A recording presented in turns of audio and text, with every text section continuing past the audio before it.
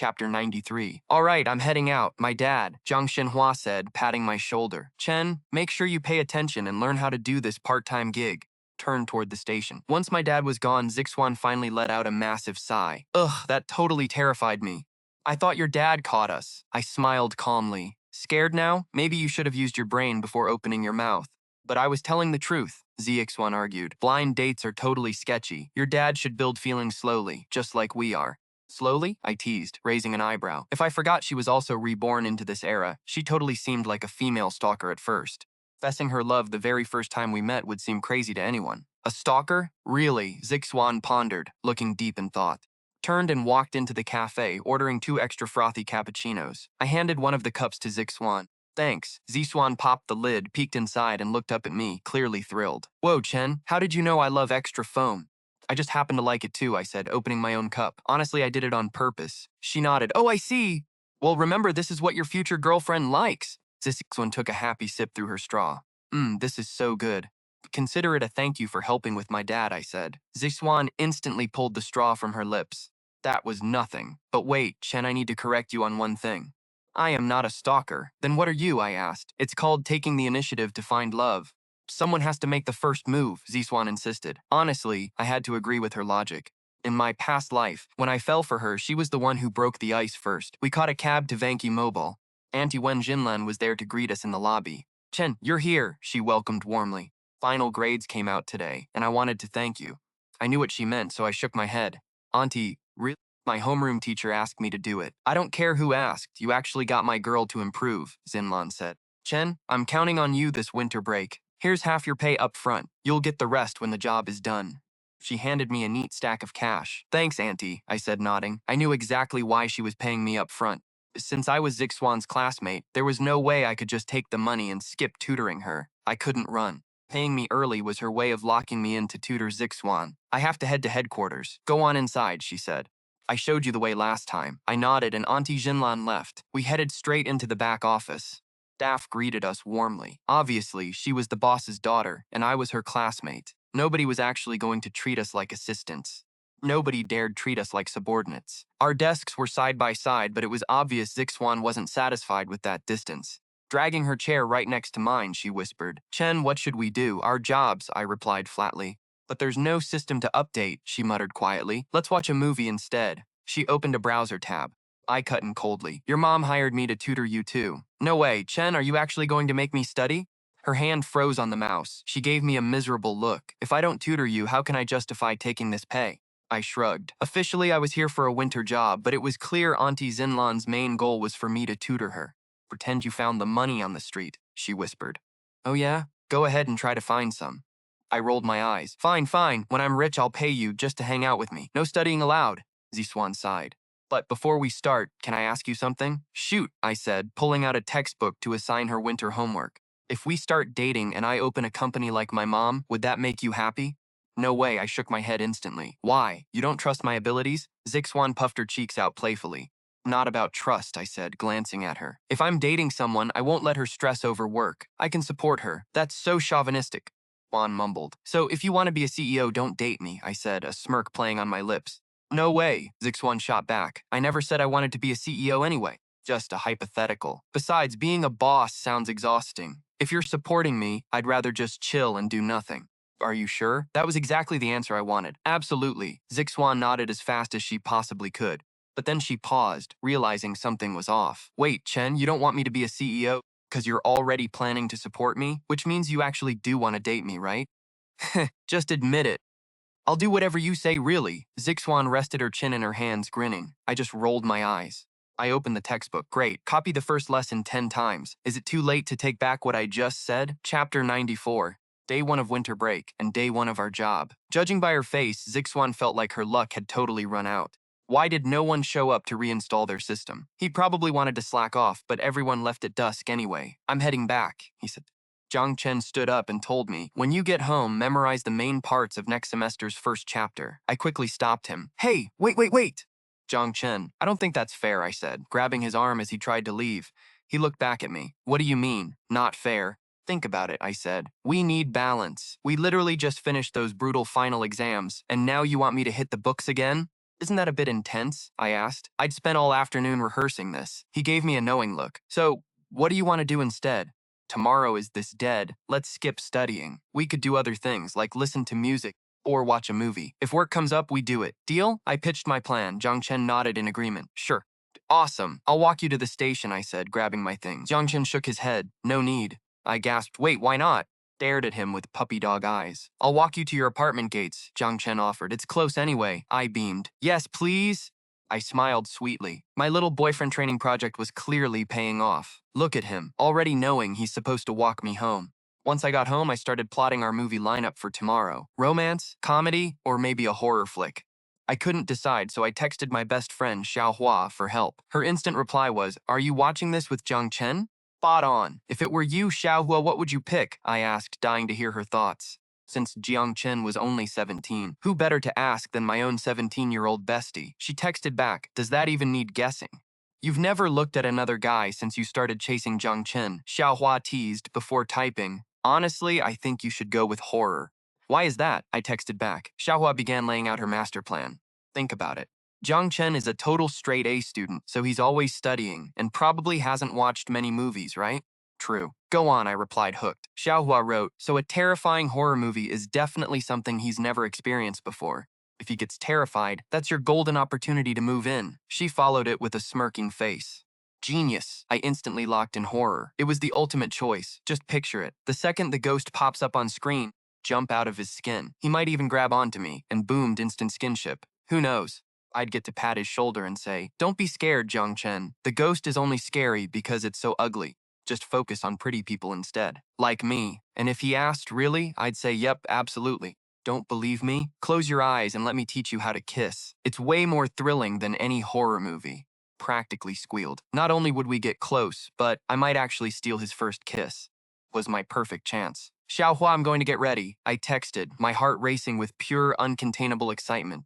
Keep me updated on the results. Xiaohua shot back, eager for gossip. But if I wanted to pull this off, the crowded office was a no-go. Studio behind sales was way too busy. If my mom caught wind of this, I'd be dead.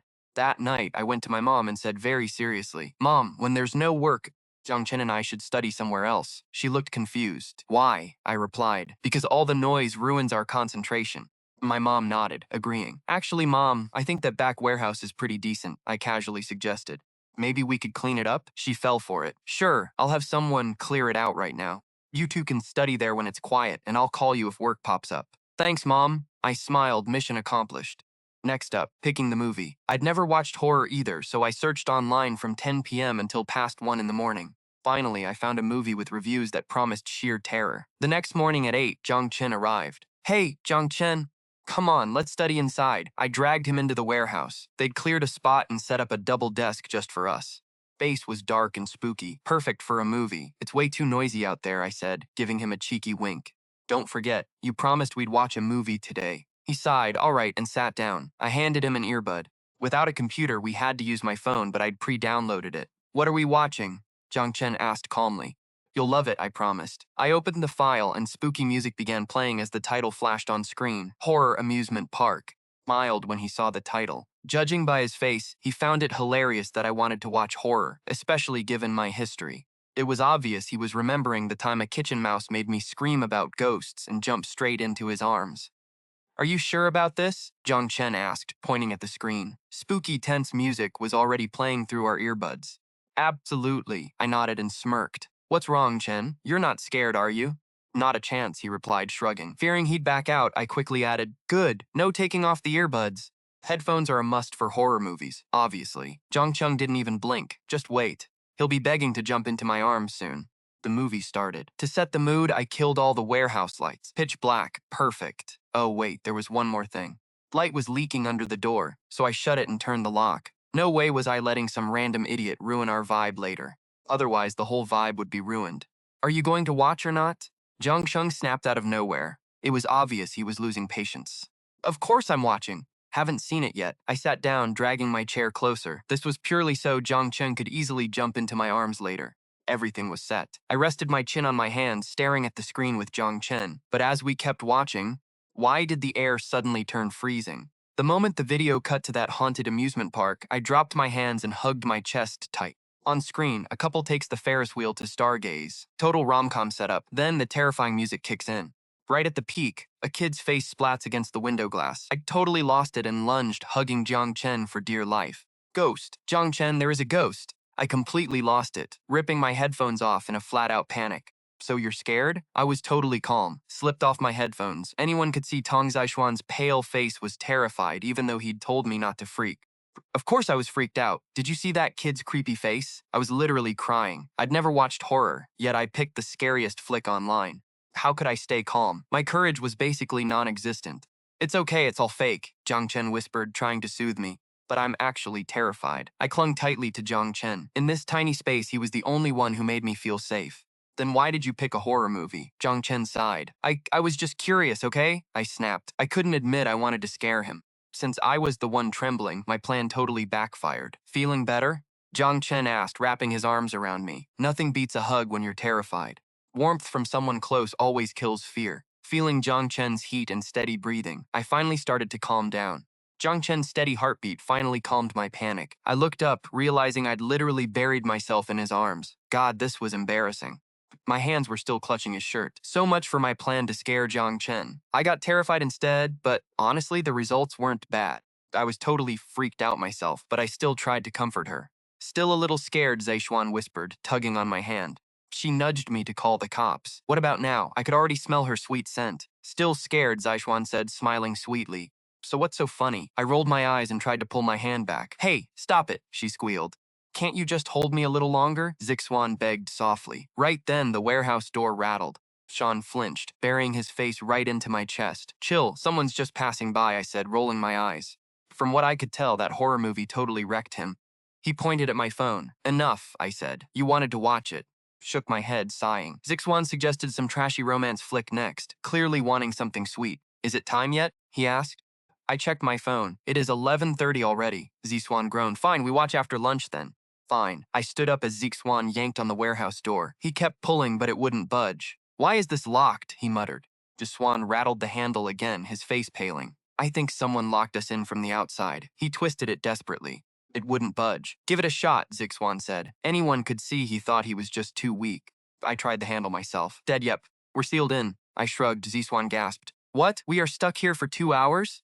We had to wait for lunch break to end. Zixuan looked totally devastated. He knew the office schedule. Lunch started at 11:30. After eating, they'd nap. Nobody would be back until 2 p.m. Hey, anyone out there? Zixuan screamed. Help! Zixuan banged on the door. Total silence outside. During lunch break, the office was a ghost town. Nobody hangs around an office on their break. It is like school. Once the bell rings, you bolt. So what now? Zixuan asked. Fawn trailed off when he saw me chilling at the desk. You wanted a movie, right? I asked. Might as well watch. Nothing else to do, I said, pulling out my phone. Zixuan stammered, watch what? It was obvious he wasn't in the mood anymore. Trapped in a pitch-black room right after a horror flick? Yeah, no. You in or what? I asked, turning around. Fine, together, Zixuan mumbled, sliding next to me. The dark room was creepy, but staying close to me seemed to calm him down. Judging by his relaxed shoulders, his fear was fading. Honestly, being locked in here with me probably felt like a win to him. I figured he was hoping for some darkroom romance. He probably thought I had some super cheesy romantic movie lined up for us. Zixuan suddenly looked excited. I handed him an earbud, but as soon as he put it in, his smile completely vanished. A dry news voice was reading a weekly financial report. Zixuan stared at the screen, utterly stunned. Since you're not choosing, I shrugged. I'm watching my own stuff. Zixuan looked ready to cry. So much for his grand romantic movie date. Who tries to be romantic by watching financial reports? Jiang Chen, are you really that into this? I watched for a bit, then turned to ask him. Jiang Chen nodded. Let me explain it to you. I actually know a bit. I didn't want to overthink how we got close. How did I get close to him anyway? All I wanted was to kill time and get out of here. You even understand this? He teased. Duh, especially this episode on securities. I know way more than those self-proclaimed experts, I said confidently, even if my school grades were trash. But when it came to business, I was on another level. Reborn with future market knowledge aside, I had the skills to build a Fortune 500 company. That alone put me ahead of most business moguls. Fine, let's hear it. Jiang Chen nodded. Well, take the recent futures trends, for example. Those futures you were tracking at your place, they'll peak very soon, I explained calmly and confidently. Stuff was second nature to me. Plus, Jiang Chen had said he loved securities, so I knew he wouldn't be bored. We talked for nearly an hour. But my stomach growling cut me off. Jiang Chen, I'm starving, I said, looking at him with puppy dog eyes. Zhang Chen checked the time and sighed. Still 30 minutes left. My jaw dropped. Are we seriously going to starve to death in here? Aren't you hungry? I asked him. Nobody was back yet. Even if we were starving, we couldn't leave. He seemed pretty chill about it, though. I tried to comfort myself. Fine. I heard humans can go 7 days without food. Let's test it. Don't be dramatic, he scoffed. Zhang Chen rolled his eyes, but I noticed him listening closely for any sound outside. If anyone showed up, he'd yell immediately. About 10 minutes later, I couldn't take it anymore. I tugged his sleeve. Zhang Chen, I can't hold it. I didn't bring any snacks, Zhang Chen shrugged. He couldn't magically feed me since we were both trapped in this stupid warehouse. No, that's not it, I stammered, my face heating up. I drank 2 glasses of milk for breakfast, so what? He asked. He clearly hadn't connected the dots yet. I mean, I need to use the restroom, I blurted. He stared at me, totally speechless, then looked around, picked up a plastic bottle from the corner. Want to try this? I'm not a boy, I cried, clutching my stomach and crouching down in despair. I was seriously about to burst. Suddenly, a middle-aged woman's voice mumbled outside. Huh? Who locked the warehouse? We need those boxes. Her voice sounded like pure heaven to me. Sister Lee, help, open the door, I'm locked inside.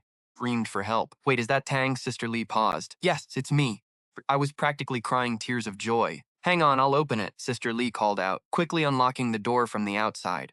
Saved. The second the door clicked open, I breathed a sigh of relief. I have to pee. I bolted out like a maniac. Sister Lee blinked, then watched Zhang Chen walk out right behind me. He was a student working for the winter break, and my classmate. From what I could tell, she was wondering what we were doing in there with the door shut, especially since I immediately bolted for the restroom. It was obvious she was debating whether to report this to my mom. Meanwhile, Zhang Chen thanked her. Thanks, Sister Lee.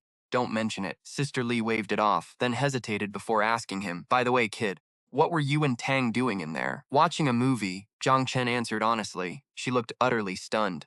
Judging by her face, she was thinking about how kids nowadays learn things from certain movies. Maybe she assumed we were copying them. Was it a romance movie? She asked delicately. Zhang Chen shrugged. We wanted to, but we got locked in, so we didn't. Oh, I see, Sister Lee nodded. Then she turned to Zhang Chen with a very serious expression. But as someone who has been there, I need to give you a little advice. He blinked, totally lost. As a guy, you should learn a thing or two from romance films. Otherwise, being inexperienced is rough on the girl. It took Zhang Chen a second to realize they were talking about completely different kinds of romance movies. 10 minutes later, I finally walked back.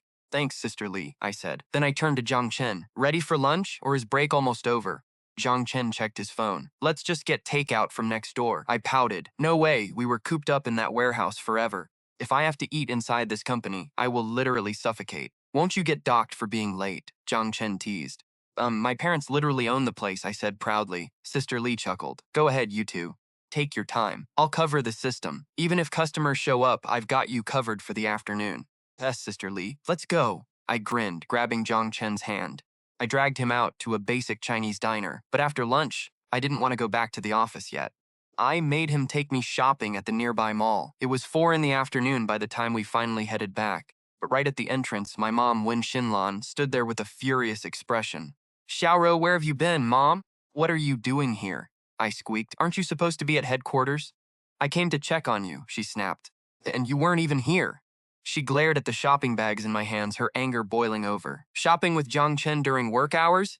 Fawn was speechless. She mumbled, would you believe I just bought it after dinner? Her mom, Wen Xinlan, rolled her eyes. Sure, now get to work. It was for your own good. You wanted quiet, so I literally had the warehouse cleaned out. And this is how you repay me?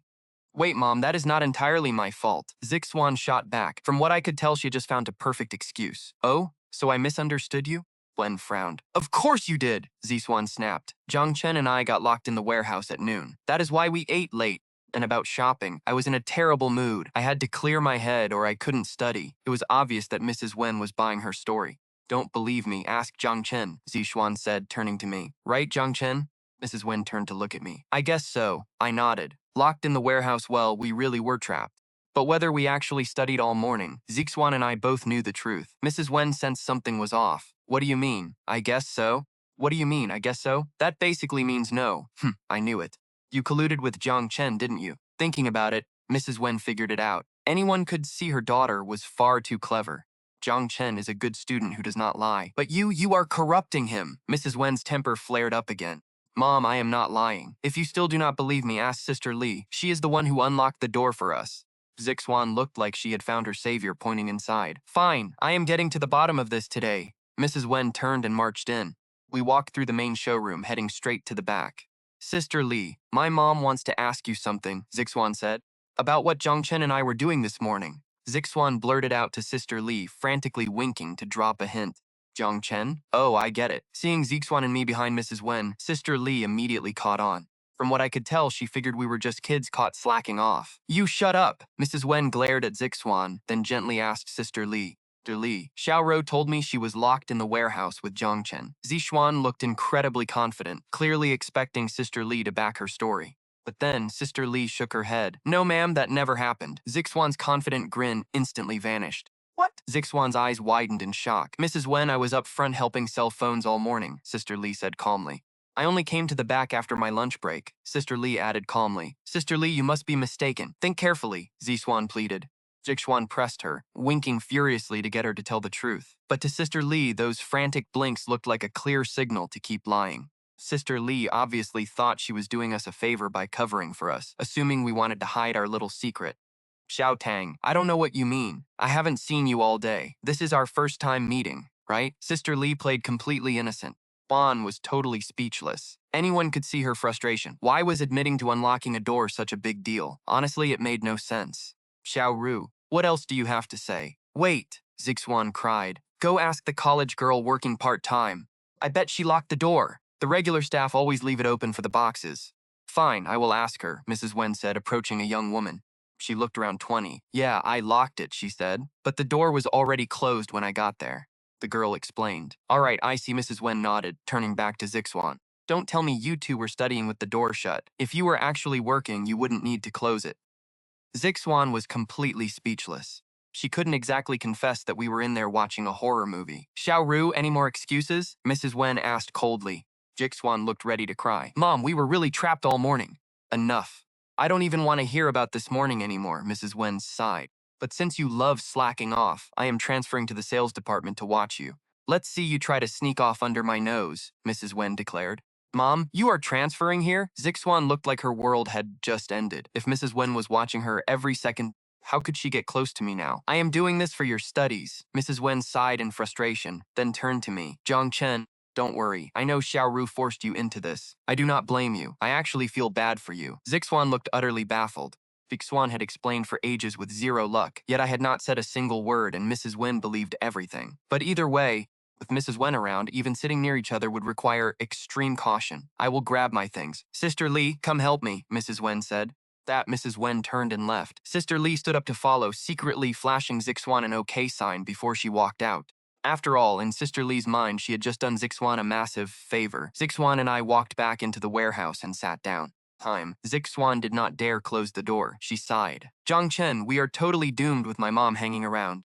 Well, I am here to work. Wasn't I supposed to be tutoring your Chinese anyway? I said totally unfazed. Tutor what? Zixuan pouted. That is my mom's idea, not mine. I just want to be with you and stay close to you. Well, that's over now, I replied casually. Yeah, with her here, I can't even sit this close. Saying that, Zixuan nudged her chair slightly away from mine. Just moments ago, we were practically touching. Suddenly, a shout came from outside. Get ready. Someone needs a system flash. What is it? Zixuan asked as I stood up. Looks like our very first job is here. Wait, I said. Aren't we here to flash systems for customers? Zixuan stuck her tongue out and quickly followed me out of the warehouse. A guy around 20 walked in. He looked like some polite local college kid. You here to get your system flashed? I asked. Juan asked him, and the guy nodded politely. Yeah, my apps are lagging like crazy. Your staff told me a system flash would fix it. Hand it over, Zixuan said, reaching out. I opened the flashing software on my computer. Suddenly, she gasped. Xuan stared at the screen, then shoved it right in my face. Zhangchen, look at this. Quick! I looked at her in confusion. It's just a phone. What's the big deal? No, look at his wallpaper, Zixuan hissed. I glanced down at the screen. It was just a photo of the guy and some girl. Clearly his girlfriend.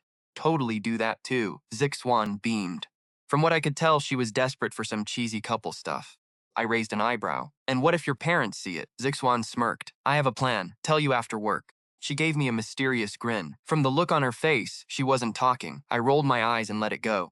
I got to work on the kid's phone. 10 minutes later, I handed it back, completely finished. Wow, so much faster, the guy cheered. He left happy just as 5 p.m. rolled around. When Shinlen and Sister Lee walked back in with stacks of files, it looked like her mom was camping here all winter. Zixuan groaned. With her mom lurking, Zixuan wouldn't dare get touchy-feely with me. It was hilarious but sad. She'd traveled back to 17 just to rebuild our love.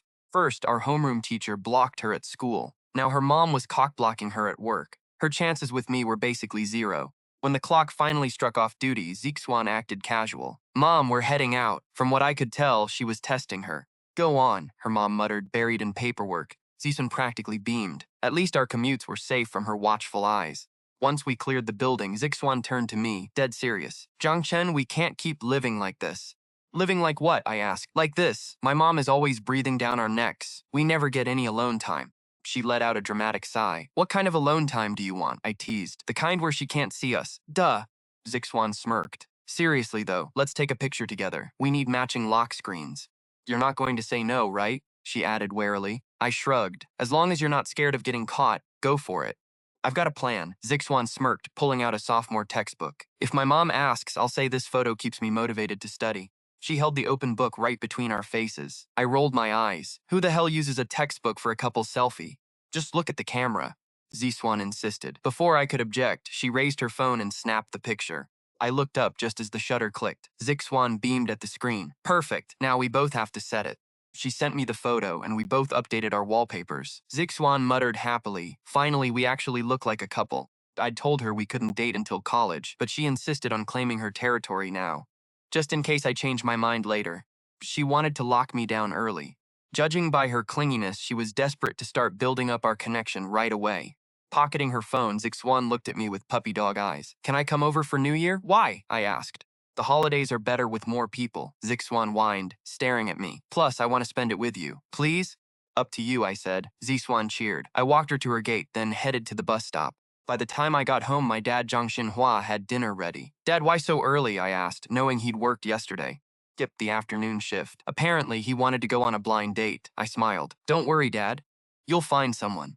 "Mind your own business, kid," Dad grumbled. "Focus on school." I shrugged. "Dad, my grades literally can't get any higher." My dad went silent. He knew it was true. Anyone could see my teacher's praise meant I was guaranteed to top the college exams. There was literally no room to improve. "By the way, Chen," Dad said, "your uncle and aunt are spending New Year with us." I froze, my blood turning to ice. "Why are they coming?" I asked coldly. My aunt was the most snobbish parasite alive. In my past life, we cut ties after my mom died, but I never forgot. When I was a kid, she claimed my dad's bad luck killed my mother and warned I'd grow up to be a financial drain. She was incredibly toxic. Yet years later, when Zixuan and I were about to get married, she suddenly crawled back into our lives. She congratulated me by saying I secured a rich girl to save decades of hard work. It was a massive slap to my dignity. "We're still relatives. We have to stay in touch," Dad murmured. I could tell he didn't like them either. "Dad, you treat them like family, but they only care about your recent promotion," I sneered. "Chen, I know you've grown up and understand how the world works now," my dad said. "But they're still your mom's relatives. We have to keep the peace." My dad, Zhang Xinhua, sighed. Anyone could see he realized I'd grown up lately. I understood how the world worked. 2 weeks later was the 2011 Lunar New Year. I kept working at Tang Zixuan's parents' company, but I was also planning my exit. My future memories told me New Year's Eve was the peak. Meanwhile, Tang Zixuan was struggling. Those 2 weeks were torture for her. Her mom practically lived at the office. From what I could tell, she was too scared to even talk to me, probably driving her crazy. Finally, the day before New Year's Eve, our holiday started. Tang Zixuan pulled me aside after work to remind me. "Hey, Zhang Chen, we had a deal," she said. "I'm visiting your place tomorrow. I'm busy during the day, though." "I'm only having dinner with my dad in the evening," I replied calmly. "Perfect. I'll come over then to grab a bite," Tang Zixuan shot back. "I'll eat with my parents at noon. For dinner, I'll tell them I'm thanking you for tutoring me." I rolled my eyes. Using studying as an excuse? Only she could pull that off. The next afternoon, my dad bought a fish and a chicken. He wanted a feast. Even if it was just us, we needed that holiday vibe. "Hey, Dad, make some extra food tonight," I said before leaving. I figured I should warn him first to avoid any awkward misunderstandings later. "What's going on?" he asked. "Tang Zixuan is coming over tonight. Apparently she wants to thank me for tutoring her." I shrugged. My dad looked totally confused. Even if she wanted to thank me, shouldn't she be having New Year's Eve dinner with her own family? "Wait, she's actually coming here for dinner?" he asked, scratching his head. "Yeah," I replied. "Okay then," my dad muttered, slowly nodding. Judging by his face, he was definitely wondering if that girl had a crush on his son. He must have thought it made perfect sense. Now that he was thinking about it, Tong Zixuan and I had been spending a ton of time together. At our age, puppy love is basically a given. It was obvious that he was starting to worry about my focus. My grades were great, but what if this ruined everything? Dad, I'm heading out. I'll have a massive surprise for you when I get back, I yelled. I laughed and bolted before he could respond. To him, a son giving his dad a surprise seemed like I was finally becoming a man. He smiled, his worries melting away. He likely realized that I was responsible enough to know what I should and shouldn't be doing. I knew exactly where to draw the line. I stepped outside and hopped into a cab, heading straight for the local securities center. The prize for my dad was simple: cash. The futures I'd convinced him to invest in were ready to cash out. Today, New Year's Eve, was the day. The place was a ghost town. Aside from a few miserable workers pulling overtime, nobody was there. Everyone else was home celebrating with their families. It was freezing outside. Liu Yang, a local financial reporter, sat shivering in the lobby, complaining about missing his family reunion for a story. He was only there because some futures had surged to a record peak. Sure, most rookies lose everything, but he hoped to find a lucky winner. Landing an overnight millionaire story would guarantee him prime coverage and a massive bonus. He just needed one lucky break. He'd been waiting for hours with zero luck. 10 more minutes, he muttered to himself. If nothing happens, I'm grabbing frozen dumplings and going home. He sighed, but just then, the front doors finally slid open. I walked in, making him look up with a sudden spark of hope. His hope died instantly when he saw I was just a student. Even if I hit the jackpot with pocket money, it was probably just change. A teen trader sounded cool, but since my profits had to be tiny, it wasn't front-page material. He figured it wasn't worth his time. But minutes later, the automated machine blared. Transaction complete. Your profit is 876,000 yuan. What? Liu Yang gasped, staring at me in absolute shock. 870,000 yuan? A high school kid actually made that much cash? Where did I even get the starting cash? To make that kind of profit, I needed thousands to invest. Where does a kid get that capital? But the machine's voice didn't lie. As I turned to leave, he rushed over to block my path. Can I help you? I asked, frowning. Hey there, which school do you go to? I'm Liu Yang. Reporter with the Financial Channel, he said, flashing his press badge at me. A teen making $1 million was easily the biggest headline of 2011. I glanced at his badge. You want something? Absolutely. I want to do an exclusive interview with you, he pleaded. It was clear that he was thrilled to finally catch his big break. A high schooler pocketing $1 million was viral news. Sure, it was nothing compared to Wall Street players, but to normal folks, that's life-changing money, especially coming from a teenager like me. Sorry, I've got to get home for New Year's Eve, I said, walking right past him.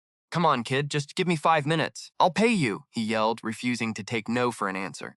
Keep blocking me, and I'll call security, I warned, pointing toward the entrance. He immediately hesitated, looking incredibly frustrated.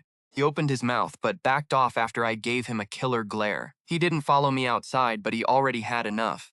Knowing a high schooler just cleared $1 million on futures was more than enough. He had everything he needed to write a viral front-page story. Chapter 101. Am I part of this family? That 870,000 profit totally saved my skin. Now, I had real capital.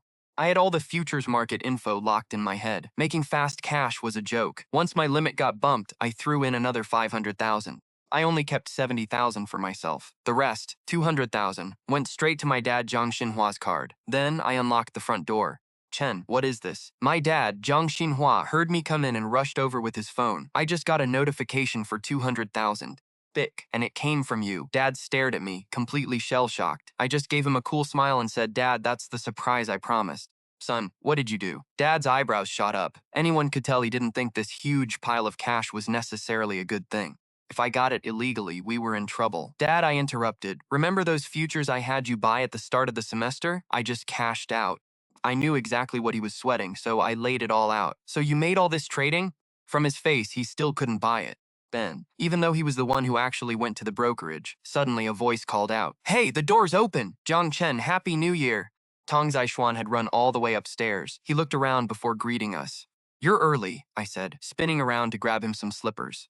I told you I would be. Tong Zixuan walked in carrying a gift box. My mom sent this, but his smile faded. Dad's face was still totally blank. Is everything okay, sir? Tong Zixuan asked cautiously. Oh, nothing, Dad said, shaking himself out of his trance. Shook his head. Just talking with Chen. Make yourself at home, kid. I've got to get back to the kitchen. To cook. Dad shuffled off like a zombie. Obviously, free money was too much for an honest man to digest. Tang Zixuan just nodded. Once Dad was gone, Tang Zixuan leaned in and whispered, Does your dad not want me here? No, I shook my head, just some other stuff. Tang Zishuan let out a massive sigh of relief. Good, I was seriously terrified he was gonna hate me. After all, one day he'd be calling my dad too. Chill here for a second, I told him. I need to talk to my dad. I walked into the kitchen while Tang Zishuan nodded obediently. Dad looked up from the stove. Chen, is that 200,000 actually clean? Kept stirring the wok as he asked. Yes, Dad, trust me. You literally bought those futures for me, remember? I didn't know whether to laugh or cry. I get that, Dad muttered, but turning 50,000 into 200,000? That's insane. He was still struggling. Look, let me explain how futures work. It's basically just investing. I talked him through it patiently, laying out the basics of the market. As I broke it down, Dad finally started to grasp it. Ah, I see, he muttered, letting out a long sigh. But he still looked tense. Either way, you just got lucky. Don't let this distract you from school. From what I could tell, he still believed good grades were the only way. Don't worry, Dad, I grinned. Have my grades slipped at all? He laughed. Well, keep it that way, kid. I will. While we talked in the kitchen, Tang Zishuan was chilling on the couch, playing on his phone. He was in no rush. But before long, a sudden buzzing sound cut through the living room. Someone's phone was vibrating. Tang Zishuan got up to check. It was Dad's phone on the dining table. When he looked at the screen, the caller ID read, "My aunt." Why was she calling Dad? I couldn't stand that woman, and Tang Zishuan knew it. Judging by her past behavior, she was nothing but trouble. She was a total gold digger. Tang Zishuan obviously didn't want her ruining our New Year's mood. Decided to ignore it. He didn't answer and didn't tell Dad. Keep ringing. Parasite, Tang Zishuan muttered under his breath. Finally, the call timed out and stopped. Wait, what's this? Tang Zishuan muttered as the screen lit up. Phone had defaulted to an open bank alert. Tang Zishuan squinted at the screen and saw a massive string of numbers. 200,000 transferred straight from my account. Tang Zishuan's eyes went wide. He couldn't figure out where I got that kind of cash. Where did it come from? Then he noticed the timestamp. It was sent 30 minutes ago, right before he arrived. My shoes were still messy by the door when he walked in, meaning I'd just got home. The money had to be connected to my outing. Suddenly, a light bulb went off. He whipped out his phone and checked the market. Sure enough, the futures I'd been tracking had just peaked. It clicked. This money was from the market. But how could a high schooler like me afford to invest that much in the first place? Then he remembered the text. I had transferred the money to Dad, so the seed money probably came from Dad. But that made 0 sense. Right now, our family was struggling. We were practically broke. Why would Dad hand me that cash? And how was I so confident he'd buy in? If I was just a 17-year-old kid, none of this added up. It was completely impossible. Tang, dinner's ready. Dad called out from the dining room. Sorry to keep you waiting. I got caught up talking to Chen. Dad set the plates down. Since you're having New Year's dinner with us, just dig in. Make yourself at home. Thanks, Sir. Tang Zishuan smiled politely, then shot a mischievous look my way. This is my home now. Does that make me family? Chapter 102. Aren't you rich now? Eat whatever you want, I muttered, rolling my eyes and sliding the spicy fish closer to him. I figured he was just hungry. I knew he loved fish. Exactly, kid. Dad chimed in warmly. Help yourself to the fish. Tang Zishuan sneaked a glance at me. It was obvious she was wondering how I knew she loved fish, since she never told me. She pushed the fish right toward me. The crazy theory in my head was starting to make sense. But this time, Tang Zishuan just stole a quick glance at me and kept quiet. The three of us ate New Year's dinner in silence. But the quieter it got, the more freaked out I got. Sure, talking at dinner isn't great, but Tang Zishuan being this quiet was totally off. Thanks, Uncle. Food was amazing. Only after we finished did Tang Zishuan finally speak to my dad. He laughed it off. Aw, it's nothing special. Just normal food. My dad waved it off. Why don't you and Zhang Chen watch TV in the living room? I have to head out. Uncle, you're going out this late? She looked shocked. I stared at him, confused too. Yeah, I figured there's nothing to do at home, he said. Might as well work some overtime and make extra cash. My dad smiled. I paused for a second. If he had to work, why didn't he mention it earlier? Still, I just nodded. Dad, don't overwork yourself. I'm off, Chen. Clean up the dishes. My dad grabbed his coat and left. Honestly, I knew working overtime was just an excuse. It was obvious his real goal was to ask factory friends if this futures trading stuff was legit. Suddenly having all that cash had him anxious. Tang Zishuan and me left in the house. Make yourself at home. I'll do the dishes, I said, cleaning up. No way, let me help. Tang Zishuan immediately started clearing the table. I gave her a look, but stayed quiet. But once we stepped into the kitchen, I ended up doing the dishes alone. The kitchen was tiny, barely fitting one person by the sink, yet she kept hovering right next to me. Stared at me, her eyes sparkling. Why are you looking at me? I asked, washing a plate. Can I even look at you? You promised I'd be your girlfriend eventually. Besides, the New Year's gala is so boring now. You're way better to look at. It's New Year's. Of course I want to be with the person I'm closest to, she smiled. Aren't you going home? I asked. My parents aren't even home, she said. She shrugged. They had dinner and headed straight back to the office. The phone business is rough lately. I slowly nodded. Honestly, since last year, smartphones have been shaking up the market, wiping out older brands. Hey, Jiang Chen, she said. If my family's business goes under, will you make money to support me? She smirked. You really want your own family's company to fail? I joked. I teased her, though I knew that in my past life, she ended up selling off her family's business anyway. Start a tech startup instead. You never know how things will go, she shrugged. And like I said, phone business is hard now. We can always do something else, I said. True, but that's my parents' problem. I'm definitely not cut out for business. Her casual comment made me steal a glance. So she wasn't planning on starting a company this time? Zhang Chen, you still haven't answered me. If I really become your girlfriend, will you take care of me? She asked again. I stayed quiet. Fine, let me put it another way, she said, seemingly deep in thought. Do you plan to make money to support your future wife? So she can just relax at home without a care? Yeah, I finally answered. Awesome, it's a deal then. I didn't want to work hard anyway, I scoffed gently. How do you even know you'll be my wife, or that I'll have the cash to support you? Totally will, she said like it was obvious. Because my dream wish was for you to become the most successful guy in the world. And if I don't make any money, I laughed, then I'll help you plan. Worst case, you start a tech company. Promise you'll become the CEO of a Fortune 500 company. She sounded so sure. To anyone else, it was crazy talk, but to her, just repeating what she'd already done. Besides, you're already making money, aren't you? Her sudden words caught me off guard. Those futures you showed me, they peaked today, she smirked. If someone bought them back then and put down a few 10,000, they'd have hundreds of thousands by now. Right? I nodded slowly, staring at her with rising suspicion. Why on earth was she suddenly bringing this up? She looked at me seriously. So, Zhang Chen, where did you get the confidence to use your dad's money on those futures? You found out? I glanced at her. Duh, she said, laying it all out. Don't deny it. I saw the alert on your dad's phone. You sent him 200,000. Yeah, that's my payout from selling today. I gave her a helpless smile. Her face was practically screaming suspicion.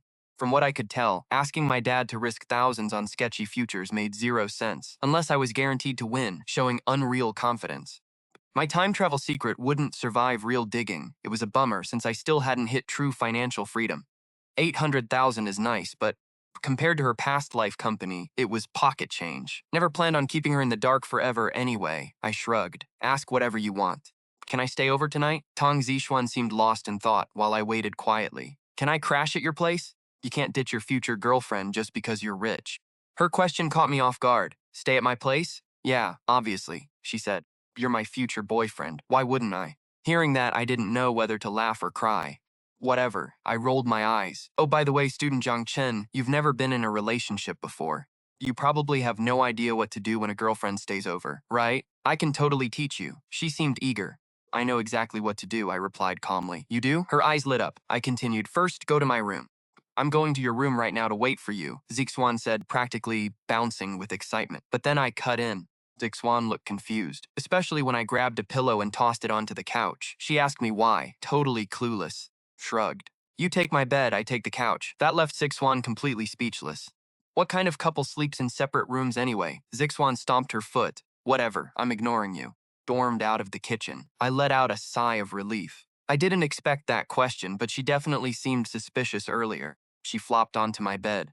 From what I could tell, she was still questioning my rebirth. That was indeed what she wanted to ask, but she decided to hold back. My insane confidence in trading futures didn't fit this era at all. But besides that, what proof did she have? More importantly, she never doubted that I truly cared for her.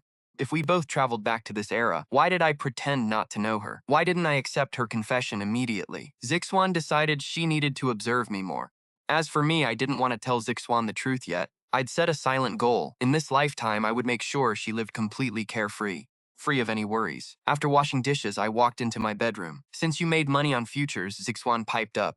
Can you buy me a treat? Seeing me enter, Zixuan sat up, suddenly full of energy. What do you want? I asked. Ice cream, Zixuan blurted out. Fine by me, I said, putting on my jacket. Wait, where is the closest place to buy it? Zixuan asked. About 2 blocks, I replied. Never mind rain check, Zixuan said, instantly backing out. Why, I asked, confused. It's New Year's Eve!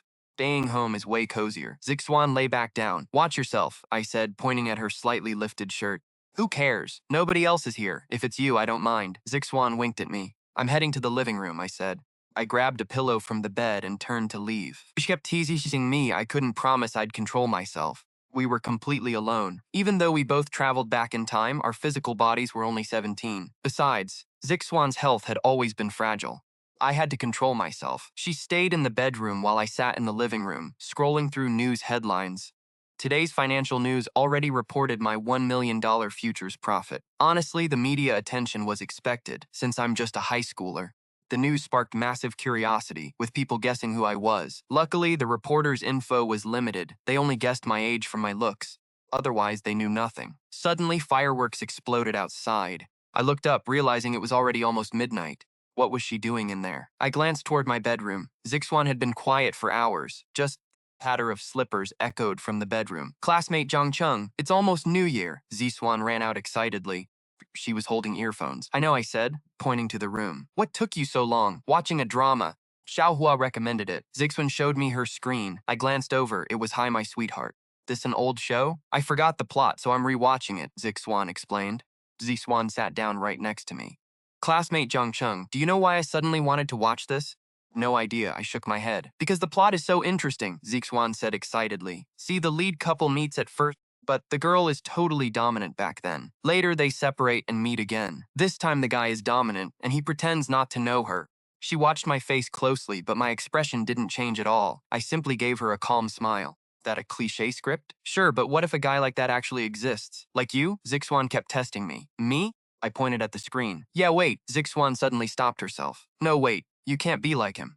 She shook her head. Why? I asked. Zixuan said seriously that actor is definitely going to be a scumbag. Like a master of time management with a dozen secret girlfriends, so don't be like him. Silence fell. Zixuan wondered if she should ask more.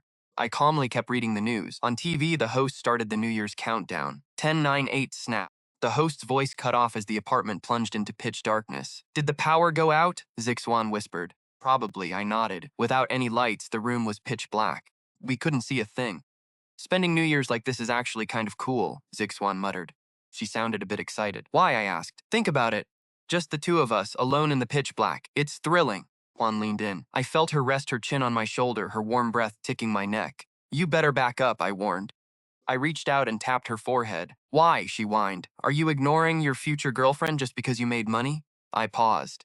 Remembering her earlier questions, was this what she was actually worried about? I didn't know whether to laugh or cry, so I gave her a firm no. Then prove it to me, Zixuan giggled. Her trap had worked. Honestly, Zixuan didn't seem to care if I was reborn or not. She just wanted us to build a strong bond. Perfect, she said eagerly. I want to test a theory. You mean Lunar New Year is more important than the solar one? I asked, confused. She scoffed. No, that is totally different. Zixuan leaned in close, whispering, have you ever heard the saying? Whatever you do on the very first day of the new year, you'll end up doing all year. I nodded. Sure, I've heard of that. But isn't it the exact same for Lunar New Year? I asked, puzzled. Zixuan shook her head, acting like an expert. Of course not. Sure, they share a similar meaning, but a traditional holiday is traditional for a reason. Even with the same meaning, there's always a twist, I chuckled, already smelling a trap. Oh yeah? What kind of twist? Want to know? Then kiss me. Zixuan leaned right in. I rolled my eyes. Wait, didn't you say you wanted me to prove something? Exactly. That's the best proof, she declared, sounding way too proud. Besides, there's a deep meaning behind it. I asked, what meaning? Kiss me and I'll tell you, Zixuan said, looking at me with puppy dog eyes. Come on, classmate Zhang Chen. You're not seriously hoarding your first kiss from me, are you? For a second, I felt like I was dealing with a total gangster. You sure? I asked. Zixuan nodded eagerly. Hurry up! We're running out of time, she urged, looking genuinely frantic. I took a deep, steadying breath. I leaned in, but she backed up. No way, that cheek kiss last time was such a cop-out. Forget it, I'll teach you. With that, Zixuan pressed her lips against mine. My eyes went wide. Sure, we acted like an old married couple, but this was insanely sudden. But almost immediately, I felt her soft lips trembling with complete hesitation. It was obvious she had absolutely no idea what she was doing. From what I could tell, Zixuan was totally confused. We'd kissed plenty of times, but this actually felt like a real nervous first kiss. It was kind of hilarious. She was probably screaming inside. She was only rusty because I was always the one taking the lead. But since she'd already started, she couldn't just back out. Right then, I parted my lips slightly. I felt her relax instantly. Finally, that sweet familiar warmth flooded my senses. Now this was the feeling I knew. We lost ourselves in the kiss for about a minute. Finally, Zixuan gasped for air and grinned. So, classmate Zhang Chen, How did that feel? Not bad for my teaching, right? I rolled my eyes. Seriously? Who was guiding whom here? If I hadn't guided her, she'd have been totally lost. You know what this is called? I asked, keeping my voice deadpan. Our very first kiss, Zixuan beamed happily. No, I shook my head. This is called you taking advantage of me, she pouted. Oh, come on, classmate Zhang Chen. I didn't force you. You're the one who wanted to prove I'm your future girlfriend. I couldn't help but laugh. So a kiss is proof now? Honestly, making out was already pretty normal for us by now. But Zixuan argued passionately, this is different. This kiss has a very special meaning behind it. Like today, wait, yesterday. New Year's Eve is all about washing away all the bad things from the past, right? So the Lunar New Year represents the future. And? I asked, genuinely amused. So the very first thing we do today means our future will keep heading in that beautiful direction. With a proud grin, she threw her arm right over my shoulder. She giggled. We kissed on day one of the new year, and since it was a first kiss, we made a perfect start. I'm definitely your future girlfriend. What if it's someone else? I teased. Zixuan flared up instantly, glaring at me like a fierce little kitten. Then I'll just tell her that I was the one who taught you how to kiss. All right, get some sleep. I laughed, heading to the bathroom to fetch some warm water for her. Once she washed up, she gave me a sweet smile. Goodnight, future boyfriend. She headed into my bedroom, though I could tell she hated me sleeping on the couch. She wanted me with her, but we were only 17. If my dad came home unexpectedly, it would be an absolute disaster. Based on her expression, Zixuan was deeply torn. She used to treat me like a blank slate, taking our relationship slow. But after that futures trading drama today, she was suspicious. I could tell she was doubting me again. But she seemingly decided to let it go for now. Keep doing this and everything will be fine, she probably reasoned.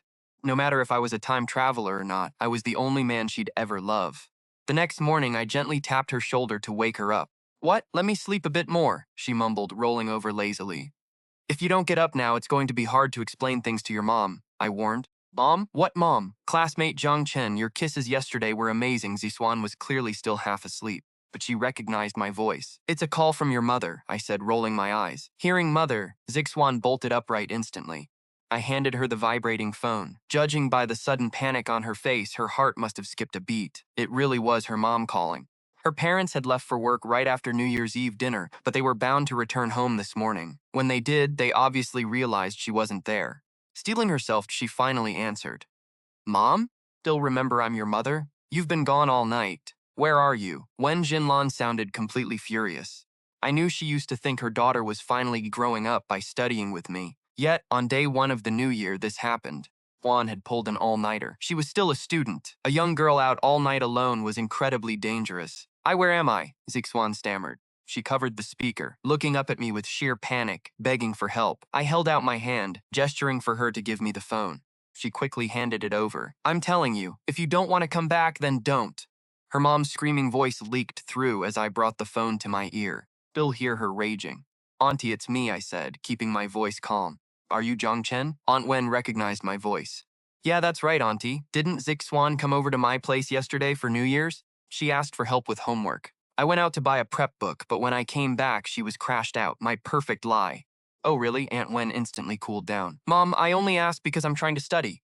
Zixuan chimed in. I gave her a massive eye roll. Sure, studying. Is that why she tricked me into kissing her at midnight? Sorry, Auntie, I forgot to call. I quickly added into the phone. Oh, I see. Aunt Wen's voice instantly turned sweet. That's totally fine. If Xiao Ru is with you, I'm not worried at all. But next time, tell me first. I still worry about her. Yeah, I will, I promised.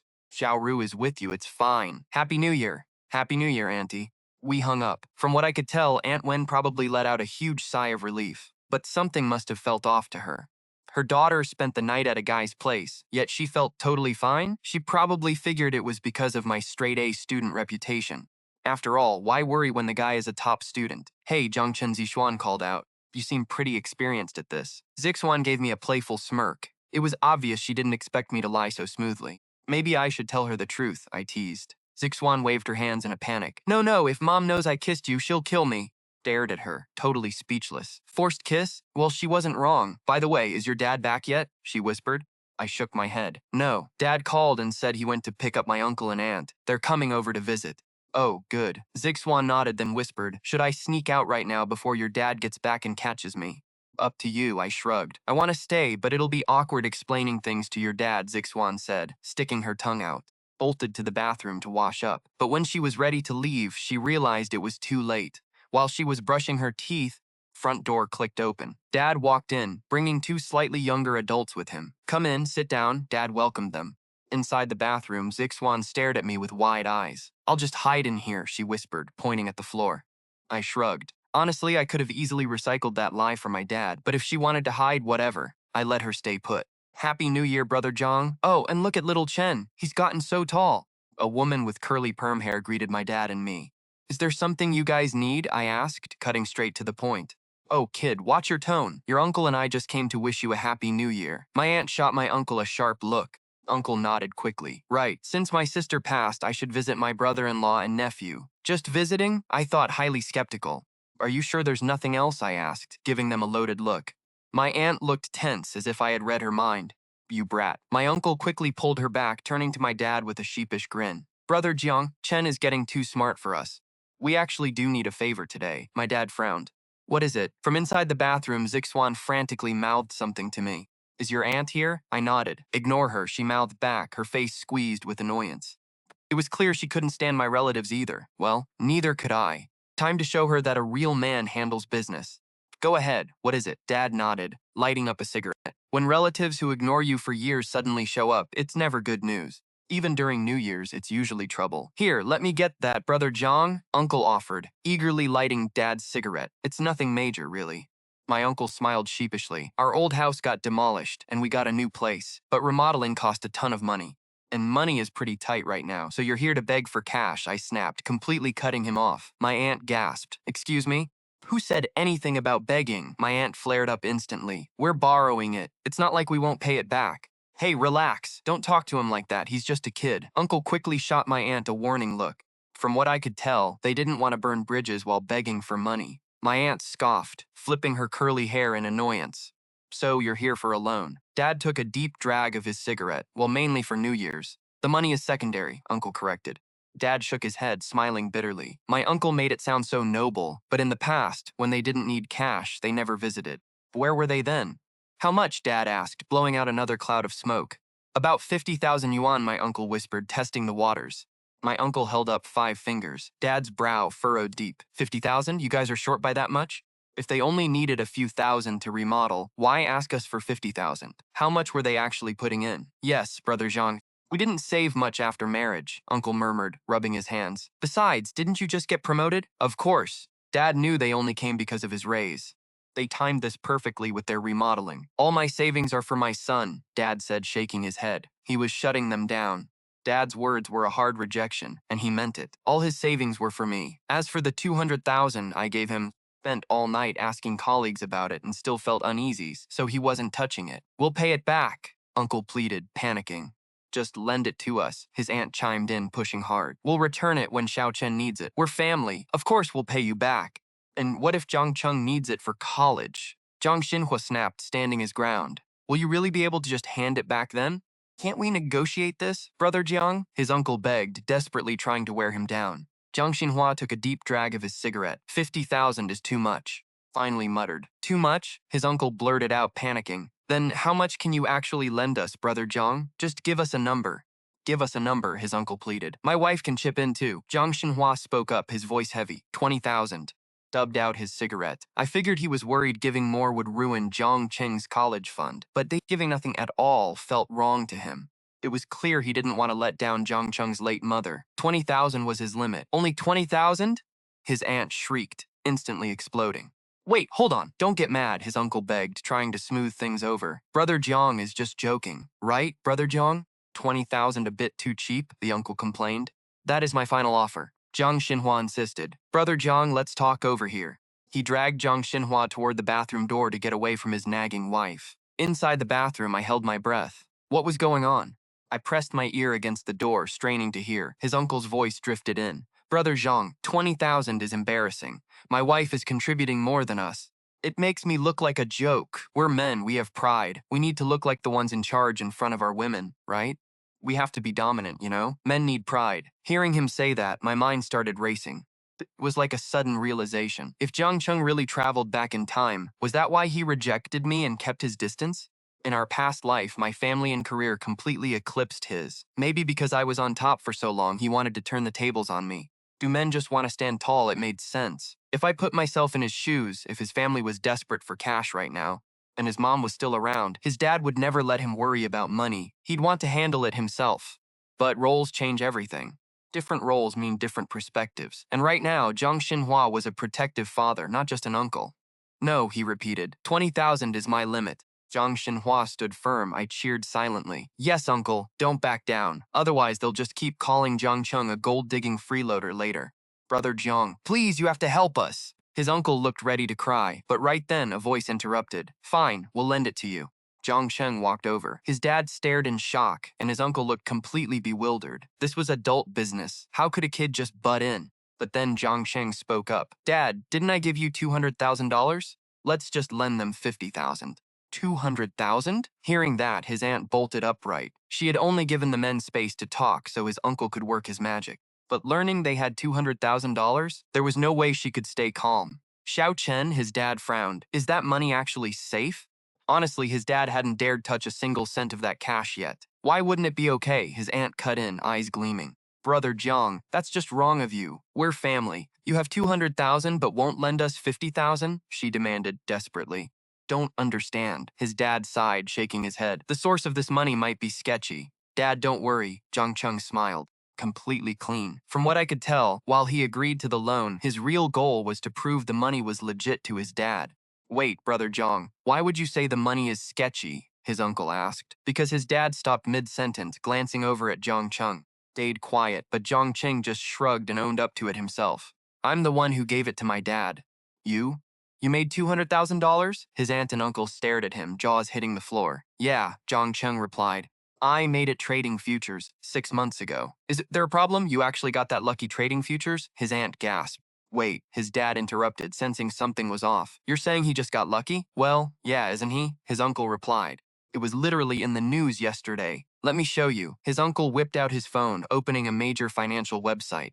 Look right here. Several futures started surging back in September and peaked this January. Anyone who held on made a killing. Investors who held on walked away filthy rich, his uncle read aloud. And look at this part, Brother Jiang. The reporter mentions meeting someone, a high school kid, who made nearly $1 million. Wait, a high schooler? His uncle froze, staring at Jiang Cheng in sheer shock. The article said the lucky kid was a local high schooler. Yeah, that was me. Jiang Cheng shrugged. His uncle stood there, completely brain dead. It wasn't just 200,000, it was nearly $1 million. While his uncle stood there dazed, his aunt nudged him hard, snapping him back, shot him a pointed look, and he instantly clued in. So, nephew, you know we're going through a really tough time right now, right? Since you've got the cash, could you help us out? He stopped kissing up to Jiang Xinhua entirely, pivoting his focus straight to Jiang Cheng. All his sweet-talking was aimed at the kid now. Of course, Jiang Cheng smiled innocently. You're my uncle. I'd love to help. He glanced at his dad, then turned back. Wait, his dad cut in, looking at the uncle. So this money is actually legitimate?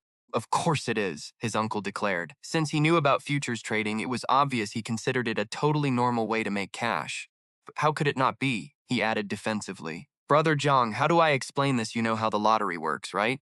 Trading futures is basically like a lottery. If you profit, you win. My uncle explained that my earnings were like a second prize ticket, meaning my cash was completely legal. With the lottery analogy, my dad, Zhang Xinhua, finally got it. Of course it is legal, my uncle chimed in. It is not just legal, it shows business brains, my uncle added. You know about investing, right? My nephew has a real eye for it. While explaining this to my dad, my uncle kept sucking up to me. Right then, my aunt nudged him hard. My uncle got the hint, rubbing his hands greedily. So, nephew, when do we get the cash? I smirked. I only said I would lend it. But there are conditions, I said with a calm smile. My uncle looked curious, asking what kind of conditions. Come here. I glanced toward the bathroom and waved my uncle over, whispering my terms directly into his ear. My uncle's face instantly went dark. Let me think about it, he muttered, suddenly looking incredibly stressed. What conditions? My aunt demanded, cutting in. My uncle pulled her aside to explain. It is like this. My uncle whispered, he will give us 150,000 and we never have to pay it back. My aunt gasped, really?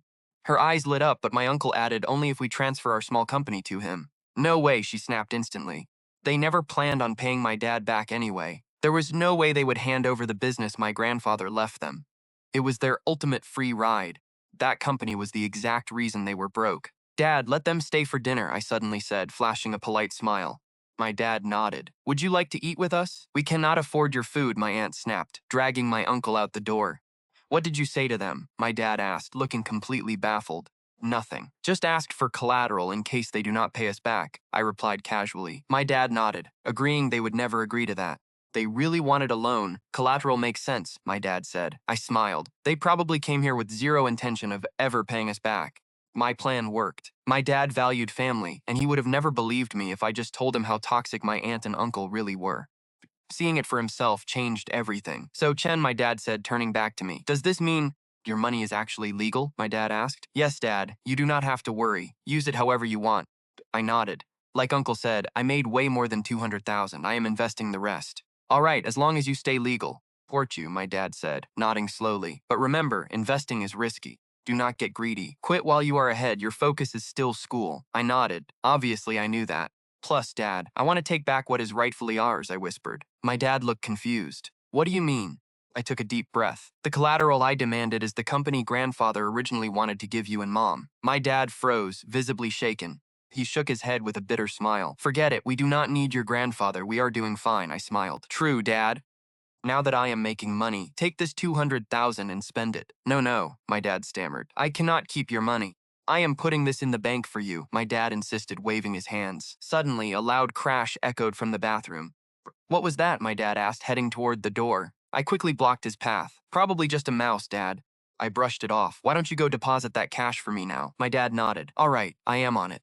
My dad grabbed his coat and hurried out. He wanted to open a savings account for me. In his eyes, bank interest was the only safe bet. Second, my dad closed the front door. Tong Zishuan marched out of the bathroom, looking absolutely furious. You called me a mouse. I rolled my eyes. What did you drop in there anyway? Tong Zishuan stuck out her tongue, just a bar of soap. Total accident. Do not change the subject. You still owe me an explanation. Tong Zishuan glared at me. I just shrugged my shoulders. Fine, should I call my dad back inside to meet you? No way, then he will know I stayed overnight. Never mind. She gave up with a dramatic sigh. Fine, I am a mouse. But if I am a mouse, then you are the rice. Mice love rice, she teased. I walked her outside to hail a cab. Later, her mom grounded her for the rest of the break. She was stuck studying. That night, she texted me to complain that we would not see each other for the entire holiday. It is only 7 days, I texted back calmly. Once the holiday is over, I still have to tutor you anyway. She sent a crying emoji. 1 day apart feels like 3 years. Let me do the math. Starting tomorrow, still 6 days. 6 days means 18 years. Do you have any idea how agonizing that is for me? I laughed. Just study hard. Otherwise, your mom will think my tutoring is totally useless. She replied, I guess so. But besides studying, I have one other thing to do, she wrote. What is that? I asked, reliving our first kiss.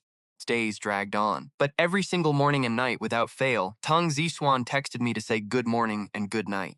While Zhangfen was stuck pre-studying next semester's textbooks, I spent those days running market futures data through my head. But this time, I didn't chase those crazy skyrocketing futures this time. I still needed to buy, but I only picked short-term high-yield options over the long-term ones. Going big would attract too much attention. That reporter at the trading center proved it. Finally, Spring Festival ended, and Vanke Mobile was back in business. Hong Zishuan was waiting for me in the sales department. The second I sat down, she leaned in. Did you miss me, classmate Zhang Chen? She crept closer, keeping an eye on her mom nearby. Nope, I teased. Tang Zishuan pouted. Well, I missed you anyway. Well, at least winter break is over in less than 2 weeks, Tang Zishuan said, her lips curling into a smug grin. Do you actually want school to start? I asked. Duh. Teachers are way friendlier than my mom breathing down my neck every single day. Tong Zishuan sighed. Right then, her mother, Wen Xinlan, walked over. Xiaoro, what are you bothering Zhang Chen with now? Tong Zishuan slumped, giving me a pathetic look. Judging by her face, she was saying, see, told you so. You are too old to be slacking off. Look at how hard Zhang Chen works. I hired him to tutor you, and this is how you behave? You aren't even trying. You're driving me crazy, Wen Jinlan sighed. Actually, Auntie, she is doing pretty well, I offered. Chimed in to help. Tong Zishuan beamed. See, Mom, even Zhang Chen says I'm doing great. Tong Zishuan's eyes lit up. That was the first time I'd ever defended her. Oh, please, Wen Jinlan said. I know you're just being nice. But at this rate, she'll never pass the college entrance exams. Wen Jinlan sighed. I shook my head. I'm serious, Auntie. Before winter break ends, I'll give her a test. That should prove where she stands. A test? Wen Jinlan looked intrigued. Tong Zishuan looked completely dumbfounded. From what I could tell, she thought I was saving her, not setting her up for a test. She bombs it, you don't have to pay me the rest. It'd mean my tutoring failed, I told Wen Jinlan sincerely. No, I'm still paying you, Wen Xinlan waved off. But a test is a good way to check her progress. Tang Zixuan looked ready to cry. It was obvious that she was panicking over my sudden exam idea, but with her mom watching, she had no choice but to study now. Slacking off at the office was over. The test would expose everything. Why did you spring a test on me? She complained over lunch. To make you study, I replied calmly. But it's winter break, she whined. School was brutal enough. Holidays need some balance, she argued. Besides, didn't you say you'd wait for me to get into college? I cut her off. She stared at me, confused. With your current grades, we aren't going to the same college. I said it casually, but she suddenly slapped the table and stood up. I get it, classmate Zhang Chen. You want us to go to the same college? I nodded. You should have just said so. I'll study hard for you. Give a girl the right motivation and she'll move mountains. Over the next week, Tang Zixuan actually hit the books. With my tutoring, she picked things up quickly. It was mostly review anyway, so she got the hang of it fast. Memorization was her only real hurdle. After she finished my test, Wen Xinlan eagerly pulled me aside. How did Xiao Ru do? Not bad, I said, showing her the paper. Without the essay portion, she scored nearly 80 out of 100. Only 70-something? Wen Xinlan frowned. Anyone could see she wanted more. Auntie, the essay itself is worth 50 points, I smiled. She usually gets around 40 on essays, so she'll hit 120 total. 120? That's amazing. Wen Xinlan beamed with pride. Tang Zixuan seized the moment. Mom, does this mean I can take tomorrow off? Fine, fine. Go shop with Xiaohua. Wen Xinlan laughed. Knowing her daughter improved, she was happy to grant the day off. She waved her hand, granting the request instantly. Then she turned to me. Zhang Chen, let me pay you the rest. She pulled out her wallet, counted the cash, and handed it over. Auntie, this is 500 too much, I said. Keep it. Think of this 500 as holiday money, she smiled. It was clear she did it on purpose. Take the rest of the day off, and don't worry about tomorrow. Based on her reaction, she was thrilled with her daughter's score. Thanks, I nodded. All right, I'm heading back to headquarters, she said, finally leaving the department. Freedom at last. The moment she left, Tang Zixuan stretched and grinned. She leaned closer to me. So, classmate Zhang Chen, free tomorrow? Why, I asked. Xiaohua's back, let's all get dinner tomorrow, okay? She smiled. Sure, I replied. Since I agreed, she beamed. Awesome, don't back out that night after I got home. Tang Zixuan immediately texted her friend. I got Zhang Chen to come tomorrow. She seemed to be scheming something. By the way, does that stuff actually work? 10 seconds later, Lin Xiaohua replied, don't worry, it definitely works. But are you sure it'll work on Zhang Chen? Absolutely, Tang Zixuan smiled. Remember what I told you about Spring Festival? I already stole his first kiss. Yeah, because you tricked him, Lin Xiaohua shot back. Tricked or not, still worked. Tang Zixuan countered. So just make sure your stuff is ready. Don't worry, I got you. My parents took me to France for winter break. I handpicked that Lafitte bottle myself, Lin Xiaohua bragged. No doubt she is a total rich girl. You actually found that? I teased. Honestly, back when we drank beer, I already wanted to get Zhang Chen totally wasted, just to ask if he actually liked me. People spill their guts when they are wasted. Too bad it did not work out. Zhang Chen did not get drunk, but I knocked myself out. This time I am testing him with red wine. Beer just did not cut it. Maybe his metabolism is just insanely fast. From what I could tell, his body processes alcohol better, and beer barely has any kick anyway. Beer mostly just bloats your stomach. But red wine is a different beast. You do not feel it at first, but then buzz hits harder than beer or liquor. But even if liquid courage is real, Zhang Chen actually has to like me for it to work. Are you really that confident? Lin Xiaohua texted. Of course I was. Even if I could not pry that specific answer out of him, I could always ask something else, I thought. It was obvious Lin Xiaohua was curious. Texting back, what are you going to ask? Secret. Besides, I am just talking. I do not actually plan on asking him, no matter what he does. He must have his reasons, I replied mysteriously. Lin Taha sent a rolling eyes emoji. Judging by her reaction, I only made her more curious. 5 p.m. on the last day of winter break. Zhang Chen, Lin Xiaohua, Shen Qin, and I met up right outside our high school gates. Chapter 110. My teenage heart totally melted. Wow, Tang, you brought your Zhang Chen? What is your status now? Shen Qin teased us the second we met. Is that even a question? I pouted. Zhang Chen and I already laid the groundwork during Spring Festival. Of course I am his girlfriend, I said, stepping closer to him. Zhang Chen raised an eyebrow, glancing down at me. In the future, I corrected, sticking out my tongue. Zhang Chen chuckled but stayed silent. Shen Qin continued, so, Zhang Chen, are you quietly agreeing to this? Shen Qin asked curiously. Once you start college, Tang is officially your girlfriend? But why wait? Before Zhang Chen could even speak, I cut in for him, because he thinks we need to focus on studying right now. Dating is for college, I added. Man, that is a bummer, Shen Qin teased. Hey, Tang, your grades are miles behind his. I am just glad not to repeat a grade. I glared at her, some best friend she is. All right, stop teasing her. Zhang Chen is her ultimate trigger. One poke and she explodes. Let us go eat, Lin Xiaohua giggled. She laughed quietly, clutching an expensive wine box. Xiaohua, I am seriously jealous. How did you even get wine like this? I have only ever seen it on TV, Shen Qin said enviously. Awesome, then we get to enjoy it too, I laughed. I brought it to share anyway. Lin Jiawa pointed toward the plaza. I heard a bunch of new spots opened, including a killer hot pot place. Should we try that? None of us objected, so we headed over. Construction on the plaza outside our high school started last semester. They finished it during winter break, and tons of businesses snapped up storefronts. Besides food, there were all kinds of shops. Electronics, clothes, arcades, they had everything. Wow, look at those cute plushies. Lin Xiaowa squealed as we passed a shop. Lin Jiawa bolted inside. The place was packed with plushies, ranging from tiny palm-sized ones to massive life-sized ones. They were adorable. I had to go in. My eyes locked onto a Mickey Mouse plush that looked so soft and fluffy. Totally melted my teenage heart. Mister, how much are these? Lin Jiawa called out, looking toward the counter. They are not for sale, the owner replied. We stared at him, stunned. These are imported originals. You probably cannot afford them anyway. You have to win them. Just use the claw machine in that zone. He pointed to the machines, where boxes sat inside instead of plushies. Seeing boxes instead of plushies inside was wild. Anyone could see Lin Xiaowa was intrigued as she asked, Can you really do that? How much for one play? 5 yuan, the owner answered. Wow, that is expensive, Lin Xiaowa gasped.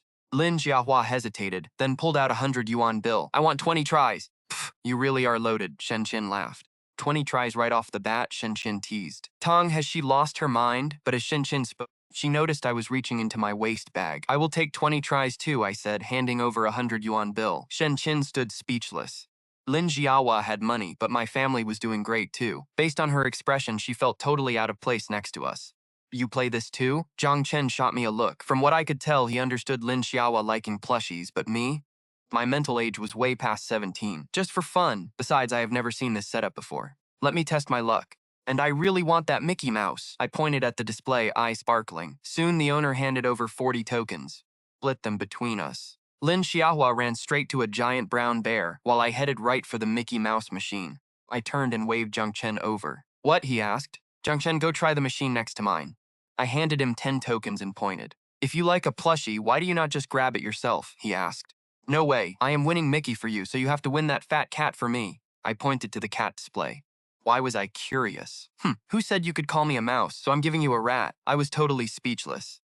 I couldn't believe she still remembered that New Year's incident. Besides, Zaishuan added with a smirk. This actually has a deeper meaning. A meaning? I laughed. Duh, me giving you Mickey Mouse is basically me giving myself to you. And you giving me the fat cat, like giving yourself to me. Now guess why we're swapping cat and a mouse? Zaswan teased. Why? I asked. Zaishuan giggled, leaning in close. Because I want to be like Mickey, so a big cat like you can devour me. Go play. Even if I'm just your future girlfriend, you gotta treat me, right? Zaishuan pushed me toward the machine. Sighing, I dropped a coin. Shaihua loved plushies because she was at that age. Zaishuan loved them because she was a girl. No matter how mature, plushies melted her. But me, a grown guy babysitting 2 girls at a claw machine, it was ridiculous. Plus, winning these things is practically impossible anyway. Claw so slippery. Zaishuan was losing it. She blew through coins but couldn't grab a single box. Both Mickey and the fat cat, 10 coins weren't going to cut it. Zaishuan turned to me. Hey, classmate. How's your side? I shrugged. I didn't have a single coin left. These claw machines are pure, rigged luck. You want to keep playing? I asked calmly. Zaishuan hesitated. Suddenly, someone screamed, I got one. I actually got one. Zia Hua cheered, thrusting her hand in the air. She was holding the mystery box from the machine. Boss, 20 more coins, Zaishuan growled. She was ready to blow her entire New Year's cash. The boss eagerly ran over to collect. Classic greedy shopkeeper. I'm getting you that Mickey, and you're getting my cat. Zaishuan shoved 10 coins into my hand. Stared at her. She was totally obsessed now, but determination didn't help. I dropped a coin, and the claw grabbed nothing but air again. Wait, why is it this expensive? Jiahua suddenly groaned to the boss. We all looked over. The boss smirked. Hey, it's random. Some only cost 100, others are 1,000. I don't set, why not try again? Zaishuan frowned. Xia, how much was yours? Zaishuan seemed to realize something. She calmed down and walked over to Xiahua, asking, let me see. Look, it's 500. Xiahua pointed at the giant brown bear. Even theme parks aren't this expensive. Hey, these are imports, the boss grumbled. The price is fair, he argued. Then, trying to smooth things over, he added, besides, the box looks great as decor. 4. Theme parks charge for the experience. What is this? Zaishuan rolled her eyes hard at the scammer. Those are the rules. If you don't want it, don't buy it, the boss shrugged, playing dumb. Ziahua stared at the sticker. Slapping $500 bills on the counter, she snapped, "Fine, I'll just skip buying a new outfit." Man, she was loaded. Now that's a big spender. Shenqing gave a thumbs up. I walked away from my machine and stood by Zeishuan. Still playing? No way. This is a total scam to milk us dry, Zeishuan sighed, shaking her head. As a former business owner, she knew all the tricks. Hook them with non-sale toys, spark curiosity with mystery box, then force them to pay crazy high prices. Standard trap. Sure, some walk away, but most get sucked in. If you quit now, all those wasted coins were for nothing. You've already spent the money, so you want the prize. Boss exploited that exact guilt to make Siawa overpay. Such a shame, Zaishuan muttered, looking at the Mickey and cat. They were cute, but the magic was gone. She just looked sad about that silly cat eats mouse speech she gave me. It was her only regret. I waved to Xiahua, pointing at her sticker. "Xia, let me borrow that for a sec." "For what?" she asked, handing it over. I turned to the boss, who was busy taking down her brown bear. "Want to buy more coins?" He grinned. He wasn't lying about the retail value being close to 500. But the real cash cow was forcing kids to burn money on the claw machine first. That's where the real profit lay. "You said anyone with a price sticker can buy a plushie, right?" I asked, narrowing my eyes with a smile. "Want to keep clawing?" The boss smirked. "Take those two down. I'll buy them," I said, pointing to the toys. "But you didn't win a sticker yet," the boss stammered. "Right here," I smiled, holding up Siahawa's sticker. "This sticker belongs to her. Since we're friends, using it to buy these is fine, right?" The boss froze. He never expected a loophole in his perfect scam. "Or should we open the machine to see if $100 stickers even exist?" I whispered. "Fine," the boss growled. "Take them, 500 each. You're robbing me blind." My threat clearly hit a nerve. He had to agree. He knew damn well there were $0 stickers hidden inside those prize boxes.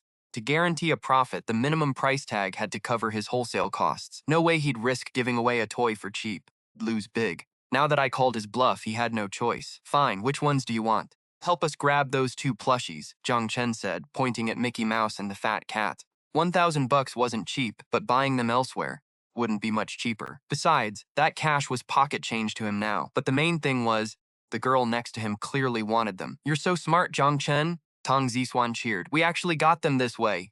She leaned in close, beaming. Buying them outright like this had saved them a ton of claw machine cash. "I just saw through his scam," Zhang Chen shrugged. The shop owner quickly chimed in. "Look, kid, let's get one thing straight. Even with that sticker, it's 500 apiece, 1,000 total." The boss clearly thought Zhang Chen was way too sharp. Threw that in so he couldn't find any loopholes. Zhang Chen just nodded, pulling 1,000 cash from his wallet. Stared in total disbelief. "Holy crap, Zhang Chen, are you secretly a rich kid? What's your dad's business?" Watching them, I felt completely out of place. Was I really the only broke one here? "No, my dad works in assembly line," Zhang Chen said. Zhang Chen shook his head. "Then why blow 1,000? I swallowed hard, choking back the rest of my words. Dragged Zixuan aside. "Look, you don't even need to ask if he likes you. The guy just dropped $1,000 with his background. How could he not?" Ziswan shrugged. "But Siawa got it wrong. That was just my excuse to get him drunk last time." "And your excuse this time?" I asked. "I want him to kiss me again. It just feels so incredibly sweet." Zixuan beamed, eyes shining. Unbelievable. First I get flexed on by two rich girls and now I have to choke down their mushy PDA? My life is a joke. After we exposed the owner's total ripoff of a business model, none of us wanted to play anymore. Only idiots walk straight into a trap when they see it. "Let's just go to the restaurant," Lin Xiaowa suggested.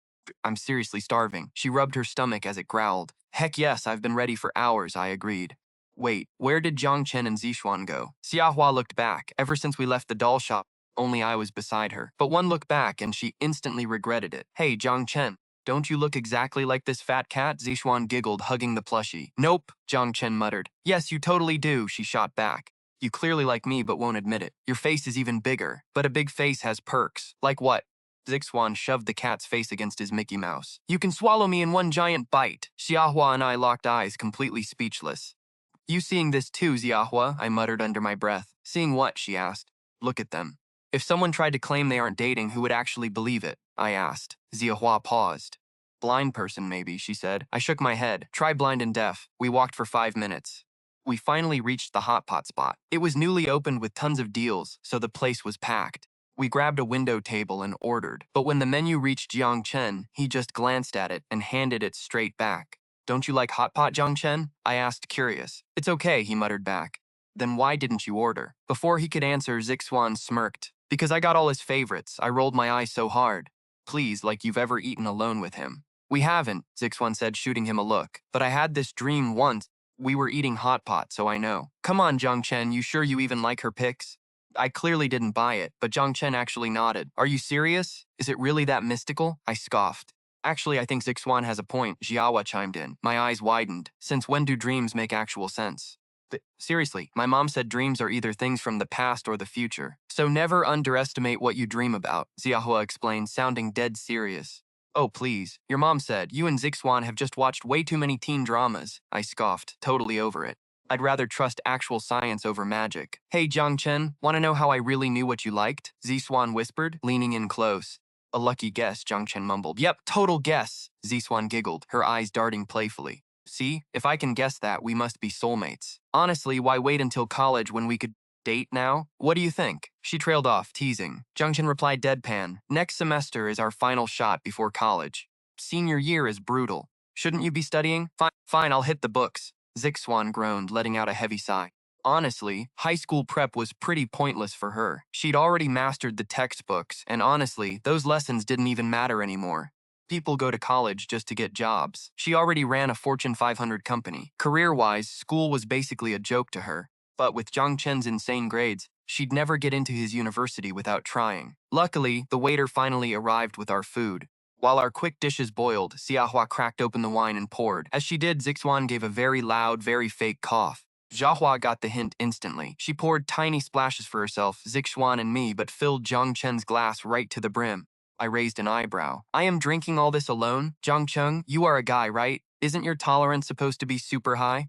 So you have to drink more, Tang Zixuan spoke up. We poured too much and can't finish. We can't let it go to waste. Xiaohua brought this expensive wine to share. It would be a tragedy to waste it. If her parents find out, she is toast. Rich people are incredibly frugal. Yeah, my mom is super stingy. She never lets me waste anything, Lin Xiaohua nodded, quickly backing up Tang Zixuan. I smiled faintly. It was obvious she was trying to get me drunk on purpose. But I was curious what Tang Zixuan was really up to. What was her goal? Last time, Tang Zixuan ended up drunk herself, leaving me clueless. But this time, I wanted to find out. I wanted a different way to uncover Tang Zixuan's plan. Let's toast to our dying winter break, Shen Qin proposed, raising her glass. We all took a sip. The wine tasted incredible. Nice one, little rich girl, Shen Qin said, giving Lin Xiahua a thumbs up. Judging by her face, Tang Zixuan loved it too. Sweet, but not too sweet. Honestly, it seemed like she would never get tired of being with me, not in this life or the next. Hey, Tang, Shen Qin said, looking over. Since you and Zhangcheng are basically a thing, how about doing a cross-armed toast? Beer didn't feel right last time, but wine does. Tang Zixuan grinned, instantly raising her glass and winking at me. Let's drink again, Zhangcheng. Why? I asked. Because I'm teaching you a lesson on how to drink with your girlfriend. Tang Zixuan tried to look serious. Shen Qin whispered to Lin Xiahua. Look at her moves, so smooth. Lin Xiahua nodded in total agreement. Sure, I played along, raising my glass and crossing my arm with Tang Zixuan's as we prepared to drink. Suddenly, a voice behind us made Tang Zixuan nearly spill her wine. Even Lin Xiahua shivered, pulling her head down in fear. We knew that voice all too well. It was Jiang Shuli, the notorious old witch of a homeroom teacher for class sophomore 1. Smart students always have the best excuses. What are you doing? Jiang Shuli frowned, her eyes darting to Tang Zixuan and me. Eating out was normal, but our posture wasn't. Anyone with eyes could see we were locked in a cross-armed toast. Even worse, the plushies on our chairs, a cat and a Mickey Mouse, were practically touching. Those were typical gifts from a teen boy to a girl. We Zhangcheng, what were we doing? Tang Zixuan panicked, unable to find an excuse. She whispered to me for help. To save your grades, I'm calling your parents first thing next semester, Jiang Shuli said coldly. She used to think me tutoring Tang Zixuan was good, especially since my grades soared and hers improved. But pairing a boy and a girl usually leads to teen romance, which kills grades. In these critical years, a homeroom teacher's biggest nightmare is students dating. Teacher Jiang, you've got it wrong, I said. I set my glass down and flicked my wrist, revealing a sticker. I just saw a sticker on this glass and asked Tang Zixuan about it, I explained calmly. Jiang Shuli leaned in to look. It was simple, just the number 500 with no currency symbol. Exactly, teacher, we were just discussing this. Peeled it off the glass, Tang Zixuan added quickly, nodding along with my story. Are you really just discussing that? Then why are you sitting so close? Jiang Shuli asked, clearly unconvinced. Our chairs were practically glued together, closer than the girls opposite us. Tang Zixuan stammered, looking at me. Honestly, she had pulled her chair next to mine the second I sat down, totally out of habit. When we were dating in our past life, she always wanted to be glued to my side. She just didn't expect our teacher to notice. From what I could tell, she had no idea how to explain, leaving her only hope in me. I prayed I could salvage this. I looked up at Zhang Shuli. Teacher Zhang, didn't you ask me to do this? I did? Zhang Shuli looked confused. You wanted me to tutor her. Plus, her mom paid me to help her over the break. She was just asking me a study question. That's why we're close, I said smoothly. Across the table, Lin Xiaohua and Shen Qin exchanged looks, secretly giving me a thumbs up under the table. Who knew a model student like me could lie so easily? Then what study topic were you discussing? Zhang Shuli pressed, refusing to let go. After all, I was the top student at Lu Hai. Our grade director had specifically ordered Zhang Shuli to keep a close eye on me. I was the school's best shot at a top college exam score. Since the higher-ups valued me, Zhang Shuli didn't dare mess up. I was having her preview next semester's text, I continued. Next semester's? Zhang Shuli looked highly skeptical. Tang Zixuan's worst subject was Chinese. As her teacher, Zhang Shuli knew her weaknesses were memorization and translating classical texts. True, teacher, Tang Zixuan chimed in. I can recite it right now. She began reciting a classical text, but I cut her off halfway. Teacher, right here, I interrupted. Both Tang Zixuan and Zhang Shuli stared at me. She doesn't know the meaning of this part, I said calmly. So I was explaining it to her. Zhang Shuli sighed in relief, my explanation finally putting her suspicions to rest. Our behavior suddenly made sense. Teacher, do you suspect us of dating? I asked out of nowhere, shocking Lin Xiaohua and Shen Qin. Why was I confessing? Zhang Shuli hesitated, then nodded. Teacher Zhang, I have no such intentions, I said. Or rather, in my plans, dating is something I won't even consider until college. I smiled, keeping my tone light. Zhang Shuli stared at me, completely bewildered. Guess it was her first time hearing a student bring up teen romance. I'll stick to my plan, I insisted. Don't worry. My grades haven't slipped, right? Hearing that, she seemed to relax. It made sense. She couldn't argue with my grades. Even if Tang and I were dating, we're turning 18 this year. It doesn't even count as some forbidden teenage romance. Plus, my grades hadn't dropped a bit. What was there to worry about? My bad. I guess I misunderstood you guys, she said. She actually smiled. In class, she's always stone-faced, so this smile looked like a total train wreck. But remember, kids shouldn't drink, she warned. Especially cheap wine. It rots your brain. I know it's winter break, but as your advisor, I have to say something. From what I could tell, she felt obligated to preach. Good wine is pricey. High schoolers can't usually afford the real deal. They usually buy cheap $100 bottles. The good stuff is way out of their budget. Heh, hey, teach, Shen Qin chimed in. Did you get the wrong idea? Shen Qin grabbed the box near Lin Xiaohua. Look, this isn't cheap stuff, right? Our teacher froze. Seeing the Lafitte logo, her eyes popped. Teach, my parents and I brought this back from France, Lin Xiaohua whispered shyly. Zhang Shuli looked totally speechless. Anyone could see she'd forgotten Lin Xiaohua was the richest kid in our class. Of course she imported it. Even if Lin Xiaohua claimed she handpicked it in France, Teach would believe her. Oh, I see. Go straight home after, she muttered. I'll head out, she said with a forced smile. I noticed her eyes lingering on the bottle. Hey, it's world-famous Lafitte.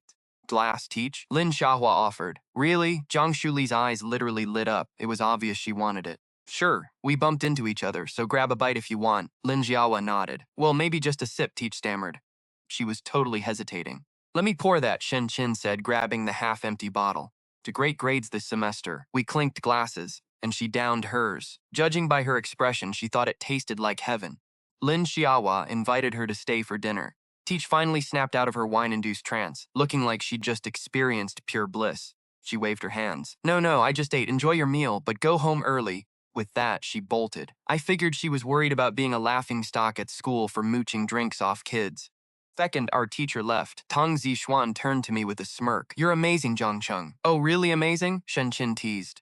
You tried it? Shen Qin teased. I meant how he handled the teacher. Get your mind out of the gutter, Tang snapped. Tang rolled her eyes. Though honestly, we won't need to make so many excuses anymore. She shrugged. Why, I asked. Because of the wine. Teach looked like she was having like she was in heaven, she quickly corrected. I could tell she was blaming Shen Qin for corrupting her mind. As we ate, Tang winked at Lin Jiawa, who slid the bottle over. Tang kept refilling my glass. Every time I took a sip, she topped it off. I drank almost 2/3 of the bottle. I'm stuffed, Shen Qin groaned. Food was gone. I could see her studying me. Zhang Cheng, you drank a ton, Tang said. Are you drunk? I heard red wine kicks in late, she asked, clearly testing me. I laughed inside. She was totally testing my limit. Last time we had beer, I was perfectly fine. I wasn't drunk now either, but I was curious. If I played along, what would she do to me?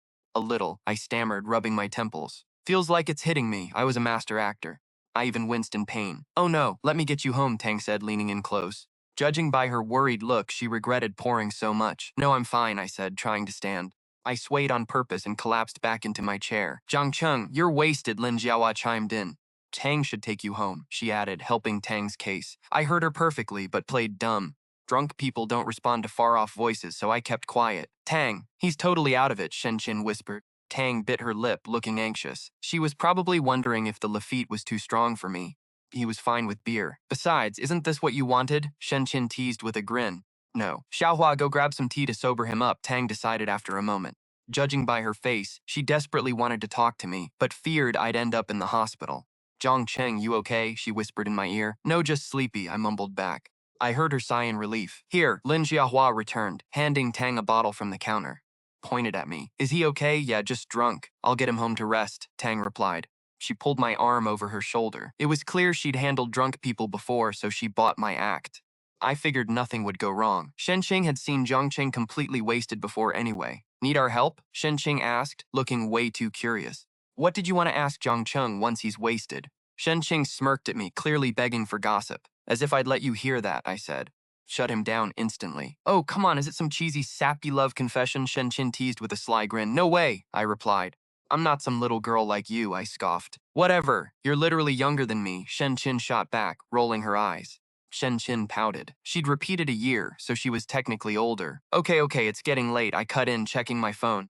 You guys should head home too, I said, checking the time. 9:30 already. Make sure you report back tomorrow, Shenqin yelled.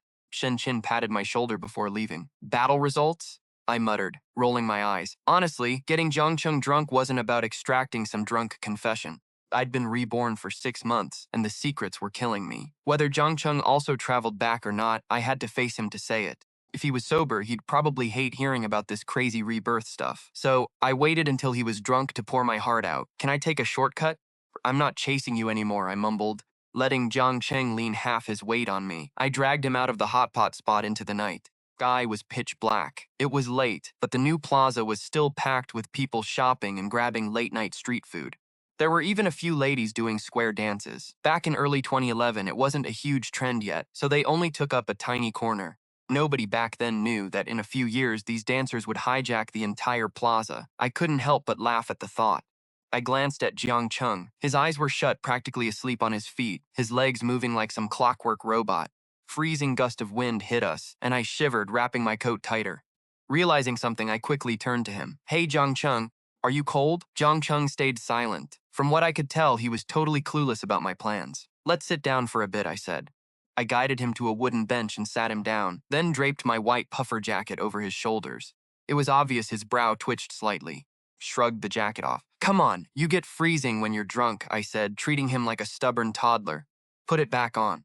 I draped it over him again. I'm not cold, aren't we drinking? He slurred, throwing his head back so hard the jacket slid right off. Fine, you're not cold, I sighed. I'd seen him wasted plenty of times before, so this dramatic little tantrum was actually pretty mild. Back when I first joined his business dinners, he'd get so drunk he'd babble nonsense. It broke my heart. The next morning, I begged him to stop, but he wouldn't listen. I have to drink, he'd argue. If I don't, they'll make you do it. You're a girl, I can't let that happen. I looked at him, feeling a wave of nostalgia. Seriously, Zhangcheng, you used to be such a sweetheart. How did you become so oblivious now? I sighed. Anyone could see his brow twitch. He seemed to know what was coming next. I shook his shoulder. Zhangcheng, can you hear me? Judging by his sudden stiffness, I wondered if he was actually paying attention. Didn't budge. Guess you really are knocked out, I whispered. In that case, I'm not calling you Zhangcheng anymore. I'll just call you hubby. He stayed completely still, making me chuckle to myself. He looked like he'd be totally embarrassed if he heard me. I didn't suspect he was faking. I just wanted to use our old name. Hubby, don't hate me for getting you drunk tomorrow, okay? I just couldn't bottle this up anymore. I needed to talk to you. You love me, so you'll forgive me, right? He didn't move a muscle, but I could have sworn he looked curious about what I was about to say next. I let out a long sigh. School starts soon. Second semester of sophomore year is no joke. The pressure is honestly killing me, I confessed, smiling bitterly. I have to win you back and match your grades for college. I'm running on empty. If I knew it'd be this hard, I should have wished to be just as smart as you. From his slight frown, he seemed to feel bad. Back when we returned, I used my 3 wishes to fix everything for him. I sacrificed my wishes to make his life perfect. In other words, he got a cheat code for this new life. He had the ultimate head start, peak health, future knowledge, everything. He was playing on easy mode. Success was guaranteed for him. But what about me? I got absolutely nothing out of this rebirth. Just tossed back to 17. No perks, just lost progress. And now I had to chase him all over again. Balancing intense studying with trying to make him fall for me is utterly exhausting. Anyone in my shoes would be losing their mind. Felt like he was thinking deeply behind that quiet breathing. Was it selfish of him to make me wait until college? But I didn't care about his career. I just wanted to be with him. Whatever, forget it. I don't regret using my wishes on you.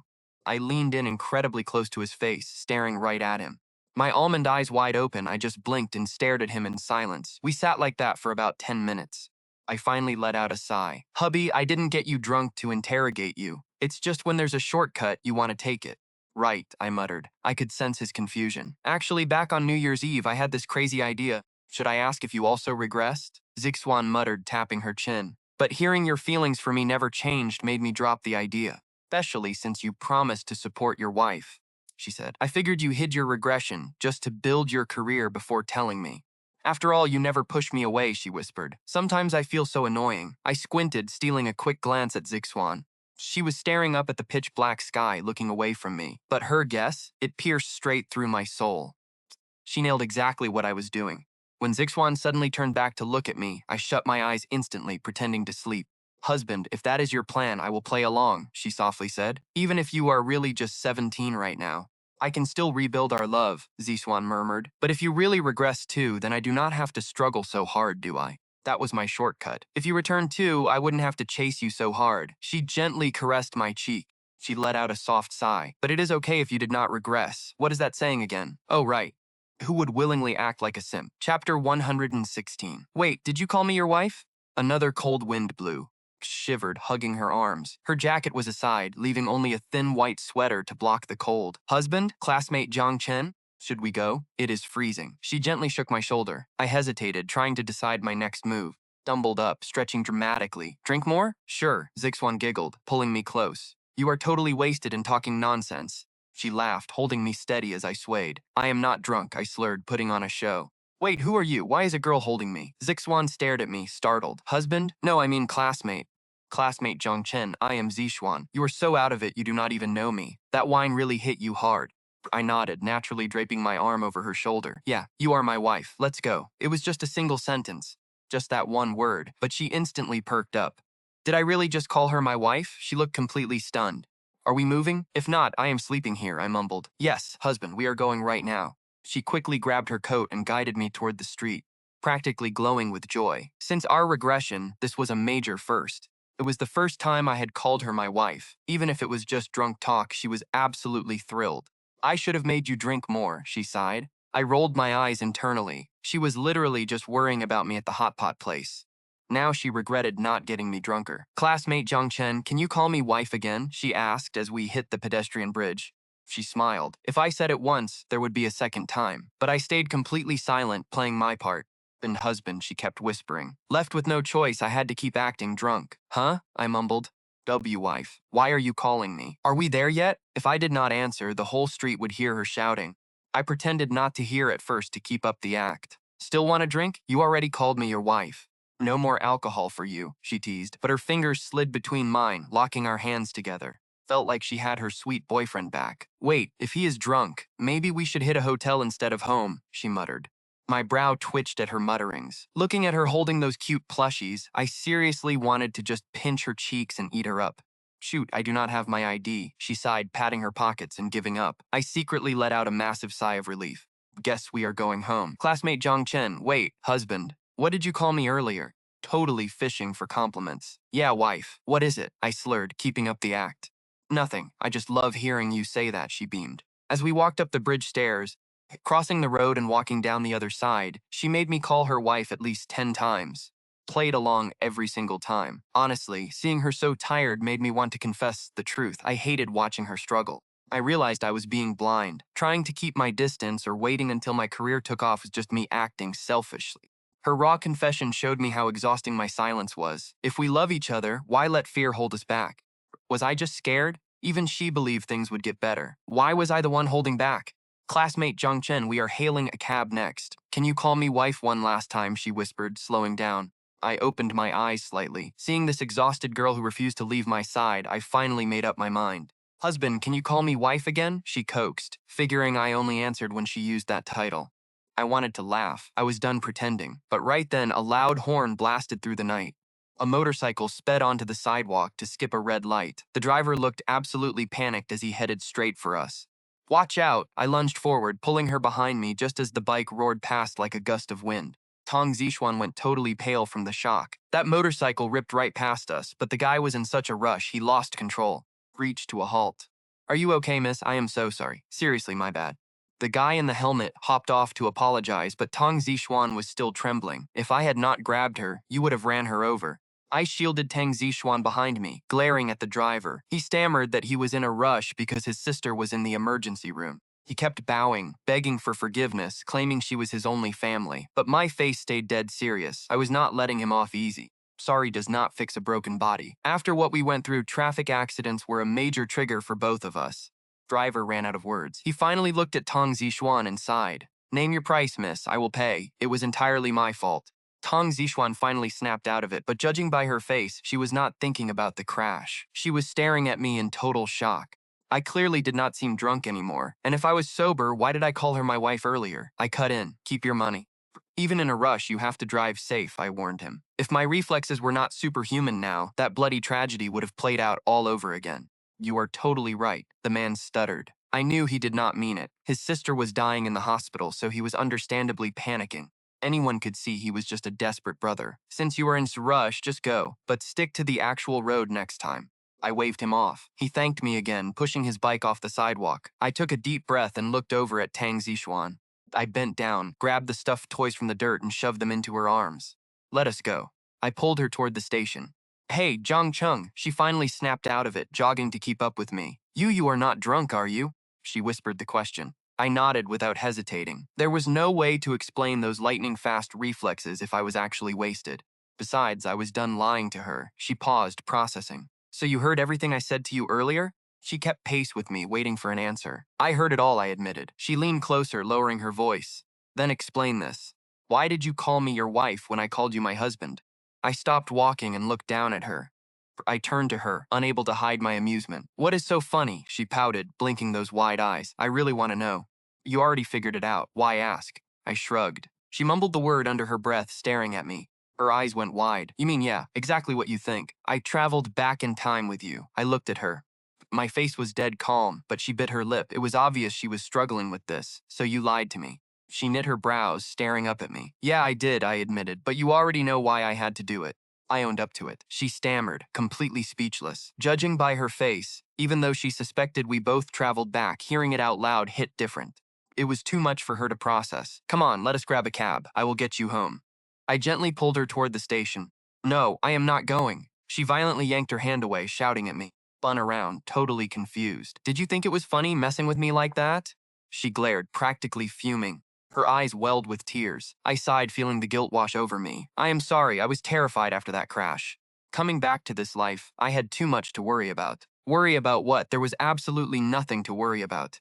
Stomped over, raining weak punches down on my chest. I just stood there letting her vent. I did not even flinch. Did not hurt, but I knew she needed this release.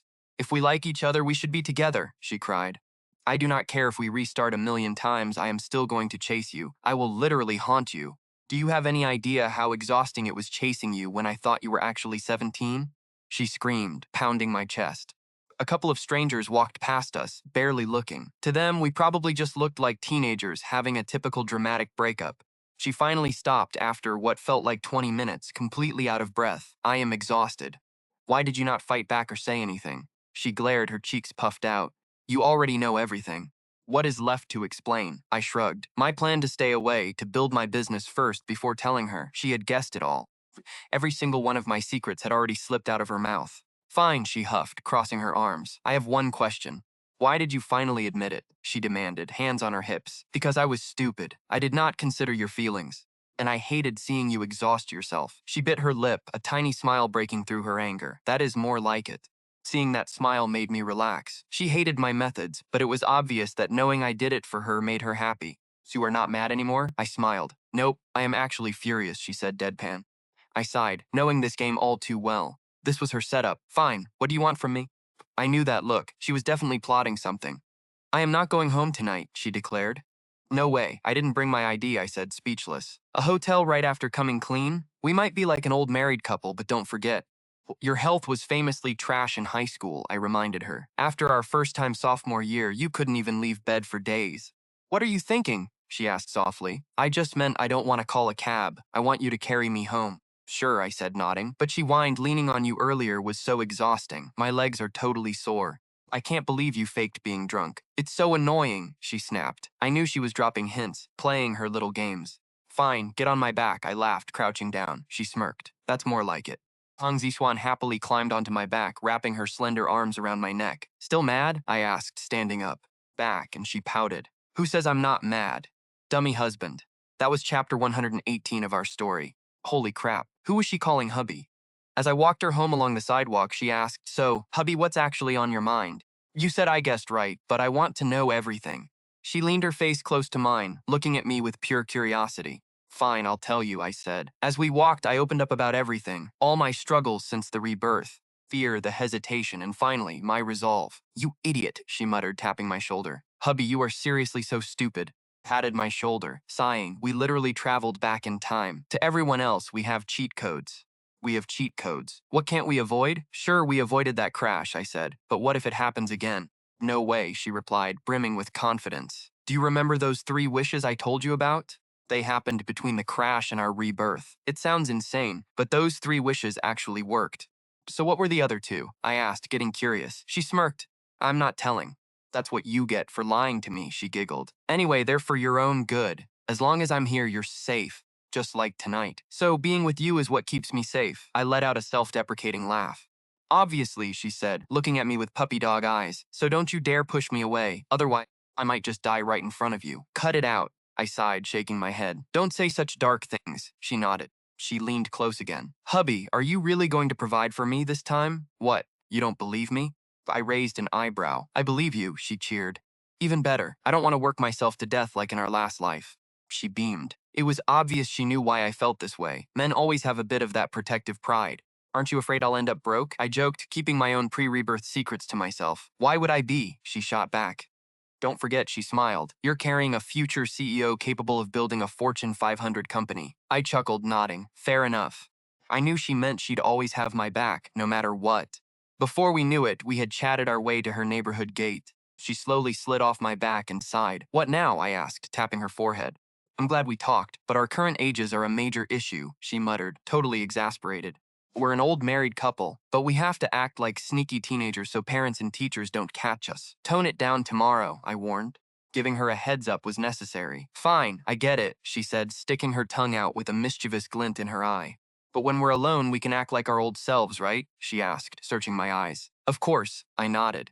Kiss me, then I'll go. She smiled, pouting her lips. I didn't know whether to laugh or cry. I leaned down anyway and gave her a quick peck. Go on, head inside, I said. Wait, that's it? She asked. She looked totally lost. Did you forget how to kiss? I literally taught you during Spring Festival.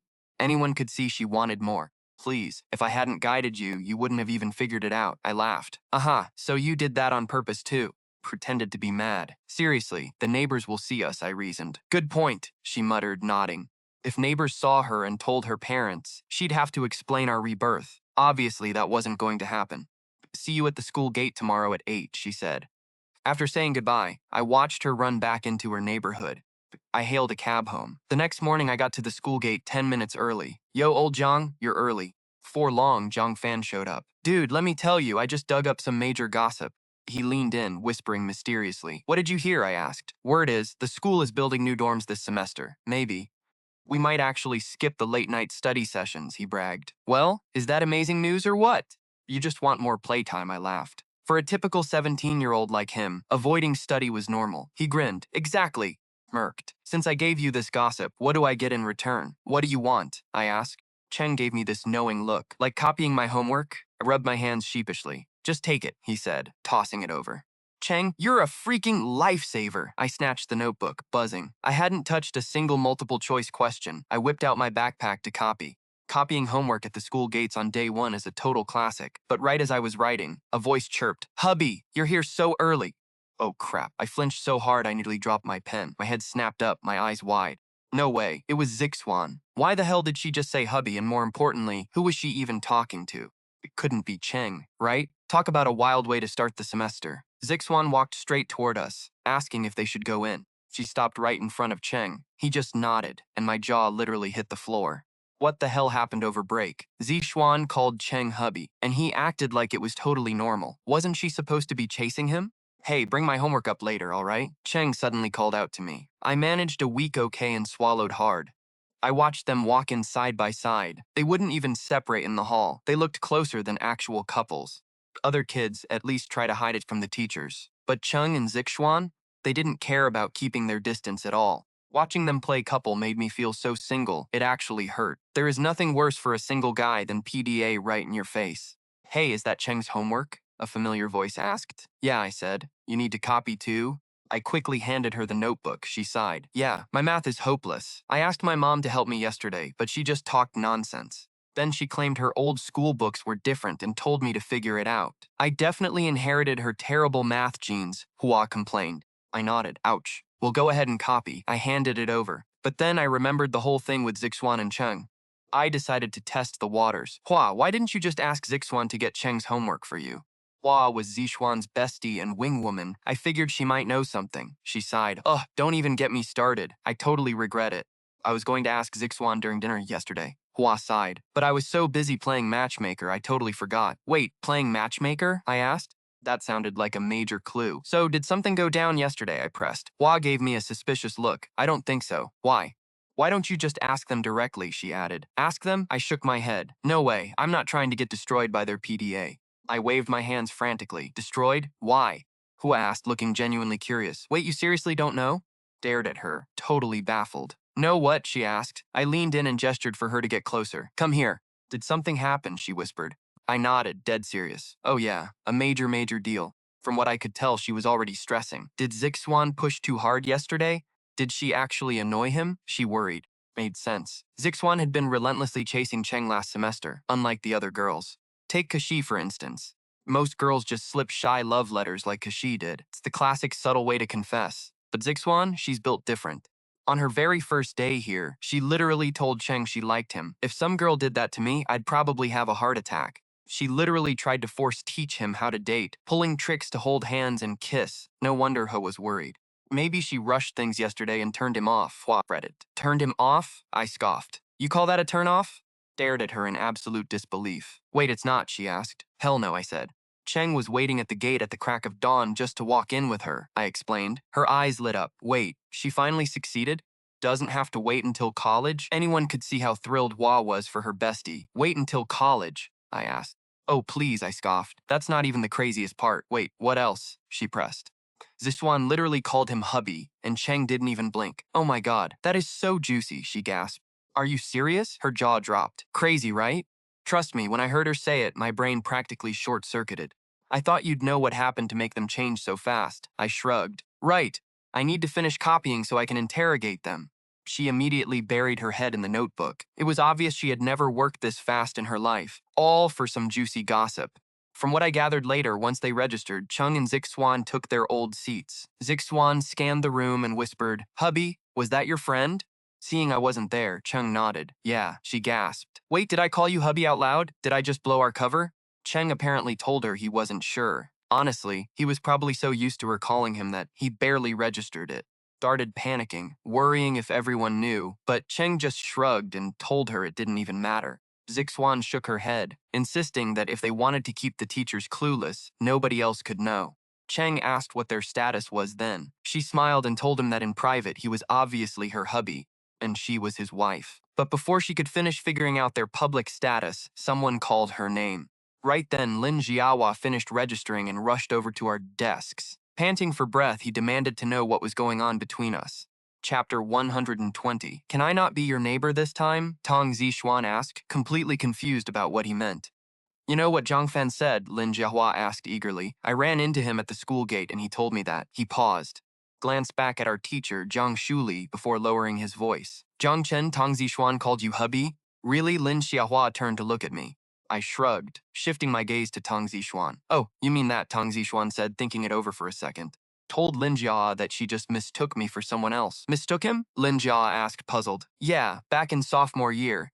I knew a short-haired girl named Gong, so we all called her Lao Gong. I thought she transferred here, but when I looked closer, just Zhang Chen, Tang Zixuan explained smoothly. Honestly, her excuse was pretty watertight. Lin Xiahua nodded. Oh, I get it now. But Lin Xiahua still looked suspicious. From what I could tell, he couldn't find any flaws, but he still felt like something was off. Right then, Tang Zixuan and I nodded in unison. You two are way too in sync, Lin Xiahua teased. So what about you guys now? Are things still the same after yesterday? Well, yeah, Tang Zixuan replied, looking deeply hurt. Zhang Chen thinks we should wait until college to date, because our main focus right now has to be studying. I totally agree with him. She even put on a dead serious face at the end. Oh, please, Lin Jiahua rolled his eyes at her. I would believe that coming from Zhang Chen, but you? Focusing on studying? Did you watch that show, Hi My Sweetheart, I recommended? Of course! Even though the guy pretended not to know her at first, he spoiled her later. Zhang Chen? Tang Zixuan turned and smiled at me. I gave a speechless nod. I had a feeling she was using that show to hint at me. See? You claim you're studying, but you're already dragging Zhang Chen into watching dramas with you, Lin Xiahua muttered, completely speechless. But good luck. Before heading back to his seat, Lin Jiahua winked at her. Anyone could see their progress was solid since she got me to watch it. One after another, my classmates finished registering. Looking around, it was the exact same group of faces from last semester. Junior year is the worst time to transfer. We had to finish all our senior courses this semester, leaving our final year strictly for intense review. Pace was brutal, and transferring now would ruin anyone's grades. The last person to register was Jiang Fan, who had finally finished copying homework. Walking past our desks, he gave us a bewildered look. It was his first time seeing a girl call a guy hubby, especially since I was his best friend. All right, everyone's here. Let's talk about our semester plan, starting with seating. Our teacher, Zhang Shuli, cleared her throat at the front of the class. Everyone instantly sat up straight, but as Tang Zixuan sat up, she secretly reached over and grabbed my hand, pulling it under her desk. I shot her a questioning look. Hubby, holding hands is harmless, right? She whispered under her breath. I could only roll my eyes at her. You lied to me for half a year, she grumbled. Just holding hands isn't a crime, you know? Tang Zixuan, our teacher suddenly called out from the front. Yes, ma'am? Tang Zixuan gasped, instantly tensing up next to me. Our teacher was just talking about seating arrangements. You and Zhang Chen will stay where you are. Hearing that, Tang Zixuan let out a massive sigh. Your Chinese grades improved last term. Keep it up. She glanced at me, clearly knowing her progress was thanks to my tutoring. As our teacher, she loved having a top student like me, but seeing me pull up someone else's grades was even better. Plus, after seeing us at the hot pot place yesterday, she was convinced we weren't dating. Keeping me as her tutor was definitely the right call. So, she saw no reason to move us. Everyone else got shifted around, though. Lin Xiahua was sent straight to the middle of the classroom. Zhang Fan got moved to the desk next to Lin Jiao's old spot. Judging by his face, he was gutted. If Lin Jiahua hadn't moved, they would be partners. Next, she started droning on about the new semester plan. Tight schedules, non-stop exams demanding we all stay on guard. The usual speech. Speech was so boring Tang Zixuan started falling asleep. She kept busy by tracing little circles on my palm with her finger. She had no idea she was playing with fire. An hour later, our teacher took a sip of tea before making one last announcement. Our dorms are getting demolished and rebuilt, she said. You'll all need to commute from home for a while. New dorms? Tang Zixuan's eyes lit up instantly. All right, you're dismissed, our teacher added. I'll go check on our textbooks. As soon as she stepped out, Tang Zixuan turned to me and whispered, Hubby, did you hear that? About the new dorms, I asked. Yeah! Remember when I transferred in senior year and they still weren't finished? Remember, right? She asked excitedly. Yeah, I remember, I said, nodding. Our teacher even held a parent-teacher meeting, urging everyone to rent apartments near the campus to save study time. To make studying easier, Tang Zixuan added meaningfully, Right, you ended up living right next to Zhang Fan and me, I agreed. Pursed her lips and leaned closer. Can I not be your neighbor this time? Chapter 121, A Simp's Pride. Let's worry about that later. We still have a whole semester left, I shrugged, even though I knew exactly what she was getting at. Still have to live in the old dorms for now. If I remembered correctly, the construction wasn't scheduled to start until later this term. I figured renting an off-campus apartment could wait until senior year anyway. Tang Zixuan nodded, agreeing with my logic. Judging by her face, she realized she'd been rushing things. Since I had already confessed my rebirth, my feelings obviously weren't changing. Dorm life didn't really matter. Resting in class, Tang Zixuan propped her chin up, staring at me. What are you staring at? I asked. I glanced at her. You don't have to chase me anymore, you know, she giggled. True, but it's been forever since I really looked at you. Tang Zixuan blinked, her eyes locked on mine. I froze for a second, then let out a soft laugh. In our past life, Tang Zixuan was always swamped running the company, but I knew she had a million things she actually wanted to do. One night, I woke up to use the bathroom and saw Tang Zixuan's phone lit up. She had a bucket list of things she never got to do. Like shopping, wearing cute skirts instead of stiff suits, raising puppies, and that dream she once told me about, traveling the world. Honestly, most of those goals were simple enough for anyone, but Tang Zixuan never got the chance because our company kept growing, burying her in work. She got too busy, leaving us barely any time together. Honestly, I am glad we are back, Tang Zixuan stretched. At least we can do nothing. Tang Zixuan stretched lazily as she spoke. Yeah, you have a point. I smiled and nodded. Not just now. In the future, you won't have to lift a finger either. Are you really going to support me? Tang Zixuan smirked. I nodded firmly. Oh, please, she sighed. Your trading futures was probably just sheer luck. Or maybe my wishes actually worked. Tang Zixuan sighed softly. Who knows, I might still have to work like before. I raised an eyebrow. You really think it was just luck? What else could it be? She said casually. See for yourself. I pulled out my phone, opened my trading account, and handed it to her. Tang Zixuan gasped, her eyes going wide. The value of my futures trades had skyrocketed to over $1 million. You bought more? Tang Zixuan stared in disbelief. I nodded. I had a feeling about this one, so I went all in. Fine, since you are working so hard, I guess I will just be your trophy girlfriend. Wait, is that even a thing? Whatever, I am keeping you. Zixuan grinned. But seriously, I wasn't going to let her burn herself out like last time. I promise, I said, looking at her with absolute certainty. Tang Zixuan paused before giving me a sweet, genuine smile. Soon the bell rang. No actual classes today, though. The bell was just summoning us to the opening ceremony. Line up at the door and head to the field. Our teacher called out. Everyone started shuffling out of their seats. Zhang Cheng. As we hit the aisle, Zhang Fan grabbed my shoulder. What is it? I asked. I turned around to face him. Something's off, Zhang Fan whispered, looking dead serious. Like, really off. What do you mean? I asked. Zhang Fan leaned in. I just asked Lin Xiaohua. She told me that back at the gate, Tang Zixuan only called you hubby because she mistook you for someone else. I realized he was still obsessing over it. I nodded. Then we have a situation, Zhang Fan warned, glancing at Tang Zixuan, who was waiting for me ahead. Dude, no way she just mistook you. If I am right, there are only two explanations, Zhang Fan whispered. All right, lay them on me, I said, highly amused. Zhang Fan waved his hand. Chill, let me break it down. She said she mistook you for a female classmate, but think about it, you're literally a guy. That makes zero sense. How could she mistake you for a girl? Okay, and? I prompted patiently, and then you actually answered her. Zhang Fan acted like he'd cracked the case. Even if she messed up, your name isn't hubby. Why on earth did you respond? No excuse for mishearing. So what is your theory? I chuckled. Honestly, our cover story was pretty weak. Zhang Fan gave me a weird, intense look. I raised an eyebrow. He whispered, you weren't secretly a girl before, right? Got a sex change? My best bro is actually a sister. I just rolled my eyes and ignored his nonsense. Second theory, you totally have a crush on her. Admit it, Zhang Fan smirked. I might be single, but I know how couples act. Calling each other hubby is totally normal. Zhang Fan gave me a knowing nudge. Wait, how did you even know about that? Didn't Lin Xiaohua switch seats? I quickly changed the subject. He grinned. Actually, I have you and Tang Zixuan to thank. Shang Fan pulled out his phone with a sneaky grin. I asked Xiaohua, remember? We both wanted to tea on you guys, so I used that to add her. Zhang Fan looked practically giddy as he confessed. You got her number, so what? Calm down. I rolled my eyes and headed out the door. You don't get it, man. This is a massive victory for us simp. Zhang Fan caught up, spotting Tang Zixuan. Hey, Tang? Tell me, shouldn't I be proud of myself? Tang Zixuan looked at him, completely puzzled. Proud of what? Got Xiaohua's contact. If you finally got my number, you'd be just as thrilled, right? Zhang Fan beamed. Anyone could see Zhang Fan genuinely thought we were in the same boat, both desperately chasing after our crushes.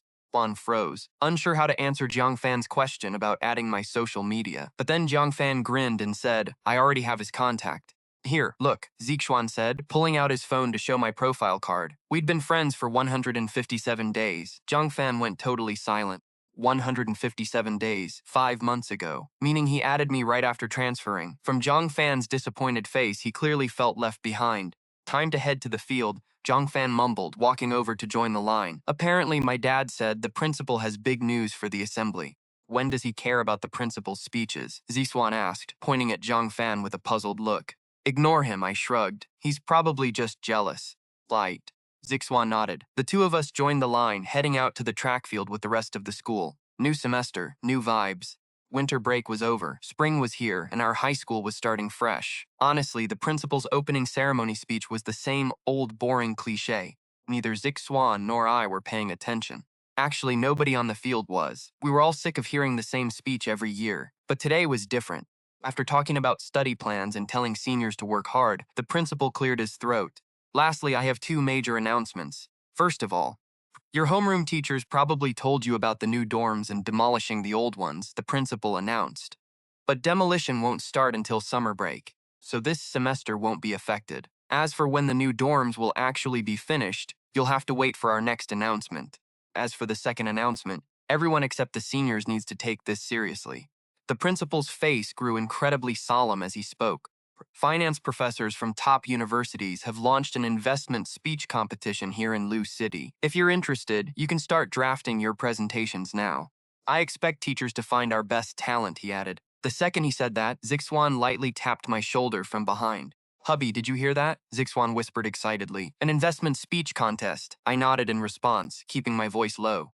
Still, I frowned. Zixwan hadn't transferred to #1 high school yet during our sophomore year, but I had been here the whole time. Yet, I had absolutely no memory of this happening before. Don't you think that's weird? I whispered. An investment contest for high schoolers?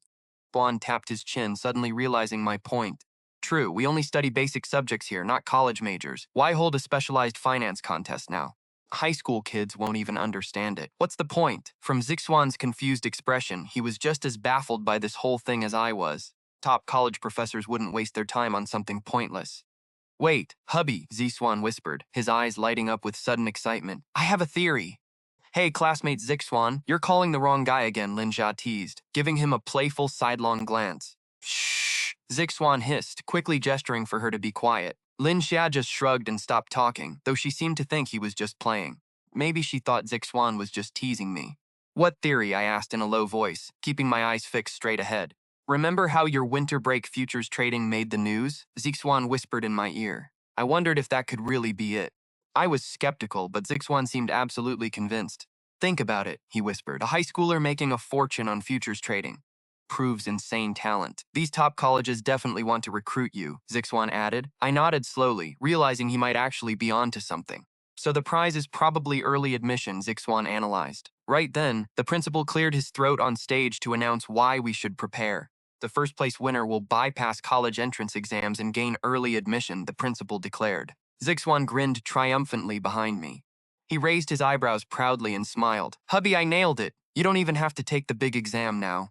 Like it makes a difference either way, I shrugged. Zixwan fell silent, probably realizing that with my current grades, exams were just a formality. My scores were always ridiculously close to perfect. Any elite university in the country would gladly accept me anyway. Basically had my pick. Once the assembly ended, our homeroom teacher, Ms. Zhang, led Class 1 back to the classroom. Finals would happen right before the May Day holiday. But first, our school had to hold local tryouts before we reached the professors. We are holding tryouts too, Ms. Zhang announced. If you've got the skills, sign up with me anytime before March. After assigning cleanup duties, she dismissed us for lunch. I stood up and stretched, ready to grab some food. Juan hummed and caught up with me. Hubby, you never asked me to lunch last semester. Guess coming clean really worked, he beamed. I actually have something serious to tell you, I sighed, giving him a helpless look. And let me remind you again. Don't let the teachers or parents catch us. Right, Ziswan nodded. Let's find somewhere quiet. How about that restaurant we went to?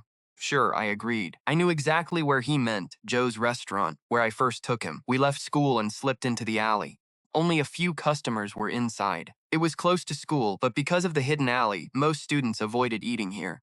High school kids care too much about status. Even if they can't afford luxury, they at least want somewhere with decent decor. Shows looked ancient. Zishuan scanned the menu, ordering quickly. Braised eggplant, shredded potatoes with pork, and let's get tomato egg soup. You got it. Eating together today, kids? The owner greeted us warmly as she started pouring our tea. Yeah, sis. Zixwan chatted back, looking around at the packed boxes. Looks like you're packing up. Moving the shop to the main street? Sure am, she smiled, pointing at the boxes. We found a great spot. Should be moving out of here within 2 months. The owner's wife smiled, promising business would boom once she moved. Aw, you sweet girl, she laughed at me. From your mouth to God's ears, she beamed. It was obvious she loved the compliment. What shop owner doesn't want to hear they'll be rich? I teased her, saying we'd probably have to wait in line next time. She promised if that happens, I'll always save a table for you two. She gave us her word. From what I could tell, she was practically begging for a crowd. Lines meant she'd be rolling in cash. Thanks in advance, sis, I said. No need, the lady waved us off. I can tell you two are dating. She asked curiously. I nodded instantly, and Zhang Cheng didn't deny it. So sweet, she said. No wonder you ordered so fast. You must know exactly what your boyfriend likes. The lady looked almost envious. I beamed. Of course I do. I know him inside out, and he knows my limits. We've already measured each other's depths. The lady stared at me, totally shocked. Probably thought girls nowadays were wild. Zhongqing just rolled his eyes. I blinked innocently. What? I meant the depth of time. And the length of years. It's all about how long you spend together. That line was literally in a model school essay. Oh, I see. The lady nodded, looking like she needed to hit the books. Soon, she served us our food herself. As we ate, I looked up curiously. Babe, what was that thing you wanted to tell me earlier? You said it was important. Zhang Cheng nodded. Yeah, the speech contest this semester. In my memory, this didn't happen back when we were sophomores. Oh, that, I said, nodding. Honestly, it makes sense. You were reborn and bought those futures, which totally shook up the market. That's why top colleges noticed you. They realized you're just a high schooler, so they launched this contest to recruit you. It's totally logical. I get that, but that's not my point, Zhang Cheng said. I'm saying we should enter this contest so we can get into the same college. My eyes lit up. You win the contest, and then you take the exam for me. Be guaranteed to go together. Babe, you're a genius. I won't have to study anymore. Zhang Cheng just stared at me, speechless. Wait. Cheating on the exam is highly illegal, I suddenly realized, sticking my tongue out with a sheepish grin. I can't take the exam for you, but there's another way, Zhang Cheng said. I perked up. Wait, what way? I looked at him, dying of curiosity. You enter the contest, Zhang Cheng said. I froze, then my eyes completely lit up. Duh! With my skills, I'd easily crush this speech contest. I was bursting with confidence. I'd literally run a Fortune 500 giant. Finance speech written by a top female CEO would absolutely blow those professors away. Zhang Cheng nodded. Exactly, that's my point. Actually, you don't even have to enter, Zhang Cheng teased. I leaned in, curious. Wait, there's another way? Zhang Cheng shrugged. Whichever college you get into, I'll just go there too. But I shook my head instantly. No way. Absolutely not. I looked incredibly serious. Babe, you have to go to an elite university, especially Peking or Tsinghua in Beijing. Why? Zhang Cheng asked, looking puzzled. Because Beijing is our capital, duh. Their research and corporate partnerships blow everyone else away, I continued. If we want early financial freedom in this life, we need the absolute best startup environment. Zhang Cheng nodded slowly. From the look on his face, he was deep in thought. Trading futures might bring short-term cash, but it wasn't a real career. Once his capital grew too massive, the market would shift. Eventually, he'd need a real business. But can you even get in? Zhang Cheng asked. Anyone could see he only cared about my future. He'd literally used all three of his rebirth wishes on me instead of himself. Zhang Cheng was so foolish. So foolish that he could never leave me behind. Hey, with this contest and your plan, I'll definitely make it. I cheered. Hopefully, Zhang Cheng smiled, nodding. I'll start drafting the speech this afternoon. I was so excited, I began eating twice as fast. After lunch, I headed back to my dorm. My friends Lin Xiaohua and Shen Qin were chatting. Ziswan, did you seriously play Zhang Cheng already? Xiaohua kept scrolling on her phone while Shen Qin teased me with a grin. How did I play him? I asked, completely blanking. Stop acting. Calling him hubby this, hubby that, Shen Qin mocked. Oh, that, I said, playing along. Totally a play, but I didn't deny it. Shen Qin gave me a thumbs up. Damn, your game is strong. Well, obviously, I smiled, proud of myself. I'm just too smart for my own good. Pulled out a notebook, ready to write my speech. I might suck at schoolwork, but finance, that's my kingdom. Whole city. Nobody could touch my expertise. Yeah, genius. Shen Qin laughed. Now other girls won't dare go near him. Why? I asked, puzzled. I knew Zhang Cheng would never cheat, but other girls trying to slide in was still annoying. Duh, you're calling him hubby already. Anyone trying to move in now would literally be a homewrecker. Shen Qin rolled her eyes. I murmured, realizing that was a nice bonus. Keep it between us though, Shen Qin warned. Don't let anyone else find out. Why? I asked, confused. Shen Qin smirked, ready to drop some truth. Shen Qin warned Tong Ziswan about our teacher splitting us up. Tong Ziswan snapped out of it, remembering I'd told her the exact same thing. Aside from shouting husband at the school gate, Tong Zishuan only whispered it to me, but she slipped up, and Shen Qin demanded to know who he was. Shen Qin caught my name and her eyes lit up. From what I could tell, she figured if I was worried about this too, the deal was sealed. Then he definitely likes you, Shen Qin said. Tong Zishuan quickly waved her hands. No, he doesn't. I was talking about Zhang Fan. Tong Zixuan kept my name out of it this time. She knew if Shen Qin suspected me, she would definitely think we were dating. Like I always said, we had to keep our relationship hidden. Private was fine, but we couldn't show any signs of high school romance, even though we felt like an old married couple. Shen Qin sighed, wishing it was me, but Tang Zixuan put on a serious face. That's wrong, Shen Qin, Tang Zixuan scolded. Jiang Cheng and I are waiting until graduation to date. Why rush? Meanwhile, even Lin Xiaohua looked up from her phone to stare in disbelief. Tang Zixuan touched her face, asking if she had a pimple. Are you sure that was you? Shen Qin asked, knowing Tang Zixuan used to beg to date me. Of course, she replied. Studies come first. Tang Zixuan looked dead serious. Shen Qin slapped her forehead. It was obvious she thought Tang Zixuan had gone crazy chasing me. Turn into Jiang Cheng? Shen Qin joked. Tang Zixuan ignored her and asked Lin Xiaohua why she was glued to her phone. Lin Xiaohua smirked, refusing to tell. She even held her phone up high so the other girls couldn't catch a glimpse. Are you dating online? Shen Qin teased. Lin Xiaohua blushed instantly, denying it, totally giving herself away. Meanwhile, in my dorm, I teased Jiang Fan about his drool. The second I walked in, I called him out. He subconsciously wiped his chin, looking completely lost. Hey, you tricked me! Jiang Fan whined. I walked over and asked why he was smiling at his phone like a lovesick puppy. Jiang Fan looked incredibly smug. He claimed he'd learned a brand new skill to charm girls, whispering like it was some top secret. Charming girls? I raised an eyebrow. Don't you like Lin Xiaohua? He shrugged. Yeah, how does that conflict? Speechless. No way, are you actually a secret playboy? I instantly regretted trying to set him up with Lin Xiaohua. She was my girlfriend's best friend. Who's a playboy? He protested. I'm totally loyal, unlike you hiding your feelings for Tang Zixuan behind that stubborn mouth of yours. Jiang Fan rolled his eyes. I pointed at his phone, demanding to know about this online relationship. He grinned. My online crush is Lin Xiaohua, Jiang Fan bragged. I stared at him, my mind completely blown by the revelation. He rubbed his hands together sneakily. You don't get it. I made a secret alt account because I heard something. Spent her winter break gaming, and I play the exact same one. What game? I asked, a memory clicking. League of Legends, he said. I made a new account to carry her, then added her on chat using a fake ID. Brilliant, right? Jiang Fan smirked. I frowned. His plan to date her as a faceless online friend sounded incredibly sketchy. Not forever. Just win her heart first, then reveal my identity. High risk, high reward, right? Jiang Fan was practically buzzing. I rolled my eyes. Pretend you're a stranger, then drop the bomb? Why did that sound so familiar? I wouldn't do that if I were you, I warned him, recognizing the play. Sure, my confession to Tang Zixuan worked because of our past life bond, but to Lin Xiaohua, Jiang Fan was a total stranger. Stranger tried that on Tang Zixuan, she'd have lost her mind. I think it's genius, Jiang Fan insisted. How'd you even think of this? I asked. I was baffled. My uncle told me, Jiang Fan chuckled. He bragged at New Year about winning his wife this way. They met on some retro game, he added, so I want to try. Times have changed, I replied. Give it up. His uncle was from an older, simpler generation when people online were naive. Translating virtual romance to reality was easy back then.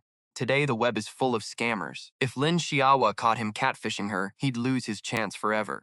Try a normal approach for once, I sighed. Jiang Fan groaned. You'll never understand the struggle of being a simp, old Jiang.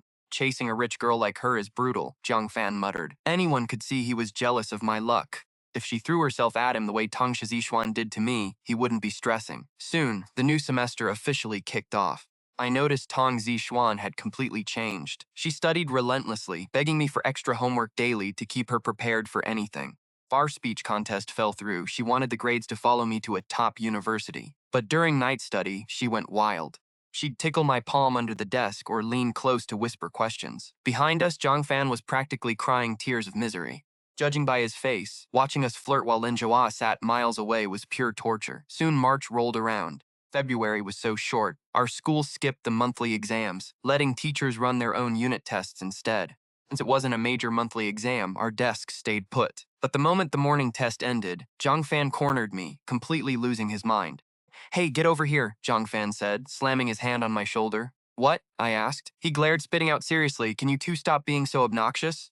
Look at you. We literally just finished the exam. The old witch barely left the room, and what are you two doing? What do you mean, what? Comparing answers. It's normal, Zixuan piped up. Jiang Fan scoffed. Yeah, normal is fine, but do you have to do it like that? Jiang Fan mimicked Zixuan, clinging to his deskmate's arm and giving him goofy, loving eyes. Get off me, the guy shoved him. See? Jiang Fan cried. Who can survive that level of cringe? Jiang Fan groaned. Zixuan just pouted, rolling her eyes. Too bad, we are used to it.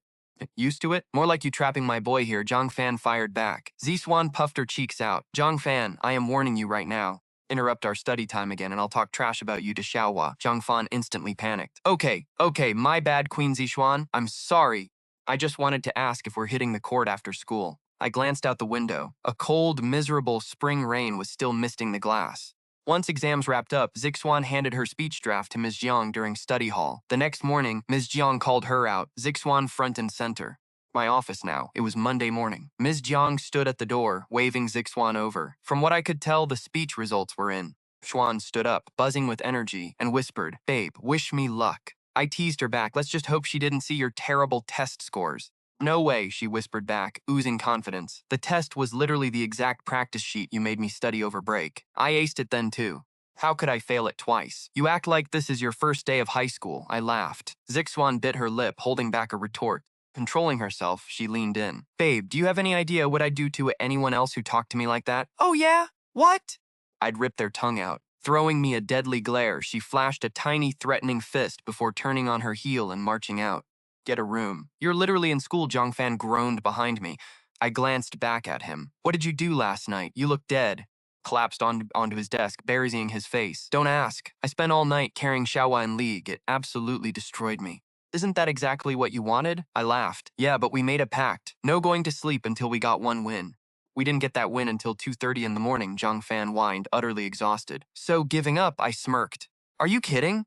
I don't quit. Come to the net cafe with me at lunch. I need to grind my mechanics. Judging by his face, he was dead serious. I rolled my eyes. Fix those dark circles first, man. Just before the bell, Zixuan finally walked back in. It was obvious she was totally miserable.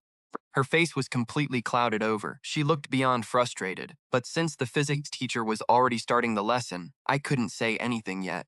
Instead of talking, I tore a scrap of paper from my notebook, scribbled a question mark, and slid it over. Zixuan let out a heavy sigh. She scribbled furiously, then slipped the note back under my desk. It read, 1 piece of good news and 1 piece of bad news. Which one first, babe? I wrote back, give me the good news. She grabbed the pen and dashed off another quick reply. Got a 92% on my English test, plus my other scores went up. I frowned at her. If so, why the tragic face? Because of the bad news. This time, Zixuan spent forever writing, pressing the pen so hard she was practically tearing the paper. Then, a sharp voice cut in. Our physics teacher slammed his hand on the podium. Zixuan, what are you doing? I am lecturing right now, not waiting on you. Don't need to take notes. I'm not doing anything, Zixuan stammered, completely startled. She'd been so mad she forgot where she was. Not doing anything? The teacher scoffed. Then what exactly are you writing down? Let me see. Are you finishing homework for another class? Anyone could see he knew every trick in the book, especially the late turn-in scheme. Students always wait until lunch to hand things in, claiming they forgot. He assumed Zixuan was slacking. I already turned my work in, she protested. She sounded completely innocent since her work was already on his desk. Oh, really? He challenged. Then hand over whatever you're writing right now. Started walking straight toward her. Zixuan went pale. That note was literally plastered with the word babe. If he read it, we were dead. Getting caught meant being exposed for dating. If he took it to the principal, the fallout would be brutal. Before she could lose it, I stood up and snatched the note from right under her arm. Every eye in the room locked onto me. Even the teacher stopped confused.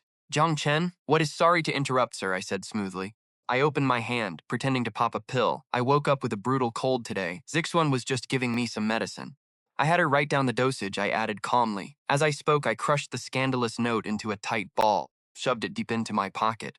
Oh, I see, the teacher murmured, pausing mid-step. I guessed that to him, Zixuan's grades were decent, but her attitude was trash. She never paid attention in class. Been annoyed with her all last semester. But every single time the test scores came back, she aced his class anyway. He had no actual excuse to fail her. I could tell he just wanted to power trip and lecture her. But when he saw me step in, backed off. After all, the school board literally labeled me the next top-tier scholar. Nobody wanted to mess with the golden boy.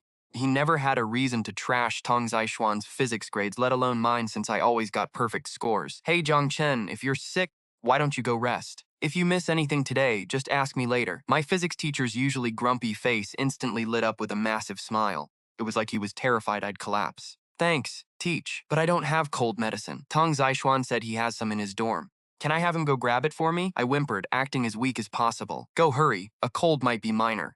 But it's miserable if you don't treat it, he said, suddenly dead serious. You and Tong Zishuan head to the dorms. We'll keep going. Chapter 127, accidentally ending up in the guy's bathroom. Walking out, I dragged my feet, looking like death warmed over. But the second I rounded the corner, I stood straight up. Babe, you scared me to death. I thought you were actually sick. Tong Zeishuan sighed, patting his chest. I rolled my eyes. If I didn't think of something, who are you going to tell the teacher your boyfriend is? You, obviously. Is that a problem? With the hallway empty, Tong Zeishuan answered with total confidence. Didn't know you had it in you, Tong Zeishuan said, winking. I shrugged, pulling the note from my bag and tearing it to shreds. Tossed it in the trash. What were you writing for so long anyway? We didn't actually go to the dorms. We sneaked down to a quiet first-floor restroom. Ugh, that speech draft, Tong Zeishuan groaned. Teacher Jiang said the dean read my draft and rejected it. Said it wasn't good enough. So it got rejected. Your speech wasn't good enough? Honestly, I was shocked. This was supposed to be a speech about financial management. Speech written by a Fortune 500 CEO couldn't even pass a high school screening? What a joke. The dean clearly doesn't know anything about investing or running a business, Tong Zeishuan fumed. So you decided to write a whole essay on that tiny note? I chuckled. Yeah, totally. My business plan could easily turn 100,000 into 500,000. Tang Zeishuan sounded incredibly confident. I didn't argue because I knew he actually had the skills. Honestly, it made sense. Education and real business are completely different worlds. I shrugged. The university professors hosting this probably get it, but high school teachers I trailed off. Should I just give it to them directly then? He asked. I rolled my eyes. Do you even know where they are? Nope. Tang Zeishuan poked his tongue out. I realized we needed a different plan. I nodded, thinking it over. Originally, we wanted to use this competition to get Tang Zeishuan recruited by an elite university. But now, he couldn't even pass the school round, let alone make the citywide finals. Babe, maybe we should just forget it, he sighed. I'll be fine, Tang Zeishuan said, gently tugging my hand. I stared at him. Are you sure? Wait. Just studying, right? Your grades improved so much, so I can do it too. Tang Zeishuan said with determination. I sighed. You know exactly why my grades are good. Even if he didn't know about my secret, he grinned. So, tutor me forever. You don't want to? Tang Zeishuan leaned against my shoulder. Fine, I nodded. But wait. If my draft didn't pass, then this competition is totally useless to us, right? Tang Zeishuan looked up at me. We had already realized this. Those professors probably organized this competition just to find me. After all, I turned 50,000 into nearly 1,000,000 through unpopular futures. It proved I had incredible vision. Any finance department would kill to recruit a once-in-a-century prodigy like me. I'll give it a shot, I said. I didn't actually need the spot, but I could use the competition to network with the professors. Exactly. It's our backup plan, Tang Zeishuan smiled, pursing his lips. I'll study hard with you. Ace the college exams. And since you're entering, you'll meet them. Maybe we'll get a buy one, get one free deal. Hopefully. I shrugged, checking my phone. Time's up. Let's head back to class. No way. Stay longer. We finally got some fresh air. Tang Zeishuan grabbed my hand. I rolled my eyes. Who just said they'd study hard? Starting next period. Babe, look how romantic this is. Stay with me a bit longer, please. Tang Zeishuan whined, clinging to my arm. You think this is romantic? I glanced at the restroom. Well, it's better than being trapped under the teacher's nose. Tang Zeishuan argued defensively. Just then, a woman coughed inside the restroom. From the sound of it, she was middle-aged. A middle-aged person at school? That could only be a teacher. Who's talking out there? Her voice got closer. Crap! Tang Zeishuan reacted fast. He dragged me straight into the opposite restroom. Huh? No one's here. The woman's voice drifted in. She was on the phone right outside.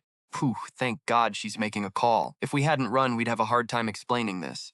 Tang Zeishuan sighed in relief. And how are you going to explain things if someone walks in? I asked, utterly speechless. As I pointed at the restroom we were in. Tang Zeishuan froze, realizing the restroom opposite the female teacher's was the guys' room. So what? Just the two of us anyway. Tang Zeishuan blushed, sounding totally defensive. Look, she's leaving. I heard her say bye. After 10 seconds, Tang Zeishuan kept listening. From what I could tell, she had indeed hung up. But when it rains, it pours. Teacher Yang, calling parents again? Running the honors class must keep you crazy busy. The voice belonged to a middle-aged man. Chapter 128. You're seriously reading the news at an internet cafe? Yeah, these kids are only freshmen. Build good habits early. A female teacher lectured outside. A guy's voice agreed. Judging by their chatter, he'd just transferred to first high. I need to learn from your teaching experience, he said. She giggled. We'll help each other out. I'm heading back to the office now. See ya. Her heels faded, but his dress shoes were heading straight toward where Tang Zeishuan and I were hiding. I locked eyes with Tang Zeishuan. Now what? I've got a plan, Tang Zeishuan whispered, pushing me further inside the stall. Wait for me in here. I nodded, letting her handle it. Tang Zixuan slipped out, acting casual. She met the teacher right at the door. Soon I heard her gasp, "Teacher, why are you coming in here?" Sorry, wrong room." His dress shoes scrambled away in a panic. Tang Zixuan hissed, "Hubby, let's move," gestured for me to follow. We bolted upstairs. Can you imagine his face right now? Tang Zixuan laughed, looking incredibly amused. "Stop messing with our teachers," I muttered, rolling my eyes. "Well, I had no choice," she shrugged. How else would we explain being in the same stall? From what I could tell, she had a point. But bumping into two teachers was enough risk. She stopped dragging me around, and we went back to class. The physics teacher actually praised me, telling everyone to study hard even when they're sick. Praised my determination to study through the pain. Once classes ended, I told Tang Zixuan I was heading to an internet cafe to research the contest. I told Tang Zixuan my plan. It was obvious she wanted to cling to my side. Zhang Fan already asked me to go with him, I explained. "It's not a good idea if we all go," I explained. "True," she sighed. "Zhang Fan might keep our secret, but other students at the cafe might talk. Especially Kishi." Tang Zixuan muttered, glaring toward Kishi's desk. Based on how she looked, she was still mad that Kishi tried to steal me. "Jealous," I teased. "I am not." Tang Zixuan pouted, crossing her arms. "I'm way better than her anyway." "So confident?" I laughed. "Aren't you afraid I'll fall for some young girl?" "We're both 17 now," she shot back. "I can do anything they can. Plus, I can do things they can't. You're not stupid. You'd never choose them over me," she added, practically radiating confidence. "All right, I'm off," I nodded. "Hey, hubby, you won't really fall for some other girl, right?" she finally whispered, looking a little insecure. "You're the only one for me, okay?" I tapped her head. She smirked, looking extremely pleased. "Hubby," she began, her tone turning playful. "Love a noun or a verb there?" She quickly giggled and left with Lin Xiahua. Right on cue, Zhang Fan walked over to me. "Let's hit the internet cafe, Chen," Zhang Fan said, his dark circles fading a bit. "Fine, but I'm not gaming," I muttered, playing along. "Chicken. Fine, just watch the clock so we don't miss class." We headed out to the cafe right down the street from First High. We were only 17, but ID checks weren't strict back then. A basic membership card did the trick, which was exactly why Zhang Fan picked this spot. "Want to watch me dominate on LeBlanc, Chen?" Zhang Fan asked once we booted up side by side. "No thanks, I'm busy," I replied, opening a browser. I clicked open a browser. "What are you even doing?" Zhang Fan asked, leaning over to peek at my screen while logging into his game. "Reading the news? Are you serious?" He stared at me like I was a total freak. "It doesn't hurt to stay informed," I replied calmly. I kept searching for the article about myself. "Man," Zhang Fan muttered, "if I didn't know you, I'd swear you got cloned this semester. No basketball, no gaming. And now you're reading news?" Zhang Fan complained, but anyone could see he'd noticed it was financial news once he went quiet. "Are you entering that finance speech contest?" he asked, looking genuinely curious. "I'm thinking about it," I admitted, keeping my focus on the screen.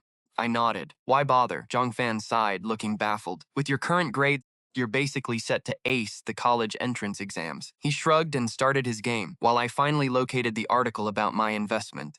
Over the holidays, the article barely had any comments, just a few people surprised by my age. Now, the comment section had exploded past 10,000. People weren't just shocked anymore. They were dissecting my identity and analyzing the whole situation, trying to figure out who I really was. Since a billionaire's son had become a famous influencer after his startup succeeded, many online users assumed I was just another rich heir playing at business. None of those comments actually helped me. After a moment, I searched for the top finance professors at Peking, Tsinghua, and Fudan universities instead. I dug up their personal social media accounts. Sure enough, their posts confirmed the contest's true purpose. Peking University's Professor Li had written about me. He praised my futures trading, calling my commercial talent undeniable. Meanwhile, Fudan's Professor Wang noted how quickly I reinvested my $1 million profit into new trades. Those new trades were soaring. He wrote that my success was pure talent, not luck. Tsinghua's Professor Yuan even called me an outright genius. He even offered me early admission to Tsinghua. Some of these posts were written months ago, while others were posted just recently. Looking at their mutual follows, it seemed like these elite professors kept in touch. They all knew each other and were closely tracking my moves. That explained why they were co-hosting this major speech contest. To top it off, their official university accounts had actually liked the posts. It proved that even though I'd made less than $1 million, these top schools valued my potential just as much as the professors did. Our theory was spot on. But now I faced a bigger challenge. How could I use this contest to secure Tang Zixuan's admission too? I needed to play this smart. I was willing to choose a lower-tier school just to stay with her, but she'd already warned me. She insisted that if I wanted to build a real business empire, a top-tier university was non-negotiable. I guess I'll have to wait and see. It was time to head back to school. I stood up and tapped Zhang Fan on the shoulder. Time to go. He just finished his game. From what I could tell, he didn't want to leave. He even wanted to skip class. As his friend, I had to remind him of his priorities. I'm not addicted, Zhongfan said, logging off. Hey, a girl just added me from that last match. I asked how he even knew she was a girl. I rolled my eyes. He said she called him Big Brother. During the afternoon break, I shared my latest discovery with Tong Zixuan. Tong Zixuan sighed. Hearing that makes me feel even worse. Why, I asked. Because if the school hadn't blocked it, she replied, I would definitely be going to the same college as you. Tong Zixuan sighed again. I shrugged and said, we will find a way. So, hubby, are you entering the speech contest? Tong Zixuan asked. Yeah, but I really need to map out my draft, I replied. Fine, just ask me if you get stuck. Tang Zixuan nodded. I rolled my eyes. Don't forget whose speech draft got rejected first.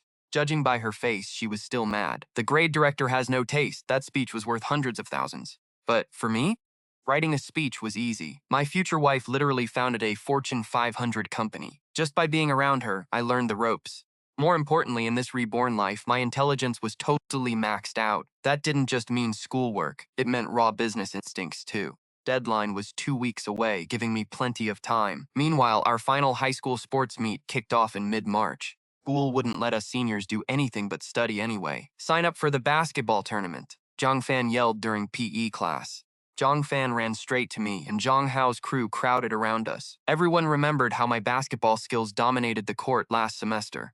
With me on the team, the championship was basically guaranteed. Man, this tournament is single elimination, not just a casual scrimmage, Zhang Fan urged.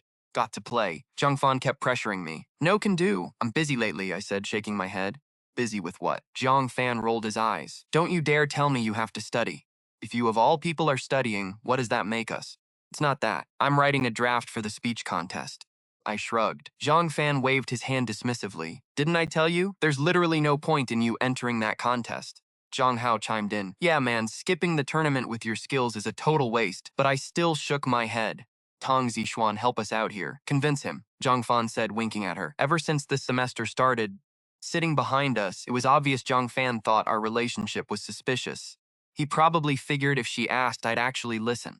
No way, I'm not his girlfriend. How can I convince him? Tong Zixuan played dumb. Are you sure you're not? Zhang Fan gasped.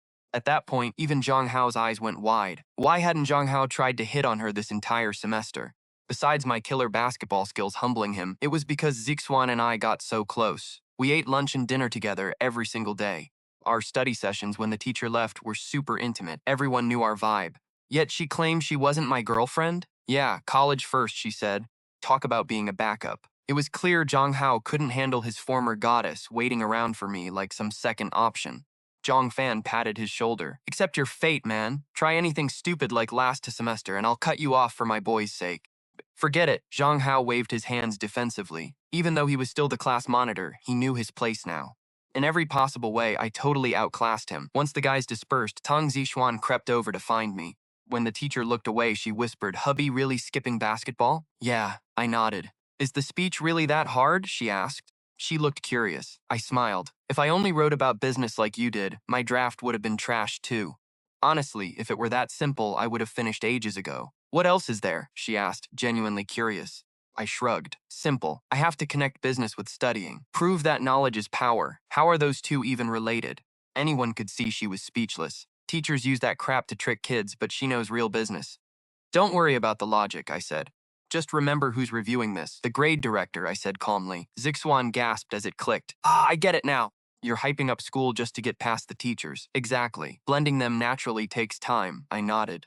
Tong Zixuan looked totally fired up. Maybe I should try too? I can easily rewrite my draft. Shook my head. Probably won't work for you. Why not? She asked, looking completely baffled. I explained. You are in the honors class and finally making progress. Do you think the school wants you gambling your grades on this? Or would they rather you maintain your momentum? Tang Zixuan sighed. To protect admission rates, they would never let someone in her position risk it. Director only approves hopeless students who have nothing to lose, or stable top performers, and I was easily the latter. Since last semester, I had held the #1 spot in our grade. As the deadline loomed, the basketball tournament also kicked off. Finally finished my draft and handed it to Ms. Zhang. She looked surprised. You were entering this too? After all, for me, keeping my current grades meant a guaranteed ticket to a top college. I just want a chance to challenge myself, I told her firmly. I told Miss Jiang Shuli that textbook nerds never make it. I needed this speech contest to practice public speaking. Judging by her face, she was terrified my grades would drop. Typical. That was her biggest fear. I sighed, asking if recent exam scores had dropped at all. Miss Jiang Shuli nodded, realizing I was right. Get ready for the weekly meeting. A booming voice echoed through the office. I turned around to see our grade director walking in, spotted me instantly and marched over. Judging by his curious look, he wanted to know why I was in Miss Jiang Shuli's office. Miss Jiang Shuli handed him my draft, explaining I wanted to join the speech contest. From what I could tell, she was passing the buck to him. Director started overthinking it. I quickly chimed in, saying if I could not do this speech contest, I would feel like a useless bookworm. I made sure to sound completely sincere. It worked. The director slammed my speech onto Miss Jiang Shuli's desk and looked straight at me. He told me to prepare for the finals in front of the college professors. He was sending me straight to the big stage, waving off the school rounds. He approved my application on the spot. Anyone could see he feared rejecting me would actually ruin my grades. I thanked the director and told him I was heading home to study. He warned me not to let my grades slip, and I nodded. I walked out of the office, but I did not even make it down the hall before Tang Ziswan cornered me, calling me a total fake. Tang Ziswan had been eavesdropping at the door. I shrugged as she complained that the director only chose me because of my high grades. She pointed out that he did not even look at my finance draft. I laughed, reminding her that schools only care about grades anyway. Tang Zishuan let out a dramatic sigh. I chuckled, changing the subject to walk her home. She pouted, demanding boba since it was Friday. I agreed, and we grabbed a cup of milk tea right after leaving school. Tongzi played with her straw. Once we cleared the school street, she wrapped her arm around mine and asked if we could walk. She looked up at me. I nodded, and she smiled sweetly, saying this finally felt right. We behaved like an old married couple anyway. Rebirth gave us all the time in the world to just walk together like this. Rolled under the golden sunset. Passing the sports center, Tang Zishuan peered at the court, noticing my friend Zhang Fan still practicing. I told her they were playing Class 9 next week, which would be tough. She sighed and called me hubby again. She looked at me with puppy dog eyes, begging me to join the game so she could watch me play. I couldn't say no. I walked onto the court and yelled to Zhang Fan to toss me a ball. He looked shocked to see me. Sitting on the bench, Zhang Fan tossed me a spare basketball. He kept his distance, clearly not wanting to third wheel with Tang Zishuan there. I yelled that I just came to play, smoothly sinking a three-pointer. I turned to Tang Zishuan asking if she was happy now. Pouted, saying she wanted to see me in a real match, claiming anyone could do a casual shoot-around. I challenged her to try. I retrieved the ball and handed it to her, knowing she had zero basketball skills. She dribbled twice, trying to look tough. She took a shot, but the ball did not even reach the hoop. After failing a few more times, she stomped her foot. She complained that the hoop was too high and vowed not to leave until she made a basket. That gave me an idea. I asked if she wanted to try dunking. Her eyes went wide, asking if it was actually possible. I nodded. I smiled, promising her I could make it happen. Chapter 131, Helping a Female Client Fix Her AC. She asked if she could really dunk like an NBA player, mimicking a cute dunking motion. I nodded with absolute certainty. Stared up at the hoop. She was barely over 5 feet tall. Knowing the future, I knew she would never grow past 5'5". She shot me a suspicious look, wondering if I was just teasing her. I held out my hands, telling her to hand over the ball first. She complied, asking what was next. I told her to get on. Wadded down. She smiled, thinking she was getting a piggyback ride. I patted my shoulders, telling her to sit up top. She got the message, wrapping her legs around my neck and shoulders. I secured my hands around her waist. Stood up. She raised her hands in excitement, realizing she was close enough to touch the rim.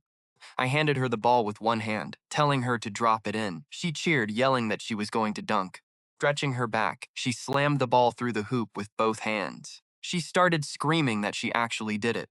Boasted about making the shot, demanding that I admit she had skills. As the ball fell through, she kicked her legs in pure excitement. Just then, Zhang Fan walked off the court. It was obvious he was heading over. Our next opponent was a tough rival, but as Zhang Fan turned, he saw Tang Zishuan on my shoulders. He muttered that I was whipped. Face-palmed, muttering about how I claimed we weren't dating. I ignored him, asking Tang Zishuan if she wanted to go again. She shook her head, seeming worried that carrying her was too exhausting. Honestly, she was light as a feather, and I told her so. She insisted on getting down, whispering that it went against my life philosophy. I frowned, asking what philosophy she was talking about. I was actually pretty curious. She said, "Didn't you say you'd make the money to support me? You definitely want to play the alpha male." She sounded so sure of herself. I was lost. What does that have to do with letting you shoot hoops? She grinned. Everything. Smirked. Sitting on your shoulders means I am on top. But you wanting to support me? Clearly, you just want to reverse roles and ride me instead. For a second, I seriously regretted laying my cards on the table. Ever since I confessed, this girl could turn literally anything into a dirty joke. It was fine since no one was around, but if someone heard us, who knows what they would think. I would be totally done for. Put Tang Zixuan down. Want to hang out this weekend? She asked. I shook my head. No, I need to check out the financial news. Her nod made it clear she thought researching made sense if I wanted to invest. She claimed her experience beat mine anyway. We went to return the ball to Zhang Fan. He grabbed it and smirked. Hey, when do I get a turn to dunk? I rolled my eyes. Get lost. Choosing girls over your bros? That's cold, Zhang Fan teased. From his face, it was obvious he really believed I was ditching him. Then Tang Zixuan barked, Hey, I saw you. Zhang Fan had his hands on his own shoulders, mimicking how she'd just ridden on mine. I can do it because I'm light and fit. Tang Zixuan roasted him. If you sit on him, you're gonna crush him to death. Sure, Tang Zixuan. I get why you're backing him up, Zhang Fan sighed. Anyone could see he was dying to ask the question burning in his mind. Turned to me. Old Zhang, you guys are doing all this and you're still not dating? But before I could even open my mouth, Tang Zixuan cut in, dead serious. Zhang Fan, high school romance is wrong. Zhang Chen and I agreed we're waiting until college to even think about dating. Judging by Zhang Fan's face, he wanted to scream. Just 2 months ago, she was begging him for advice on how to chase me. And now she's the one denying it? After walking her home, I headed back to make dinner and wait for my dad, Jiang Xinhua. Around 8 p.m., I heard the door click. My dad walked in and gasped, Chen, you made dinner already? Stared at the delicious food on the table, then looked over at me on my phone. Well, it's Friday, Dad. I had time, I said. You're way more mature than other kids, he sighed. From the look in his eyes, I could tell he felt like the luckiest dad alive. I smiled. Go wash up and eat, Dad. He laughed, totally amused. Usually, he was the one telling me that when he got home. Now, I was the one parenting him. I could see the realization hitting him that I was growing up fast. No, I actually already ate, he said. He held up a takeout box. I even brought you some. I looked at him curious. You ate? Since when do you eat out, Dad? Shrugged. Well, you know I used to install air conditioners, right? I took on a quick side gig after work today. Dad looked a little embarrassed. And they treated you to dinner? And they teased, grinning. He nodded. Yeah, exactly. Face turned bright red. I immediately caught the vibe. So, Dad, I smirked. Your client must be a woman, right? Chapter 132. Could be true love or a total scam. You brat, teasing your own dad now? He laughed, throwing a mock punch. Reaction only proved I was right. So, is she nice, Dad? I probed. He gave a soft grunt of agreement. She's great, really warm, he said. She kept chatting with me and even washed some fruit. Never had a client that sweet. Just Dad let out a heavy sigh and shook his head. I walked over, getting curious. What is it, Dad? Gestured to his stomach. She has a tumor. The doctors say it doesn't look good. She needs meds before they can even try surgery. Risky, so they don't even know if they can remove it. He pointed to his stomach area and sighed deeply. Shame for such a sweet lady to get this sick, he murmured. I nodded slowly. Wow, that really sucks. She's all alone. With a tumor, diet is everything, so I offered to cook her some healthy dinners. As he spoke, Dad looked embarrassed. Maybe he just pitied her, but there was definitely more. So, Dad, you like her, don't you? I grinned. Hey, you little brat, you totally baited me, he gasped. It hit him that he had just spilled all his secrets to his own son. Kept grinning. Not really, Dad, just making conversation. What's her name? I asked. Nee, he replied. She's a retired teacher, had to quit because of the illness. You definitely have a crush on Auntie Nee, I teased. He sighed. You kid actually at your age, you probably get it. Tried to play it cool, but it was clear my growth over the past 6 months had totally blown his mind. Finally realized he could talk to me like an adult. To be honest, son, yeah, there's a little spark there, he admitted. Blushing, he nodded. I paused, thinking it over. Dad, do you actually know anything about her family background? I asked. I already knew they clicked. You don't get that close just from an AC installation. Immediately, 2 possibilities crossed my mind. First, they actually had chemistry and fell for each other. Totally normal. But second, in today's world, there are scammers everywhere. Play with your emotions just to steal your cash. Well, she mentioned some things, Dad said, nodding. Her parents passed away, so only her younger brother looks after her. I frowned. Is that all, Dad? I don't know much else, my dad said, shaking his head. He only went over there to install an AC, so he didn't pry. I nodded. Fair point. But look, Dad, this might sound harsh. I don't mind if you remarry, but you seriously need to pick the right person. I kept my face dead serious. My dad started to say, yeah, I know, but paused, clearly realizing something felt off. Are you lecturing me now, kid? My dad teased, glaring at me. Just smirk, just a reminder. Outsiders always see things clearer. My dad laughed, patting my shoulder. I'm glad you feel that way. From what I could tell, his biggest hurdle about remarrying was always me. He probably felt like getting me a stepmom was a betrayal. It was obvious he never expected me to be this mature, let alone give advice. Spent the weekend studying market data. Even with my memories of the future, the financial world moves fast, and nothing is ever guaranteed. My trades could trigger a massive butterfly effect. Zixuan and I died in a bloody car crash in our past life, but we can change things. We have the power to rewrite our fate. Zixuan never gave up, and her fierce determination made me believe we could actually do it. The market is no different. I chose short-term futures to quickly flip my cash. It is less thrilling than turning 50,000 into a million, but it is way safer for my cash flow in the market. Soon, a brand new week rolled around. Class 1 lost our basketball game to Class 9. I wanted to play since my speech draft was done, but things did not go as planned. When Zhangfan talked to the PE teacher, the guy blocked me, claiming some stupid rule. Once the principal found out, he dragged him into his office. Principal's message was simple. Rules can be bent. After all, I am this school's biggest hope for the upcoming college entrance exams. They would break any rule for me, including ignoring my rumored relationship with Zeke Swan. Literally everyone in school was gossiping about us. We had been getting closer this semester, and from what I knew, even the principal was fully aware of our situation. Trust me, the principal reads the forums. He only turned a blind eye because Zixuan and I shut him up with our killer exam scores. Juan climbed to 70th place, a massive jump for her. And me, still ranked number 1 in the entire school, of course. By late April, Zixuan was bragging. See, I am a genius. Since I learned this in our past life, a little effort goes a long way. Just wait. I am going to crush the next exam too, Zixuan whispered proudly during our evening study hall. Then Zixuan frowned, looking thoughtful. But I am still so far behind you, I just smiled. Hey, you are doing amazing. That is enough for an Ivy League equivalent, I said. Not good enough, Zixuan argued. Hubby, we need to aim for the absolute top schools. The networking there will help you make serious bank, Zixuan added. I pulled out my phone with a smirk. Actually, my trading is already making plenty. Zixuan's eyes nearly popped out. In under a year, I had pulled in over $3 million from trading. The more cash you start with, faster you make it. But I don't go all in on one contract, or I'll break the market, I explained. Smart move, Zixuan nodded. Then she got curious. Hubby, did you memorize all these market charts before you came back? Pretty much, I nodded. Then you are totally fine, Zixuan said. If you bet too big, you might change the future anyway. Juan totally agreed with my strategy, then smiled playfully. Honestly, you don't need to work so hard. We have the seed money now. Even if trading tanks, we can just start a tech startup. I raised an eyebrow. How did you know I wanted to do that? Juan laughed. But this time, I wasn't asking for her permission. I had already made up my mind. Clear was just Swan trying to boost my confidence. She shrugged. Fine, I will just ride your coattails then. Slacking off for the rest of my life, so don't complain. I glanced outside the classroom. I won't complain, but someone else definitely will. Ziswan stiffened and looked toward the door. It was our homeroom teacher, Ms. Zhang, watching us. Caught staring, Ms. Zhang walked right up to our desks. Tong Ziswan, she started. Are you and Zhang Cheng studying? Ms. Zhang asked. Yeah, totally, Zixuan lied. Aren't the April exams right around the corner? Jumped in to cover for us. I was just quizzing her on classical poetry. She knows it by heart now. Lies about studying always work. I see, Ms. Zhang nodded, then turned her attention to me. Beach competition is next week, Ms. Zhang said, her tone filled with worry. Are you fully prepared? Gave her a simple nod. Don't stress too much, she added. Exams are Tuesday. Focus on your grades.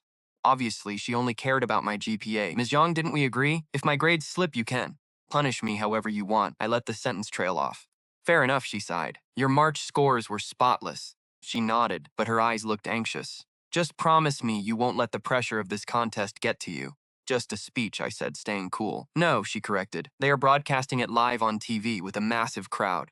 Just relax. Don't worry about winning. Just treat it as public speaking practice. She finally admitted her real concern. Judging by her face, she thought a teenager like me would totally freeze under the pressure of live TV and a huge crowd. Yeah, I was nervous, obviously. I knew what Miss Zhang was thinking, but I just shrugged. Don't worry, Teach, I'm just gonna bring my A game. Beer it. Keep grinding. Seriously. Just by putting in the work, you're already leaving everyone in the dust. Bung patted my shoulder. It was obvious she was trying to tell me that even if I lost the contest, my grades were still elite. She added that spectators need tickets, and I only got one guest pass. She told me to ask my dad if he was free. Bell rang and Miss Zhang left. But the second she walked out, Zixuan was staring at me like a lost puppy. I knew exactly what she wanted. You want to go? I asked. Zixuan hesitated. Actually, never mind, it's a huge event with everyone watching. Your dad should be there to see how awesome you are, she said. You really mean that? I smiled. I want to go, but… Juan sighed, rolling her eyes at me. There's no way. Your dad is basically my dad, too. I can't compete with him for a ticket. Then why were you staring at me? I called her out. Zixuan grinned. Well, actually, that's not the main reason.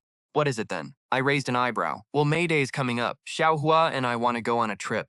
We even have an excuse, she whispered. What is it? I asked. Zixuan stared at the ceiling. Xiaohua told her parents she's staying with me, and I'll say I'm staying with you. Perfect, right? I rolled my eyes. You two already decided. Why even ask me? Zixuan smiled. Your 18th birthday is during the holiday. We should celebrate your adulthood, but my dad couldn't make it. But your wifey sure can go. I didn't agree to the trip immediately. If it were just the two of us, I'd say yes.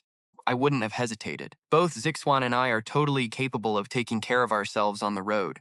But with Xiaohua tagging along, different story. She's a real high schooler, lying to her parents to travel with us. Peak. I didn't want that kind of heat on me. When I got home, I told my dad about the speech contest.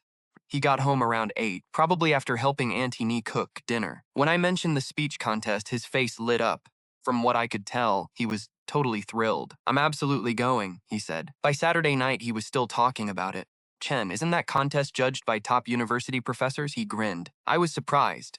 Dad, how do you even know about that?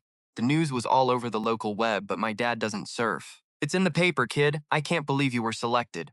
He was practically glowing with pride. No matter my grades or my talents, he always made me feel like a champion. Actually, Auntie Nee mentioned it. She's a high school teacher, so she keeps up with this stuff, he said, rubbing his hands awkwardly. Sounds like you two are getting pretty close, I teased. He blushed, his voice dropping. Well, she really is a nice person.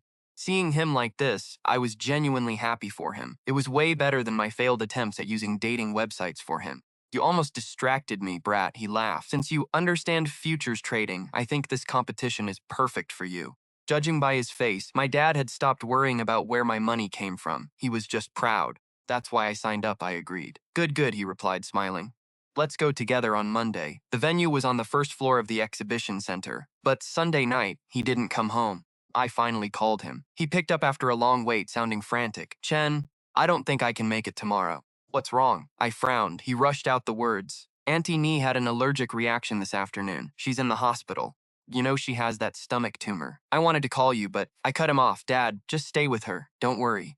I knew exactly why he had hesitated to call. Seriously, I can handle the competition on my own, I told him calmly. Still torn. But with so many people watching, it feels wrong not to be there. Dad, you know I got this. I reassured him, then changed the subject. Don't sweat it. How is Auntie Nee doing anyway? Is her family there? He sighed. She's under observation. Her brother is out of town and can't make it back today. Just me. All right, Dad. Stay with her and get some rest. I know exactly what to do tomorrow. Okay, Chen, since you're so sure, I'll trust you, he said, sounding incredibly relieved. Anyone could see he was deeply moved by how much I'd grown up. After we hung up, I messaged Zixuan. My dad couldn't make it. I figured Zixuan would definitely want the ticket. But right after I hit send, she replied with ellipses. Didn't you want to go before? I asked. A few seconds later, she sent a facepalm emoji. Then she texted, Babe, I don't even know if I should laugh or cry. Fine, I'll ask Zhongfan instead, I teased. Started typing at lightning speed. No, I'm going. It has to be me, only me. If your dad can't make it, your wifey sure can. She seemed super eager, but we still had school tomorrow. You have a plan? I asked. The contest started at 12 and would run into the first afternoon class. Don't worry, she replied. Monday's first class was gym. Just get your buddy Zhongfan on board, Zixuan texted back. You guessed my dad might not make it. I was curious. Zixuan proposed this plan without a second thought. I don't have those kind of psychic powers, I muttered. But that's how I planned to sneak into the convention center anyway. On Monday, Zixuan dragged Zhongfan over to plot-cutting gym class. Getting a sick pass from the sports rep was easy. Since Zhongfan was my friend and wanted to impress the girls, he agreed instantly. No problem. Leave it to me, Zhongfan said, beating his chest. He shot me a knowing look. By the way, Chen got a secret. What is it? Zixuan asked, looking even more curious than me. Can't let you hear this, Zhongfan whispered. Zhongfan got defensive. Zixuan shrugged, pretending she didn't care. Fine, go whisper to Chen then, she said. It was obvious she knew she could just beg me later and I'd spill. I walked to the back corner. What's up? I asked. Zhongfan looked conflicted. Chen, that girl wants to meet up in person on May 1st. Which girl? I asked. I looked at him, curious. Zhongfan scratched his head. The girl from the net cafe who called me a pro gamer. Chapter 135. An online dating meetup. The memory flashed back to our sophomore year when Zhongfan had this phase. You're not actually falling for her, right?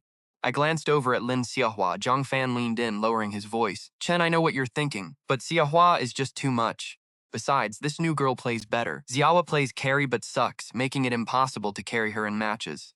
This girl plays support, Zhongfan said. I wanted to laugh. So you like her just because she's easier to carry? Not really, Zhongfan groaned. I'm just tired of simping. You get that? Simping for a girl who never gives you the time of day. Nope, I shook my head. Right, what do you know? Zhongfan sighed, looking toward the front of the room. Rumors were flying that Zixuan and I were dating. Sure, she was crowned the prettiest girl in school last semester, but honestly, she was the one chasing me. Did I understand the pain of being a simp? Honestly, I had no clue. Anyway, Chen, can you keep this a secret? Let me meet her. What if she's my soulmate? Zhongfan gave me a desperate look. I sighed. Fine, but be ready. She might not look as good as Xiahua. Or have her personality. I figured letting him learn a lesson wouldn't hurt. Her vibe is fine. And her face, Zhongfan hesitated. Sure, she's no Xiahua, but she's still cute. I've seen photos, Zhongfan said, totally hyped. You saw photos? I raised an eyebrow. Zhongfan nodded eagerly. Yeah, full body shots.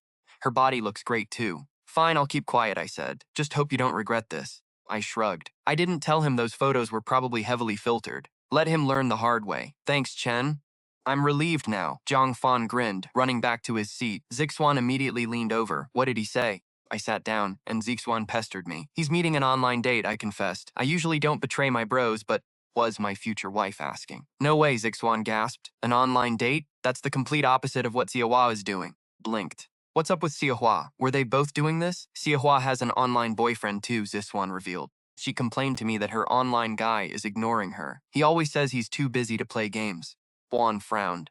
Zhang Fan is average and Jiahua is a rich, gorgeous girl. Why does it feel like their roles are reversed?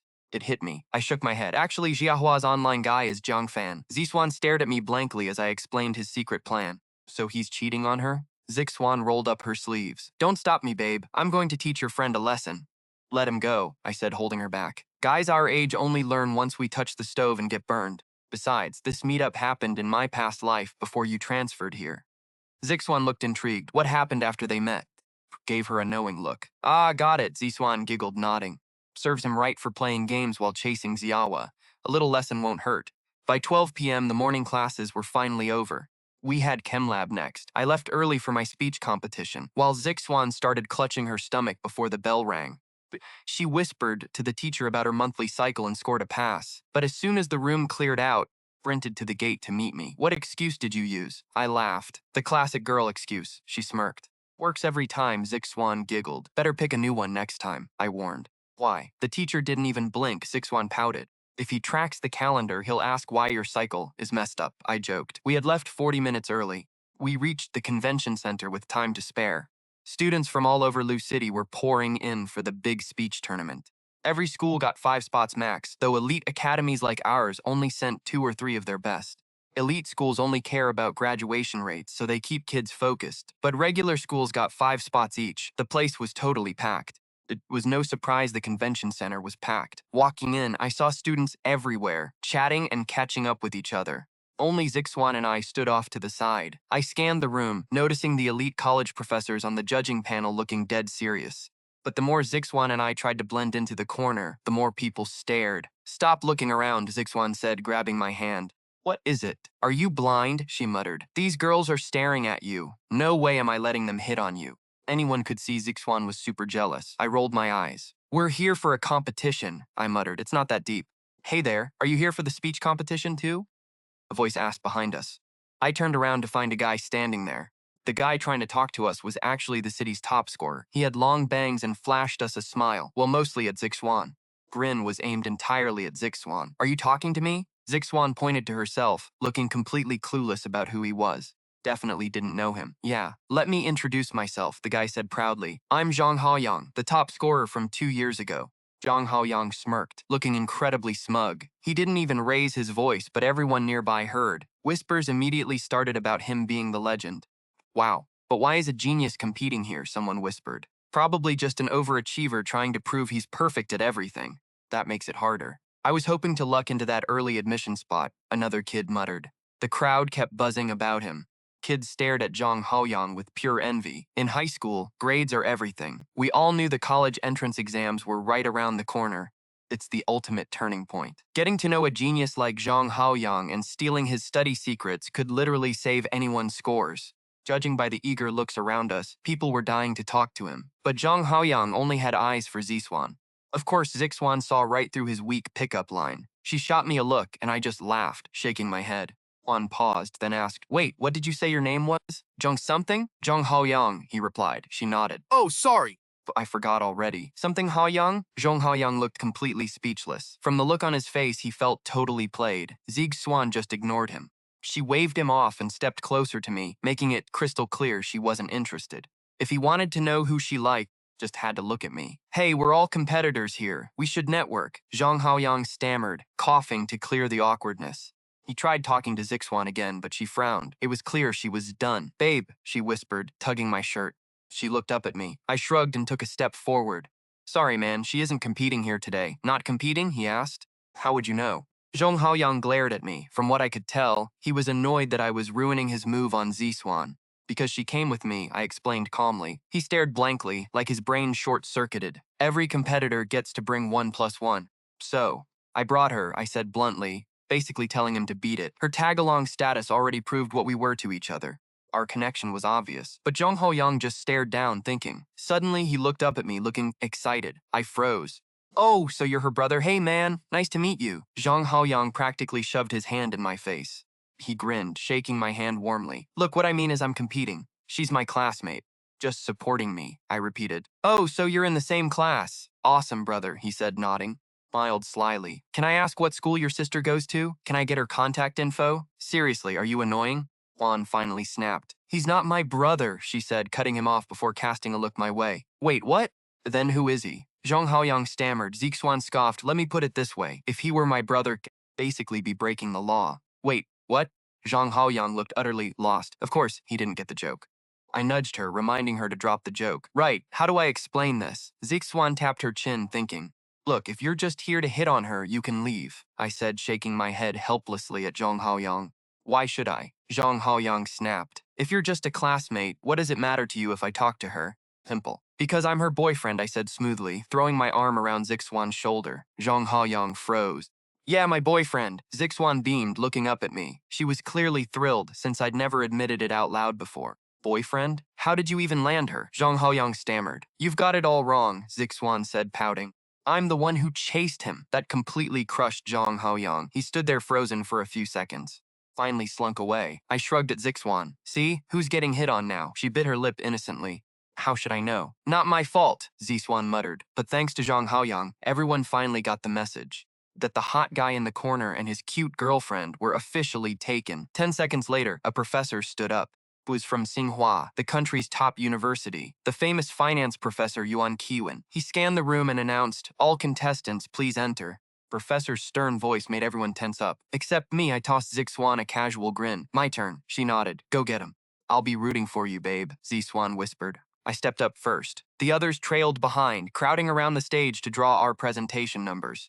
Professor Yuan gestured to a teacher carrying a sealed cardboard box of numbers. That's when I saw him, someone I actually knew before my rebirth. "You go first," Professor Yuan said, smiling at me. It was obvious he liked my confidence. Only the bold survive in this market. Looking at his expression, I could tell he was sizing me up. With the stakes of this competition, he clearly wanted to keep his eyes on me. I pulled number 11, 11th to go. Perfect, I'm number 10, a voice sneered. Once everyone got their numbers, he marched right over. Zhang Haoyang swaggered over to brag. I rolled my eyes. "And why should I care? Because Haoyang sneered, I am going right before you. I'll show you what a real investment pitch looks like," Haoyang bragged. Judging by his smirk, he thought his prestigious school made him superior to everyone. Family ran a venture capital firm, meaning his parents had groomed him for this. Hearing about this competition, he probably thought it was his playground. Definitely believed this contest was custom built for him. He only targeted me to show off, hoping he could steal Zixuan away from me. He figured if he outshined me, Zixuan and everyone else would fall for him. Too bad for him. His pathetic little provocations didn't faze me. I couldn't care less. If our bond was that weak, Zixuan never would have actively tracked me down in this lifetime anyway. Stepped down, and Zixuan immediately rushed over asking for my number 11, I said. "Ugh, that's so far back," she whined. I laughed. Out of 40, 11 is great. Don't worry. Zixuan looked anxious, but I need to be back by 2. 2 hours is plenty, babe, I promised. Calculated the time. Zixuan sighed. Man, I wanted to celebrate your first place win today. Hang out, get some dinner, you know? I chuckled. If we did all that, the whole afternoon wouldn't be enough. She shrugged. Fine, then I guess we'll just have to wait. We'll celebrate after school instead, Zixuan said. Honestly, we both knew first place was already mine. It wasn't even a question. We already figured out why the professors set this up. This wasn't some reality show. It was serious business. Soon they called the first name. Poor guy who drew number 1 was from First High. His legs were shaking so hard he choked halfway through, unable to read his notes. Next, Professor Yuan called out, waving his hand. Whispers erupted. First High is an elite academy, yet their best student just completely fell apart. Everyone else was panicking. If an elite crumbled, how would they survive? Numbers 2 and 3 stepped up next, trying to look brave. Watching number 1 crash, they desperately tried to calm their nerves. But reality hits different. The second they stood up, their confidence shattered. Dozen legendary professors sat on the panel. Their cold, judging eyes were pure intimidation. Over at the table, 2 of them started whispering. Are we scaring these kids too much? Professor Wang murmured. Professor Lee frowned, thinking it over. I doubt it. Not the kid we want.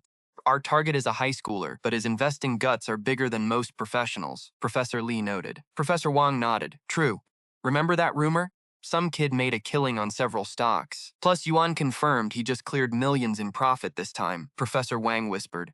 He had way more capital this time, but nailing the market trends like that takes absolute confidence, Professor Lee added, sounding genuinely impressed. They hadn't just read about my trading online. No. These academic elites had actually done their homework and tracked down my real-world moves. But we have a bigger problem, Professor Wang muttered, rubbing his chin. He scanned the crowded room, his eyes searching for someone. You thinking what I'm thinking? Professor Lee asked. I've been worried that Genius Kid wouldn't even bother showing up to our contest. Exactly. Professor Wang agreed. They both nodded. It would be incredibly embarrassing if they threw this entire event for me and I ghosted them. Sure, elite admission is a massive prize, but if some teenager can make millions trading futures, does he even need their Ivy League degrees? That was a fair question. Up next, contestant number 10, the host blared. Haoyang swaggered onto the stage, clutching his speech with total arrogance. Zhang Haoyang. My topic today is tech and investment, he announced smoothly. Zixuan immediately glanced up, her interest piqued by the title. She used to run a tech startup, so she knew this sector inside out. In our era, tech was going to be the absolute biggest goldmine. Haoyang read his draft, breaking down tech market trends with shocking clarity. The other students looked completely lost. You don't learn this in high school. Anyone could see the professors were impressed. If they couldn't find their mystery trader, this kid seemed like a pretty solid backup prize. Definitely had some business sense. Suddenly, Zixuan yanked my arm. Babe, I remember now. I turned to look at her. Remember what? She nodded quickly. This guy, we knew him in our past life, long before the car accident. My eyes locked onto him. Him? I studied his face from across the room. Now that she mentioned it, those sharp features did look familiar. Back when we first started, he's that arrogant boss who assumed you were my secretary. I narrowed my eyes as Zixuan shrugged. Our company was tiny back then, remember? We were pitching partnerships, and he assumed I worked for you. What an idiot, I sneered, recalling the rest. Oh, it gets worse. I kept my mouth shut, but my blood was boiling. Now that we both recognized him, the ugly memories of what he did came rushing back. Judging by his attitude, he thought we were just some pathetic startup and planned to blow us off. But during our dinner meeting, his eyes locked onto my girl. He instantly wanted her. To a sleazeball like him, a pretty girl in business was probably just a secretary waiting to be bought with his big boss status. Some creep tried to trick me into a hotel room, thinking my boss wouldn't care. The second he asked, I splashed my drink right in his face. That was when it finally clicked for him. Zhang Chen wasn't the boss here. I was, the exact girl he was trying to hit on. What a scumbag who only thinks with his pants. I thanked my husband for chasing him off, but honestly, no matter who to flirt with me, I would have thrown that drink anyway. Zhang Chen smiled, but his eyes narrowed at Zhang Haoyang, who was speaking on stage. If it's him, though, there is no way I am letting him take first place. I knew Zhang Chen would win. I had absolute undeniable faith in my husband. But then I checked my watch. Can this Zhang guy hurry up? It is almost 1:30, I muttered, starting to panic about the time. If we had to be back at school by 2, we needed 15 minutes just for the commute. Almost done, Zhang Chen said calmly. Leave when you need to. I will win this, he said. I know you will, I replied, but I want to watch you crush him. If we run out of time, watch the live stream on your phone, Zhang Chen suggested. I groaned because mobile data is so expensive these days. Still, whatever. To watch my husband compete, it was worth every single penny. Biting the bullet, I downloaded the TV station's app. Suddenly, Zhang Haoyang finished on stage, thanking everyone, bowed deeply to the judges, and walked off confidently. A few professors even stood up to applaud his presentation. Speech was actually pretty visionary. I am up, Zhang Chen muttered, heading to the stage. Go get them, babe, I cheered quietly. But as Zhang Chen reached the stage, he crossed paths with Zhong Haoyang. Zhong stopped right in his tracks. Looking way too smug, Zhong asked, "What is your topic, classmate?" "Tech and investment," Zhang Chen replied, totally unfazed. My husband had actually changed his topic last minute. Tech and investment? Are you kidding me? Zhang burst out laughing. Zhang Chen's topic was identical to his. Judging by his smug face, Zhong was thrilled, especially since his own speech had just won over the judges. It was obvious that he wanted to show me the massive gap between them. Now they were back to back with the exact same topic. That would make the gap even more brutal. Next up, contestant number 11, the host announced. Zhang gave my husband a fake, nasty smile. Good luck, Zhang sneered. Zhang Shen shrugged and walked up. But his very first words on stage were, "Excuse me, where is the trash can?" Giant question mark practically hovered over the entire convention hall. What was he doing? No introduction, no speech, just asking for a trash can. It was a live broadcasted competition on TV. Could he take it seriously? The host cautiously brought out a plastic bin. Zhang Chen tossed his speech draft straight into the trash, smiled innocently, and said, "Take it away, please." The entire hall went wild. Everyone else read word for word to avoid mistakes, but my husband, he literally threw his speech away. Talk about a massive flex. Standing by the stage, Zhang sneered. From what I could tell, he thought Zhang Chen was just pulling a cheap stunt. But my husband wasn't just showing off. He changed his topic to match Zhang's on purpose, having recognized him as an old business rival. The host looked at the judges. Professor Yuan Qiwen frowned thought for a second and nodded to let Zhang Chen proceed his way. "Hello, everyone. I am Zhang Chen. My topic is investment in technology," he said. His voice was incredibly steady as he faced the crowd. Stunt was unnecessary, but his composure is unmatched, Judge Li whispered to Yuan, giving a thumbs up. Yuan nodded in agreement. I will divide this into two parts. First, let us talk about technology's future market potential and the inevitable trends. Everyone listened intently. Professor Yuan watched closely. Anyone could see that the previous student had only talked about market potential, not actual trends. Probably played it safe, Li analyzed. Predicting the future is too risky. If you are wrong, your reputation is ruined, especially in front of us. You know how much reputation matters in the business world. Juan smiled. But this kid is about to do exactly that right in front of us. He was literally predicting the future. Now I am curious, Li agreed, focusing on Zhongchen. The speech itself was not overly complicated, but it was incredibly sharp. He analyzed tech's potential, using smartphones replacing flip phones as proof. Out with the old, in with the new. People love feature-rich tech. He confidently concluded that the tech industry would absolutely dominate the future market. So sure, but many found it hard to believe, even some of the professors. By the stage, Zhang just scoffed. Big words. Don't choke on them, Zhang muttered. Out of everyone watching, I was probably the only person who actually believed him.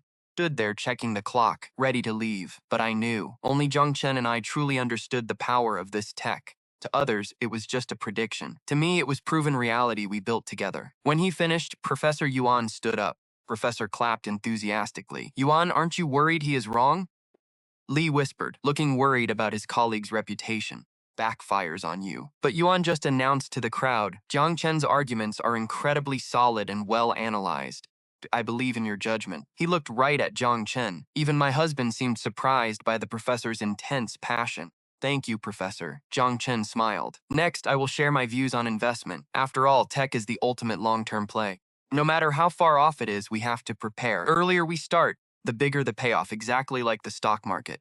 The second I said stock market, the judges went wild. To regular people, those words mean nothing. But to these professors, they meant everything. They held this competition just to find the kid who conquered the market. Judging by their faces, they were all wondering, is it me?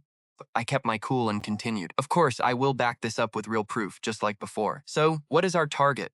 Let us start with a furniture and cotton company last September. I noticed the professors clenching their fists. They knew those were my golden trades. I explained how those trades peaked early this year, making a fortune. The secret is essential demand. People always need furniture and cotton. Industries never stay down. Growth is just a matter of time. I then rattled off several more examples of my early investments. Honestly, making these points was easy since I already knew the outcome. Fitting my theories to past success made me sound like a total genius. Trading futures is like investing in tech. The earlier you start, the bigger the payoff. People get the concept, but they are too scared to connect the dots. Cotton is a safe bet, but tech is a wild card. Nobody knows the future. Suddenly, Yuan Qian started clapping, completely blown away by my pitch. Li Wanshan leaned over to Yuan, whispering, "You think he is the one?" Yuan scoffed. "If it is not him, then who else could it be?" Yuan Qian smiled. Anyone could see he was convinced I was the millionaire high schooler. Still, my examples were all past events. Li Wanshan looked hesitant. "Old Li, sometimes you just gotta trust your gut," Yuan said, pulling out his phone. Yuan texted the president of Tsinghua University just 2 words, "My name." Suddenly, mid-speech, I stopped and looked at the crowd.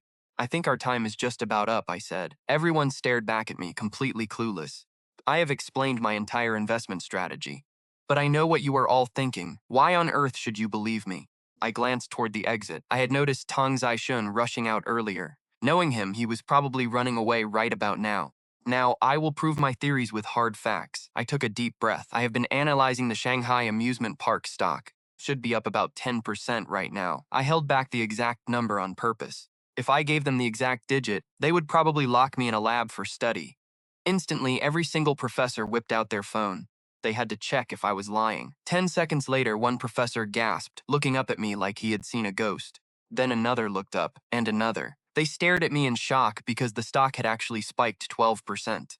Predicting a massive jump like that is insane, even without the exact decimals. What does that prove? It proves I have killer business instincts. It means I am definitely the kid who made millions on the market. I had to be. No one else on earth could pull off a stunt like that. Suddenly, a loud rustle made all the students look over. Right in front of me, the judges stood up in unison like they received some secret signal. The other students had no clue what just happened. But the professors knew. Their search was over. I smirked. "That is my time. Thank you." I bowed slightly to the judges and walked off the stage. One of them reached a hand out, trying to stop me. But Yuan Qian glared him down. "Keep the competition going," Yuan muttered. "Do not ruin it for the others." The professor nodded quickly. He calmed down, though it was obvious he wanted to hand me the trophy right then. But he had to play it cool. Rigging the contest early would look terrible for the other contestants. So they all forced themselves to sit back down. But for the rest of the show, they were on pins and needles. Only Yuan Qian managed to pretend he was listening. The younger judges kept staring right at me. For a second, I felt like a convict in a lineup. They watched me like guards, fearing I would escape. The show dragged on until 5, and then the voting finally started. The host kept babbling about the rules, but the judges looked totally annoyed. He actually started sweating, thinking he messed up. When the ballots finally hit his hand, he tried to act dramatic. "All right, let us see who gets our very first vote." He shielded the paper, trying to build suspense. After a painful silence, he yelled, "First vote goes to Jiang Chen." Dragged it out again. "Let us see who our next lucky winner is." He peeked at the second slip. But the moment he saw my name, his face fell. He cleared his throat. "The second vote is also for Jiang Chen." No point building suspense if it is just me again. He decided to speed things up for the third slip. He took a quick glance and immediately dropped his hand. "And it is Jiang Chen again."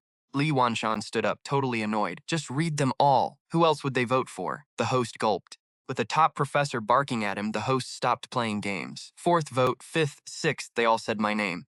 A unanimous sweep. The crowd gasped. Sure, most of these kids did not know the first thing about finance. But winning over a dozen elite professors was a massive deal, and the champion of this competition is Jiang Chen. The host was practically screaming into the mic. But honestly, we all found him incredibly boring, especially when he started reading off the votes. Except for my name, nobody heard any other. Who else was going to win but me? Next thing I knew, the professors dragged me backstage. Everyone wanted to know which college I'd choose. Naturally, rumors spread. What happened next? I heard the live stream crashed, but I missed it on the app. When I got back to the classroom for study hall, Zixuan immediately pulled me aside to ask. "Yeah, it was definitely a disaster," I nodded. "So what went down?" Zixuan asked, looking like a curious toddler. "They basically dragged me backstage and forced me to pick a school." "So which one did you pick?" Zixuan pressed. I shrugged casually. "I told them to give me 2 days." Juan burst out laughing. Just then, our teacher, Ms. Zhang, walked by the door and snapped, "Tong Zixuan, what do you think you're doing?"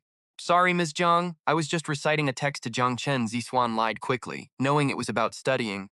From what I could tell, Ms. Zhang's face softened immediately. She nodded. "Keep it down. Don't distract the others." "Will do," Zixuan promised.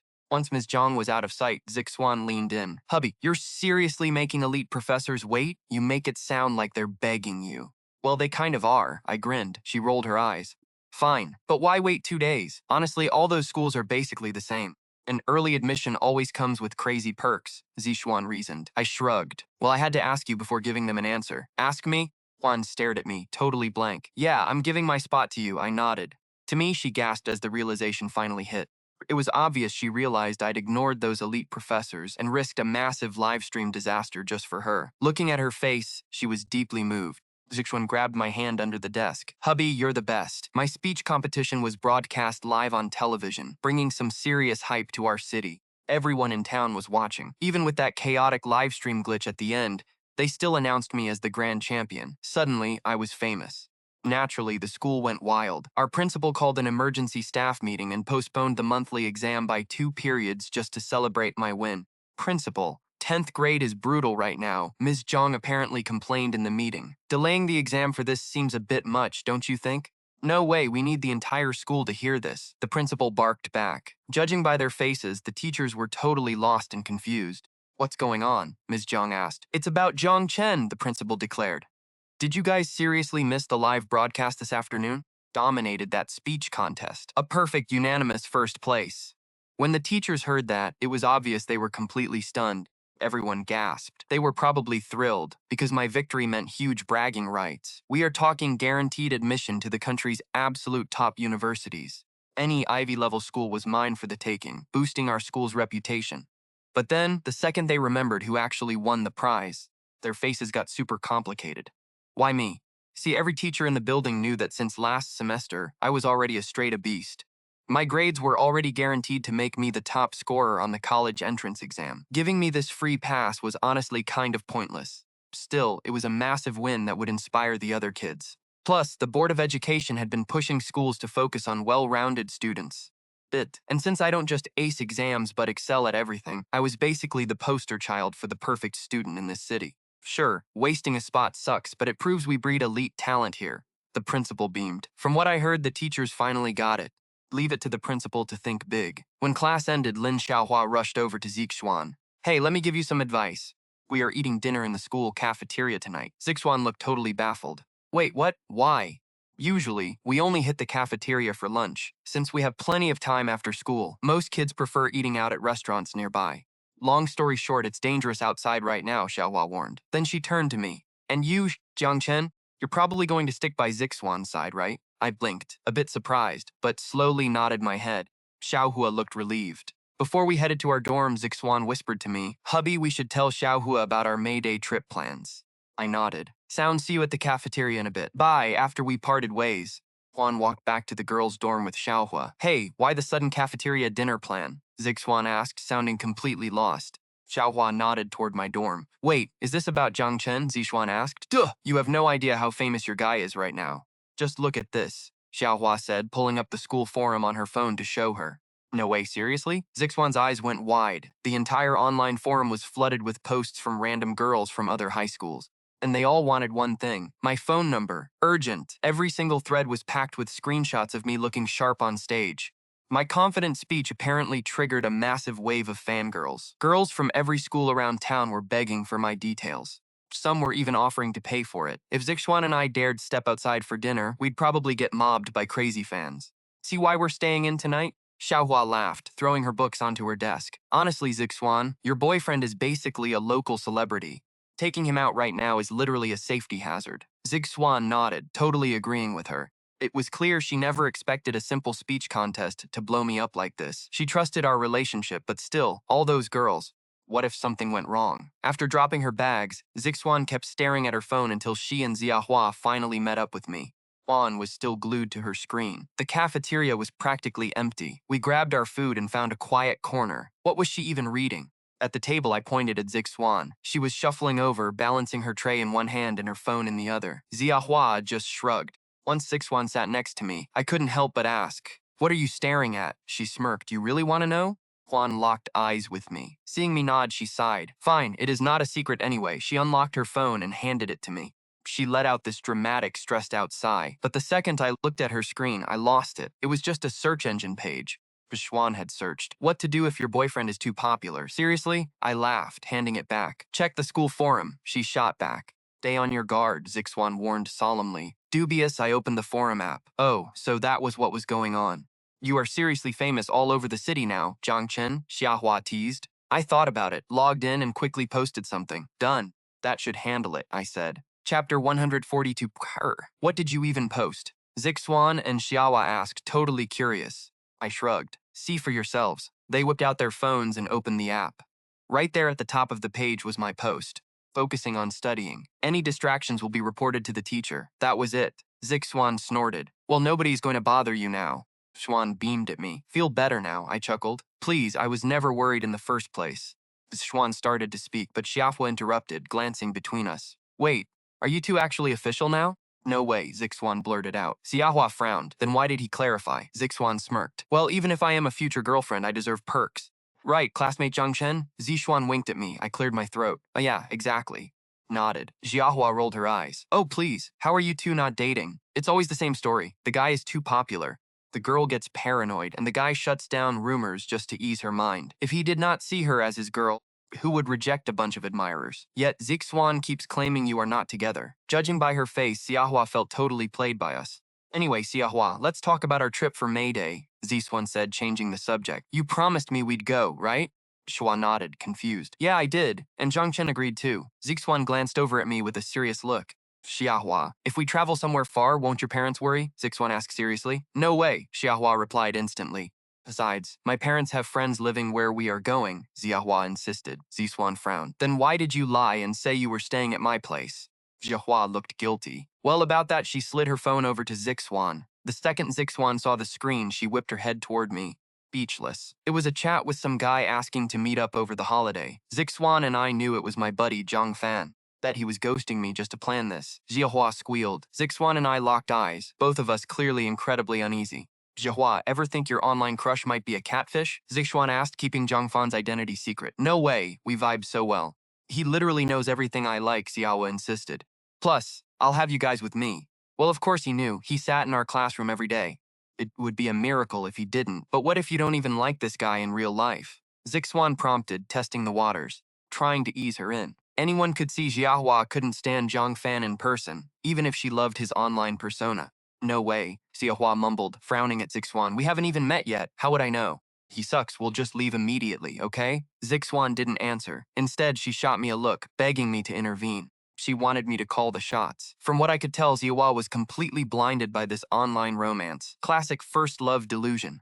Teenagers get impulsive. Look, I said, thinking fast. With us there, you'll be safe. And didn't you say your parents have friends in that town? Don't lie. Just tell them you want a vacation. They'll probably say yes. I'd already told Zixuan that lying was a terrible idea. A 17-year-old girl lies to her parents. Things can go horribly wrong. But what if they find out? Xiahua fretted. Zixuan smiled. Don't sweat it.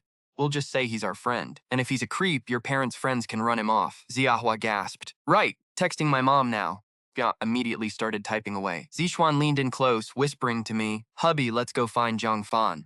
I nodded. We both knew his secret now. Aside from protecting Xiahua, we needed to get some real answers from Zhang Fan ourselves.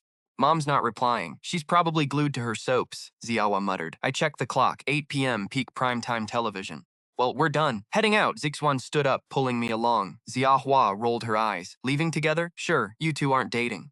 Yeah, right. Future couple my foot. We slipped out of the cafeteria and headed straight to the basketball courts. I knew his routine. Definitely be shooting hoops. Hubby, your best friend is seriously driving me insane. Zixuan fumed as we walked. You said he was meeting some other online chick over the break. Why is he double booking Xiahua? It was obvious she was absolutely livid.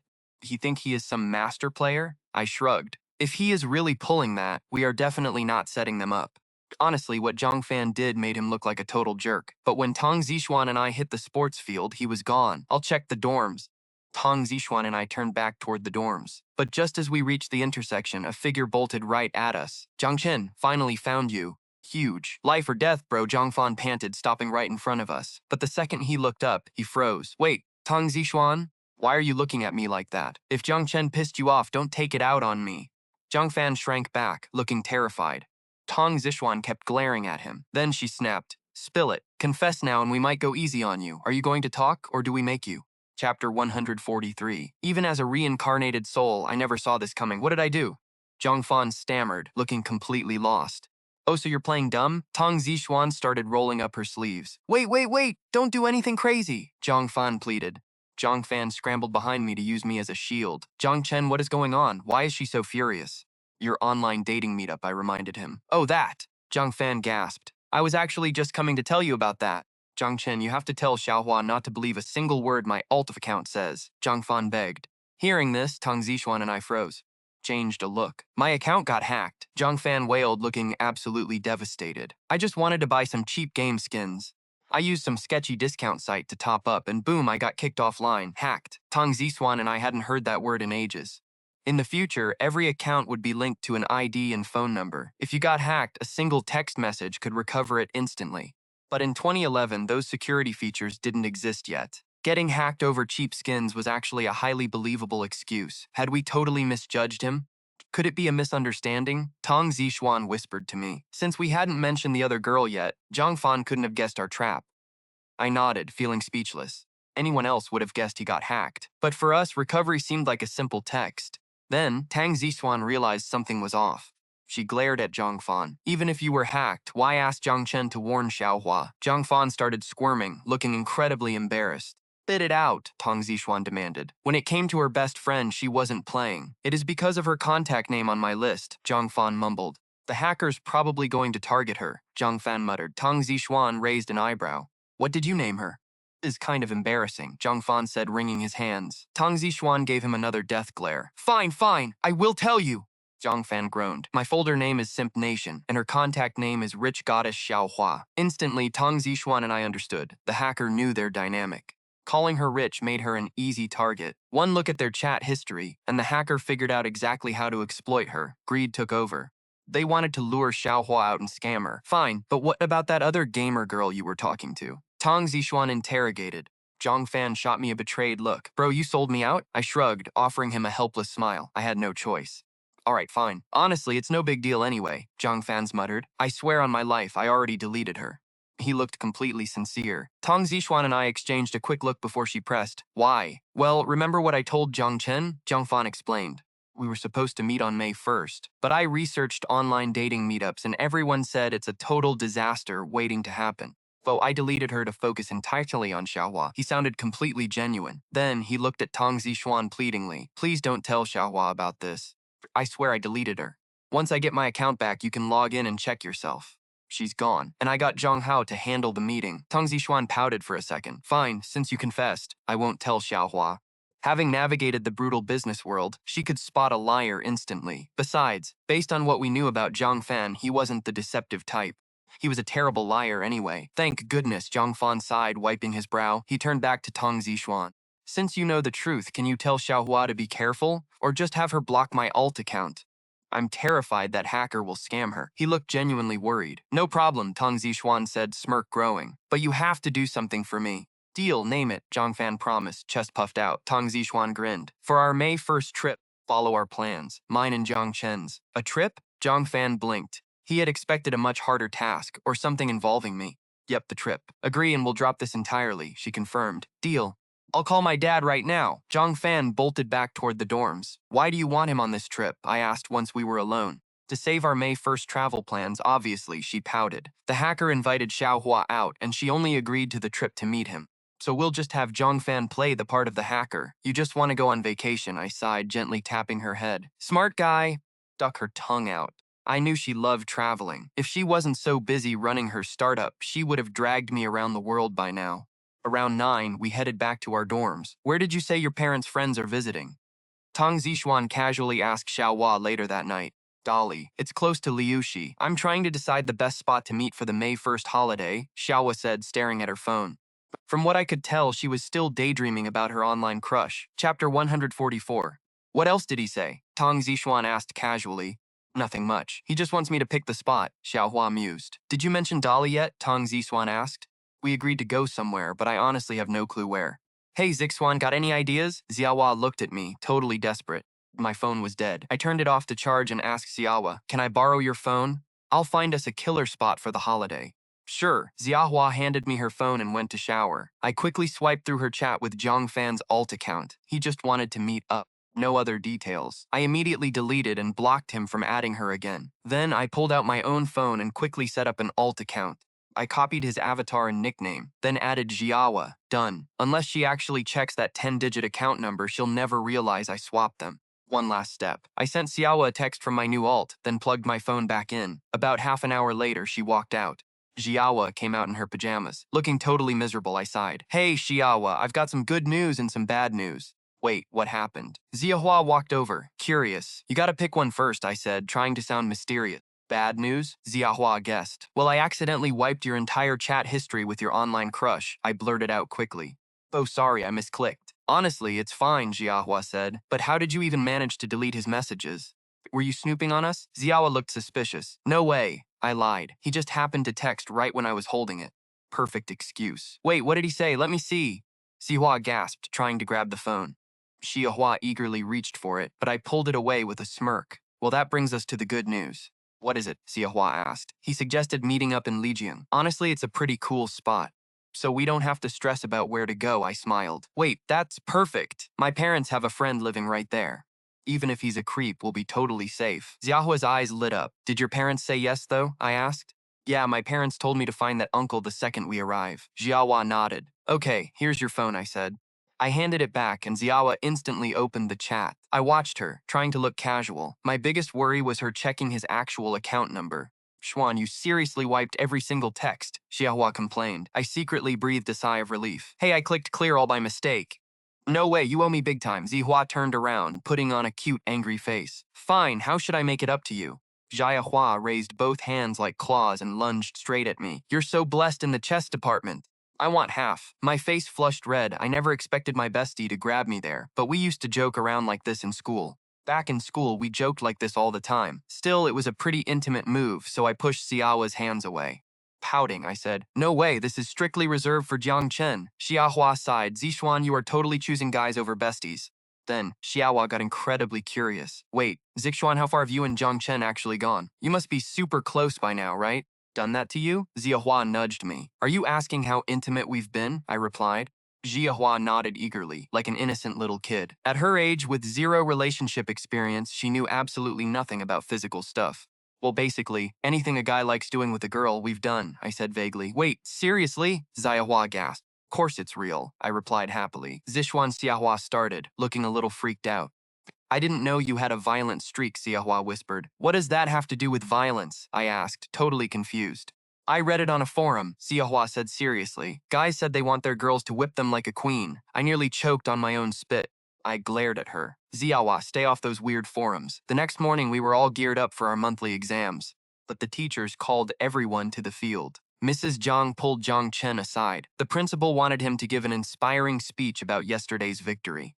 Principal had already drafted the script. In this warm spring season, surrounded by blooming flowers, I'm honored to win first place for our school. Jiang Chen read it aloud. Everyone cheered. By morning, the whole school knew about his victory. Even the kids who missed yesterday's news now knew he won. Zhang Fan and his crew kept complaining about how much of a waste it was. He didn't even need exam stress, and now he has early admission. Back in class, we had a quick break before testing. Jiang Chen was busy texting some professors. I leaned over and asked, Hey, hubby, who are you texting? Just some top-tier professors. Jiang Chen shrugged. I'm asking if they can transfer my spot to you. That should be fine, right? I wasn't so sure. Buy one, get one free works in business, but transferring a college spot? That sounded totally bizarre. Let's just ask first, Jiang Chen said, putting his phone away. He wasn't in any rush, especially since they hadn't replied yet. True. I'll just keep studying hard as backup anyway, I smiled. By the way, where do you want to go for May Day? Lijiang, I blurted out, but I instantly caught myself and corrected. Wait, why are you asking me where I want to go? Trip is for Xiaowa's online date. Fair enough. But Lijiang is pretty nice anyway. Jiang Chen nodded. Been there before, right? I leaned over, resting my head on his shoulder. Too bad we barely got to stay for 2 days last time. One phone call and you are back to business, I sighed. Yeah, that is why we need to have fun while we are still in school. We never got to go. I had a whole bucket list for us on my phone, but we did none of it. Just thinking about it. Tong Zixuan looked totally depressed. People think being the boss is easy money. But once you are there, you realize you do not own your time. Do you even remember what was on that list? I asked. Tang Zixuan shook his head. Most of it is gone, but traveling the world was one. Oh right, Tang Zixuan beamed. I told you that in college. That was my past life. No, wait, this life is biggest dream. Tang Ziswan looked so hopeful. Then, looking confused, Tang Ziswan asked, wait, how did you know? I never showed you that list.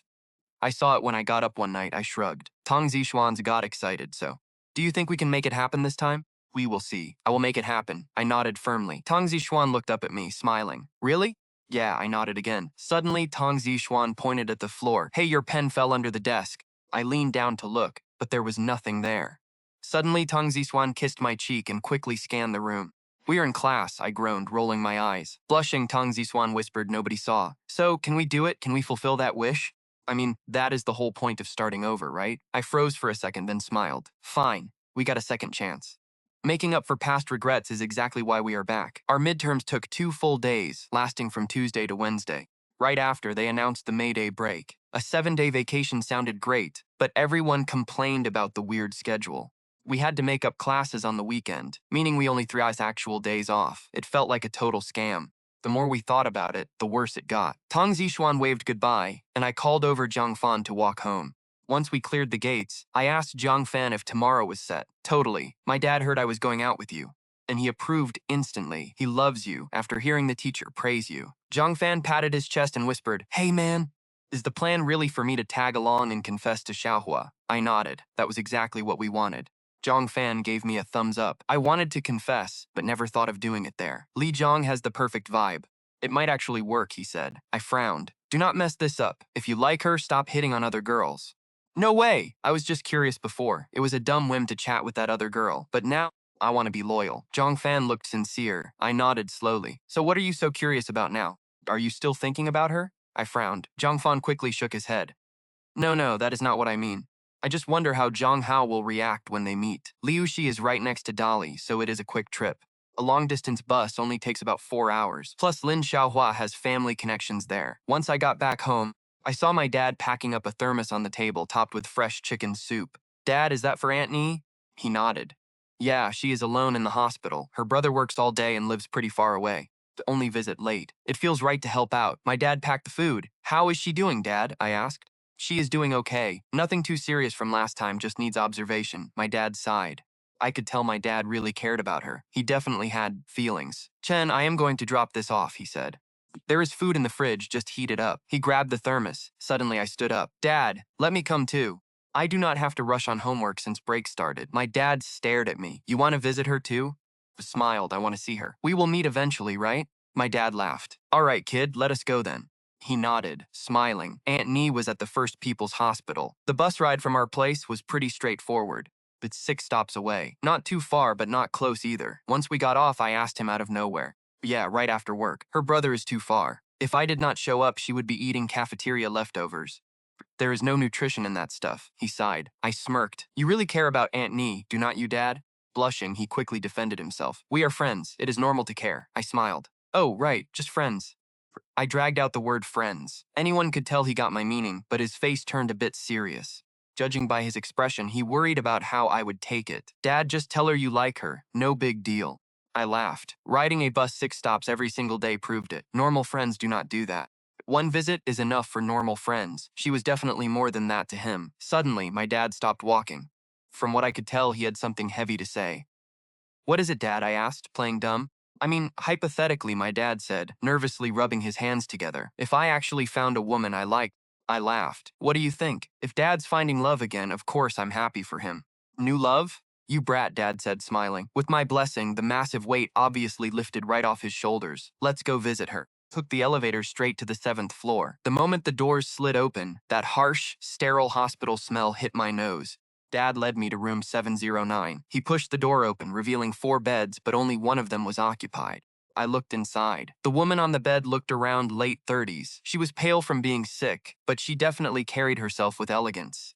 It was this quiet vibe like the teachers at my school. You could just feel the intelligence and warmth radiating off her. On her nightstand lay a stack of high school textbooks. Dad stepped forward. Xiaonian, I made some chicken soup. Give it a try. Set the thermos down on her bedside table. She looked up, smiling. Brother Jiang, thank you. I really don't know how to repay you. Voice was gentle and clear, immediately putting me at ease. Dad blushed, waving his hands. No need, no need. Aren't we friends? Dad scratched his head, looking totally embarrassed. I stepped in to save him. Hi, Auntie Nee. She blinked, finally noticing me standing there. Dad slapped his forehead, realizing he completely forgot to introduce us. Before he could speak, she smiled at me. Oh, I know who you are. B. Jong Chen, she said warmly. Your dad talks about you constantly, I grinned. Yes, Auntie, that is me. I gave her a polite smile. She turned to Dad, beaming. My goodness, he is so handsome, even better looking than on television. Dad beamed with pride. Your auntie and I actually watched your entire speech contest broadcast right here from this hospital room. She kept saying how incredibly smart you are. I nodded, feeling a bit flattered. Thank you, Auntie. First impressions were actually pretty good. Dad told me before that she was a teacher, and judging by her graceful manner, it made total sense. She seemed like the real deal. My old theory that she was some scammer fell completely flat. Since you are here, Auntie Nee said, take these books home tonight. She pointed to the stack of high school prep books. I actually recognized a couple from when I crammed for my own college exams. I had my brother grab these from the bookstore. They are vital for the exams. You need to take your studying seriously, Chen. Dad expects great things from you, she added. I did not mind her lecturing me. Usually, you can tell when an adult genuinely cares. Easiest proof is if they care about your education. I know you got early admission from that contest, but do not slack off. College is just the beginning. Aim for higher degrees, she urged, spoken like a true teacher. To her, a basic degree was never enough. Her passion for learning proved she was definitely an educator. Dad chimed in, pointing at the books. By the way, Xiaonian, did your brother bring these? Yes, he did. She nodded. Dad glanced toward the trash can. Does that mean you already had dinner? Seeing the empty takeout box in the trash, Dad looked instantly embarrassed about bringing his own food. Don't worry, she smiled. Chicken soup is healthy. I love it. With one sentence, she completely saved him from the awkwardness. Just then, a loud voice echoed from the hallway. Hey, brought some fruit. I frowned. That man's voice sounded incredibly familiar. I raised my head to look toward the door as he walked inside. The guy locked eyes with me and froze instantly. The moment I saw his face, the puzzle pieces finally clicked together. Now I knew why his voice rang a bell. Last day of winter break, under the overpass, his motorcycle almost leveled Tong Zishuan. Hey, it is you, her brother gasped. Dad and Auntie Nee exchanged confused glances. It was clear they had no idea we knew each other. Yongchuan, you know Zhang Chen? Auntie Nee asked, completely bewildered. Her brother nodded quickly. Yeah, sis, remember when I got delayed last week? I almost ran over as I cut him off instantly. He almost hit my female classmate with his motorcycle. I turned to Dad before things got weird. Yeah, I was grabbing food with friends that day and ran into him. Oh, I see, Dad said. But judging by his stiff posture, he was not thrilled. If someone almost hit my friend, I was in danger too. To Dad, I was his entire world. If some reckless driver threatened me, even Auntie Nee's brother was not getting a free pass. I am his only reason to keep going. Anyone who endangers me gets zero warmth from my dad, no matter who they are. Man, I am so incredibly sorry, the brother said, bowing. You were totally right. I need to take road safety seriously. It was entirely my fault. He kept apologizing. Auntie Nee gasped, her face pale. Wait, you almost hit Zhang Chen and his friend? Once she realized what happened, Auntie Nee looked furious. She whipped around to glare at her brother. How many times have I told you? You obey the rules. Do you know how many accidents happen because of reckless driving? Do other people's lives mean nothing to you? I know. You are right, her brother muttered, staring at the floor in utter shame. She just scoffed and looked away, decided to ease the tension. Auntie Nee, I am sure he was just stressed about your illness. Besides, nobody got hurt.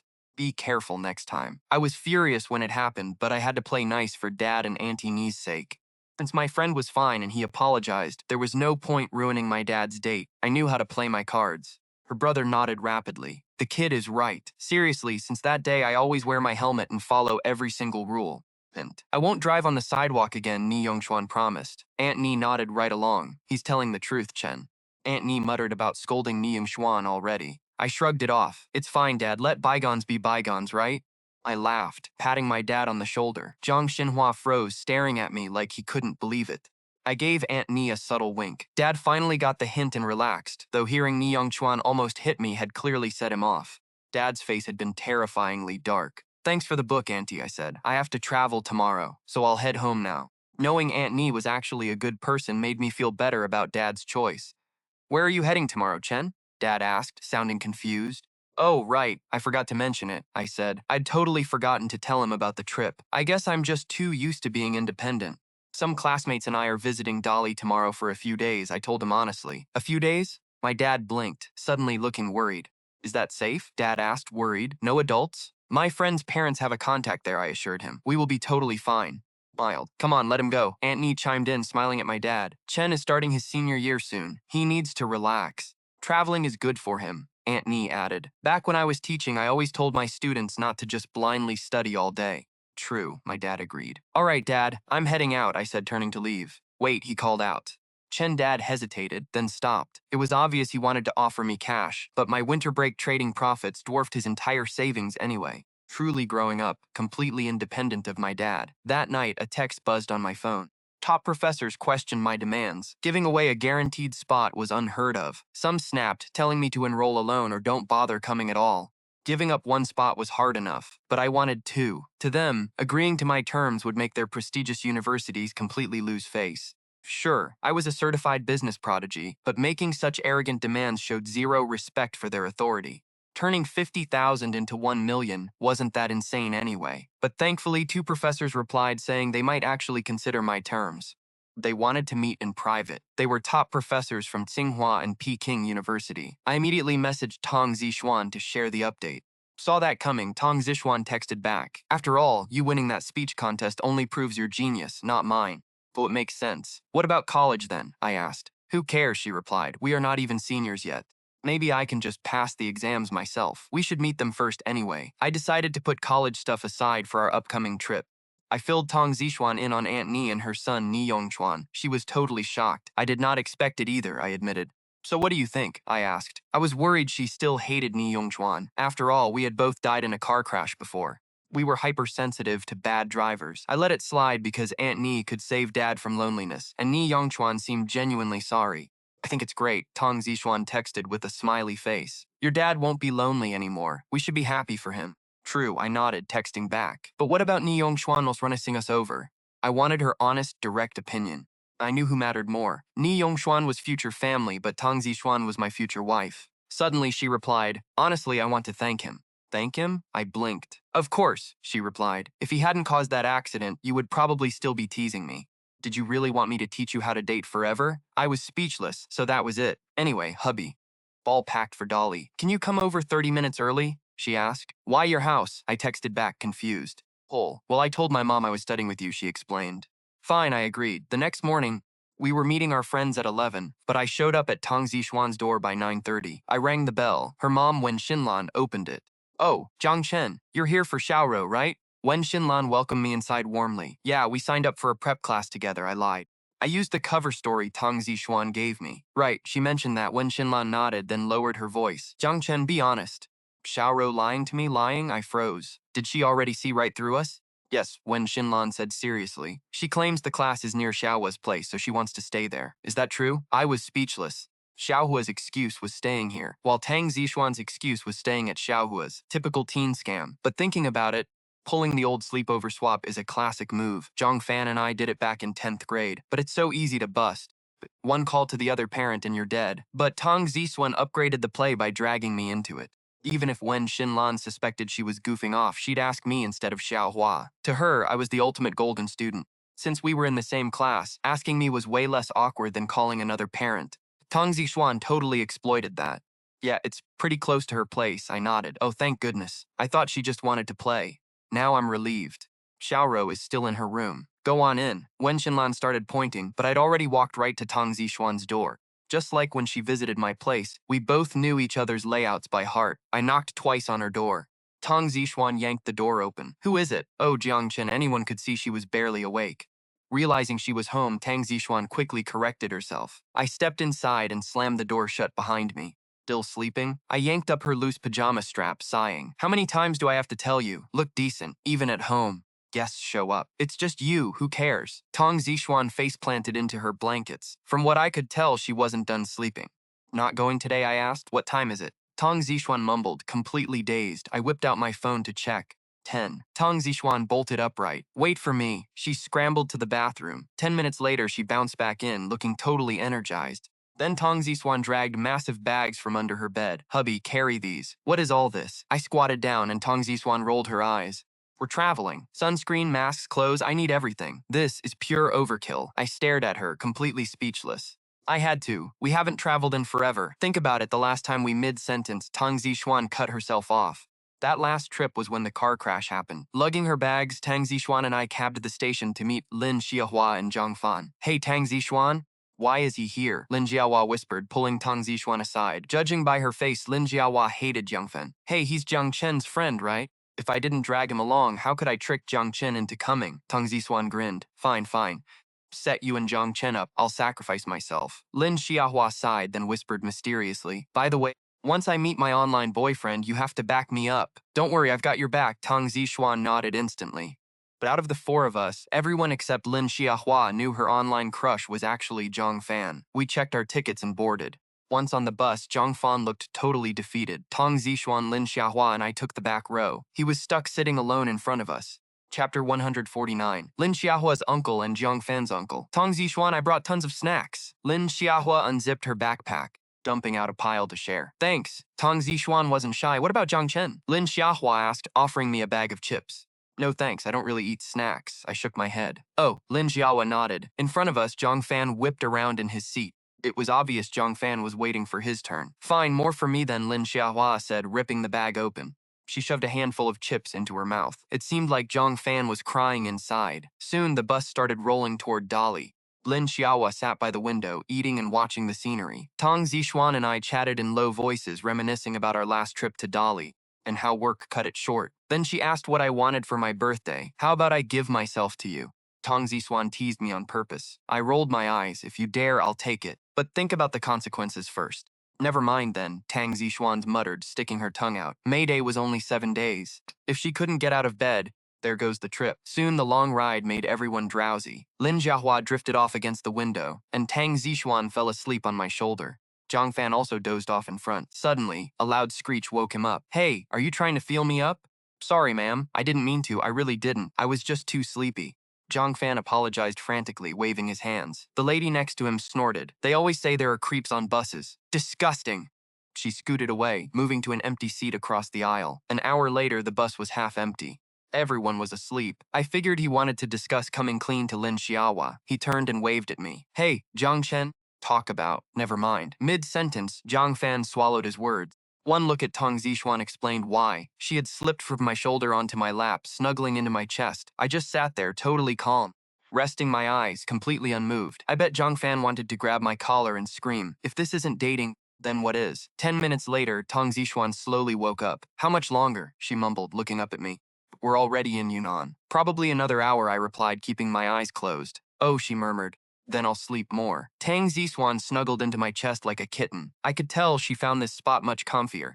2 p.m. Arriving in Dali, please grab your luggage. The bus speaker blared. Tang Zixuan and Lin Xiahua stood up, yawning. Finally here, we stepped off the bus, breathing a sigh of relief. May was sunny and beautiful. Blue skies, white clouds, perfect for the holiday. Xiaohua, didn't you say your uncle was picking us up? Tang Zixuan asked. Yeah, he should be right outside. As we walked, Zhang Fan squeezed in next to us. Xiaohua, you know someone here? Yeah, my uncle, Lin Xiaohua nodded. Zhang Fan got all excited. What a coincidence, my third uncle is here too. Lin Jiahua rolled her eyes. I coughed. Bro, too obvious. Sure, teens love finding common ground, but Zhang Fan's excuse was just pure cringe. Zhang Fan insisted. Sure, it's true. Tang Zixuan dismissed him. She whispered to me, Hubby, do you think they'll make it after coming clean? I shrugged. Did our part as wingmen. Up to them now. Zixuan nodded. Let's just focus on having our own fun. She was clearly still bitter about our last Dali trip being ruined by work. This time, nobody will bother us, I promised with a smile. This second chance at life, I refused to let Zixuan stress over work. I would handle the money. The moment Xiaohua stepped out of the station, a guy in sunglasses waved at us. Uncle Xiaohua ran over to introduce us. These are my classmates. Really good friends. Is Uncle Xia, a close friend of my parents. He smiled and nodded at us, but he suddenly froze the second he saw Zhang Fan. No way! Uncle 3? Zhang Fan gasped. Zixuan and I stared at each other in shock. Zhang Fan, what the hell are you doing here? Uncle Xia whipped off his sunglasses, his eyes bugging out. I am Xiaohua's classmate, Zhang Fan stuttered, pointing at her. Wait, Uncle Xia, you two know each other? Xiaohua gasped. Yeah, Zhang Fan is my nephew, Uncle Xia explained. Okay, I am positive Zhang Fan was not kidding earlier, Zixuan whispered. Yeah, no doubt about it, I nodded. Zixuan seemed totally amazed that she and Xiaohua were actually talking about the same guy. We all piled into Uncle Xia's business van. Xiaohua took the front seat while Zhang Fan, Zixuan, and I squeezed into the back. Before starting the engine, Uncle Xia looked at me. stared at me. Seen me? I asked, confused. Ah, I remember. The high schooler giving that speech on TV you won, right? He slapped his forehead. Yeah, I nodded. Uncle Xia gave me a thumbs up. You have got a killer business mind. Little did he know this tied into Zaichuan's next wish. A wishing tag from my past life flashed in my mind. Heading to Lijiang, right? I will drive you. You can stay at an inn or my place. Either is fine, Uncle Xia said, starting the car. I froze for a second. What was he really trying to get at by calling me out? Xiaohua leaned past Zaichuan, gesturing for me to come closer. I leaned in, but Zaichuan quickly leaned down to keep a sharp eye on us. Zaichuan, do you seriously have to be this defensive? Xiaohua sighed. From what I could tell, Zaichuan's eyes were practically burning holes in us. Anyone else is fine, but not him, Zaichuan pouted. All right, we get it. You are his future girlfriend, okay? Xiaohua teased. Xiaohua rolled her eyes. Do you guys know why Uncle Jia singled you out? Why, I asked, wondering the same thing because he saw your speech. He actually asked if you were in my class since you went to First High too, Xiaohua said. Just because of that? I asked. I blinked. Of course not, Xiaohua continued. To put it simply, he runs a venture capital firm and thinks you have killer investment instincts. He even told me he wanted to grab coffee with you next time he is in town. Hearing this, everything finally clicked for me. Speech had impressed even elite finance professors. Since Uncle Xia was in VC, it made total sense he would be highly interested in my talent. About half an hour later, the five of us arrived at the town's entrance since the station was so close. We all piled out of the car. Uncle Xia stayed in the driver's seat. All right, you kids go have fun. I need to head home. If anything comes up, give me a call, Xiaohua, Zhongfan. Will do. Zhongfan nodded excitedly. Finding out his own uncle was related to Xiaohua, golden opportunity to get closer. His big confession was coming. Suddenly, Uncle Xia turned and gestured toward me. Zhongcheng, right? What is up? I asked calmly. Nothing. I figured you two might want some space from them. Let us swap phone numbers. Uncle Xia smirked. Don't think I can't read you kids. He clearly guessed Saichuan and I were dating. But despite that excuse, it was obvious it was just a cover. What he really wanted was my contact info. I wasn't going to turn him down. Swapped numbers immediately. Since I was building my own fortune in this life, networking was absolutely essential. Have a great time, kids. I'll be back tonight. Uncle Xiao waved, rolled up his window, and sped off into the distance. Let us look around. Arriving in Lijiang, Xiaohua and Zixuan immediately got hyped. Shopping is definitely a woman's natural instinct. Age doesn't matter. That shopping drive always shines through. Since it was the May Day holiday, there were insane crowds everywhere. It was a literal sea of heads. Squeezing through the massive crowd, Xiaohua loaded up on tons of local street snacks, while Zaichuan bought cute little trinkets. Let's hang these on our phones. Zaichuan bought 2 sweet-scented sachets and handed one to me. I immediately hooked it to my phone. Seeing this, Zhongfan got an idea and rushed to buy one. Xiaohua, here's one for you. He handed it to her. I don't like this, Xiaohua said bluntly. Oh, then what do you like? Zhongfan stammered, totally deflated. I like food. Xiaohua pointed at her hot and sour sweet potato noodles. I could tell Zhongfan wanted to cry right there. Zaichuan's sachet for me made a great couple's accessory, but you can't wear noodles. Xiaohua, Zhongcheng and I are heading over there, Zaichuan said. Sure. Xiaohua called back, already rushing toward a pastry shop. Zaichuan pulled me through the crowd. Playing matchmaker? I asked. Well, Zaichuan thought about it. Yes, but not entirely. Hubby, remember the first place we visited last time? I scanned the busy streets. I think it was a wishing tag shop, I muttered. Exactly. I said it was such a scam back then, charging 50 bucks for words. 50 yuan per person, it made me so mad. Even now, anyone could see Zaichuan still got a little fired up over it. So you want to go check it out again, I asked. Zaichuan nodded her head eagerly. Yeah, definitely. This one dragged me to find the spot she remembered. But when we got there, just a random creek. I was so confused. Tong Zixuan stood there, totally speechless. From what I could tell, she checked the landmarks and they matched. But hey, it has been years. It makes sense the shop is closed, I said, shrugging. She sighed, her shoulders dropping in disappointment. I wanted to ask if you ever sneaked a peek at my wish tag, she said. My eyebrow shot up instantly. As a reincarnated guy with 3 actual wishes, that word triggered me. Wait, didn't you want to know my other 2 wishes? Tang Zixuan asked. She gave me this mysterious look. Well, what were they? Asked, genuinely curious. Exactly what I wrote back then, she teased. She sighed again. If this shop were still standing, I'd write it down for you. But they haven't even built the place yet. Just tell me. I shrugged. She pouted. No way. Telling you straight up is totally different. That kills the vibe, she complained. I just rolled my eyes. Right then, this 50-something lady shoved her way between us. Both froze. The old lady eyed us up and down. Hey girl, she whispered. You and your boyfriend looking to spice things up? Both stared at her, totally lost. You two are student tourists, right? She asked eagerly. Our place is perfect for young couples. especially young lovebirds. Trust me. Yeah, right, I said, putting on my best skeptical face. Tong Zixuan beamed. Sure, take us there. It was obvious she just wanted to make the most of our Lijiang vacation together. I'll guide you, but you gotta pay for tickets first, the lady said, flashing a sketchy, awkward smile at Tang Zixuan. Wait, we haven't even seen the place yet, Tang Zixuan snapped, clearly annoyed. No one buys stuff without looking at it first. Show us a picture first, Tang Zixuan argued. The lady smirked. Trust me, you and your boyfriend will love it. Old lady was sharp. Anyone could see I didn't care about the romance pitch, but Tang Zixuan was totally hooked. She knew that if you win over the girl, the guy always follows. Tang Zixuan tapped her chin, pondering the offer. She turned to me, whispering, Hubby, what do you think? The cold lady blinked, completely caught off guard. It looked like she expected the girl to call the shots. I shrugged. If you want to check it out, go ahead. I don't mind either way, I added. Let's go then? Tang Zixuan asked, looking up at me. How much for two? I asked. The lady snapped out of it. Super cheap, just 300 each. She didn't care who wore the pants as long as she got paid. Easy money for her. $600. Eager to get her cash, she urged, Great, follow me. Tang Zixuan and I knew exactly what was up. She was a tourist baiter. Usually these hype men are young, attractive girls or guys working the local bars and clubs.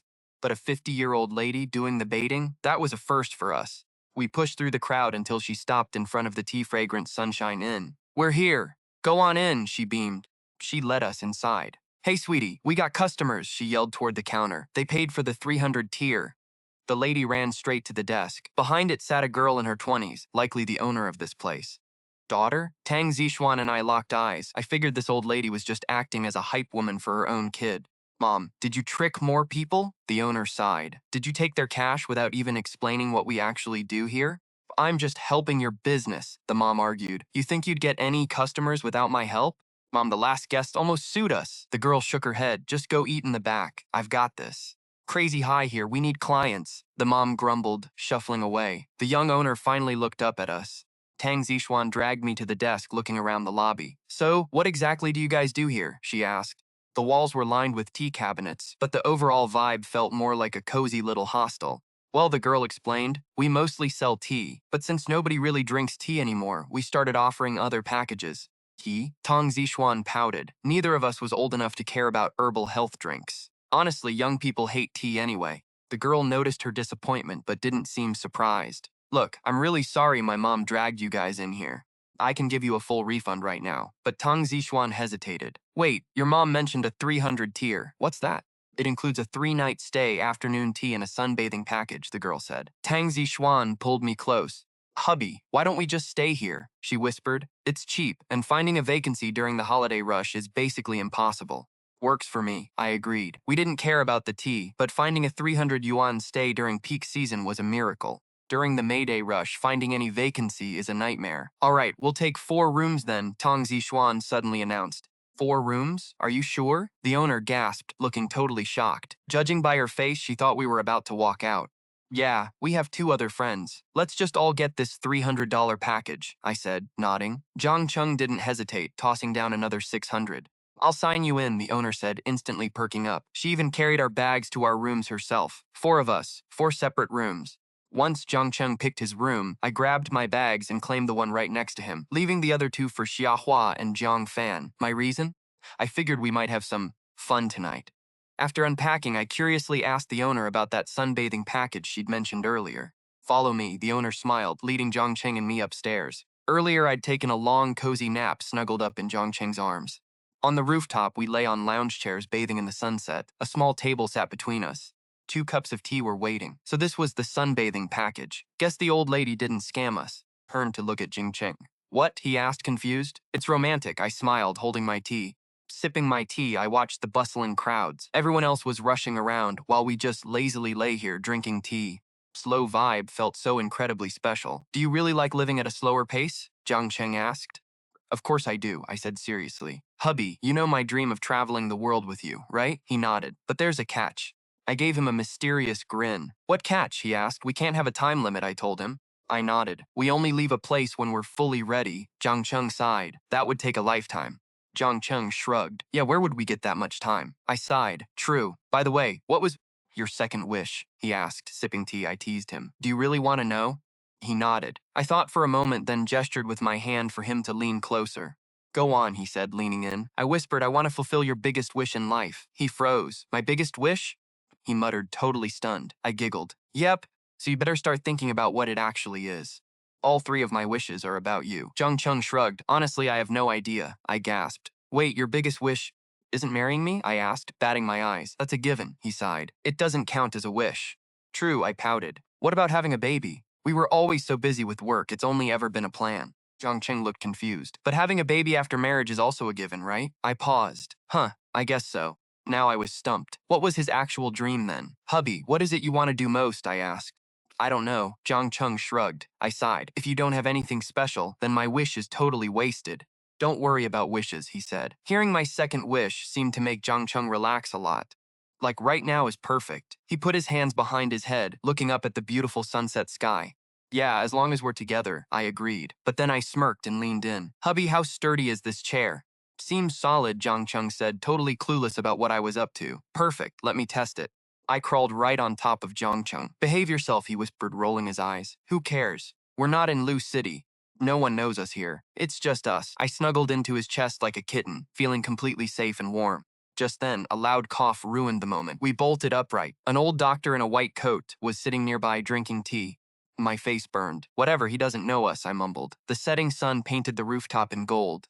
Around 6:30, Zhang Sheng's phone started buzzing. Who is it? I muttered lazily, resting against his chest. Pulled out his phone, I sat up quickly. Are Zhang Fan and Shua back already? I asked. Still had to keep our relationship a secret, even if they already suspected us. Only one way to find out, Zhang Cheng said. He answered it. Hey Cheng, where are you? Zhang Fan sounded panicked. We found an inn, Zhang Cheng replied. You and Jiahua can stay here with us. Oh, okay, sounds good, Zhang Fan said. But that wasn't why he called. Hey, is Zaishuan with you? Zhang Fan asked nervously.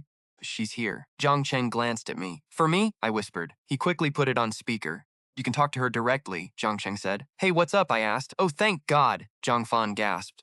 Bashwan, Xiahua said you aren't replying to her messages. What's going on? I'm not? I pulled out my phone. But there was absolutely nothing on my texts or social media. That's weird. She didn't message me, I replied. No, not that account, Zhang Fan whispered frantically. The fake account you used to cover for me. Oh, sorry.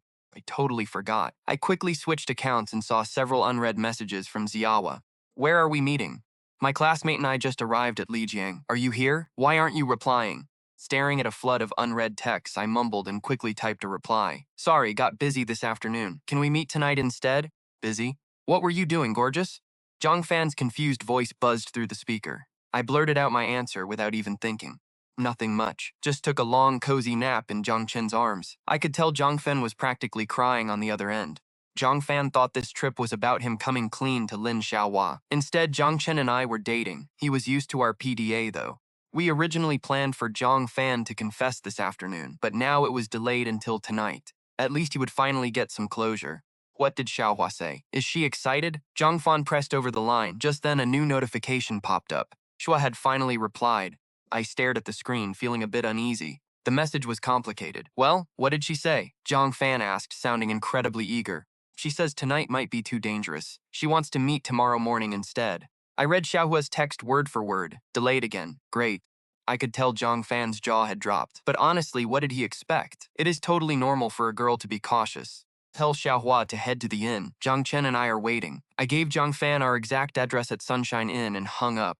By 7 p.m., dusk was settling in. Zhang Fan and Lin Xiaohua finally showed up at our inn. This place is actually pretty nice, Xiaohua noted. Xiaohua looked around and went to unpack. Downstairs, Zhang Fan whined to Zhang Chen and me. Why couldn't we have just told Xiaohua sooner?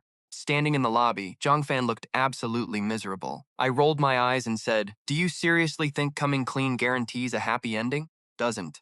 Zhang Fan sigh stammered. Look at it this way, I said, putting myself in Xiaohua's shoes. If someone knew me beforehand, but pretended they didn't just to get close, I would definitely hate it, no matter how much fun we had. I stopped mid-sentence, realizing something. Don't need to imagine that, Zhang Chen chimed in out of nowhere. Because back during winter break, what would you have done? I would definitely still fall for him, I chirped, grinning from ear to ear. Zhang Chen shrugged and said, Well, there you go.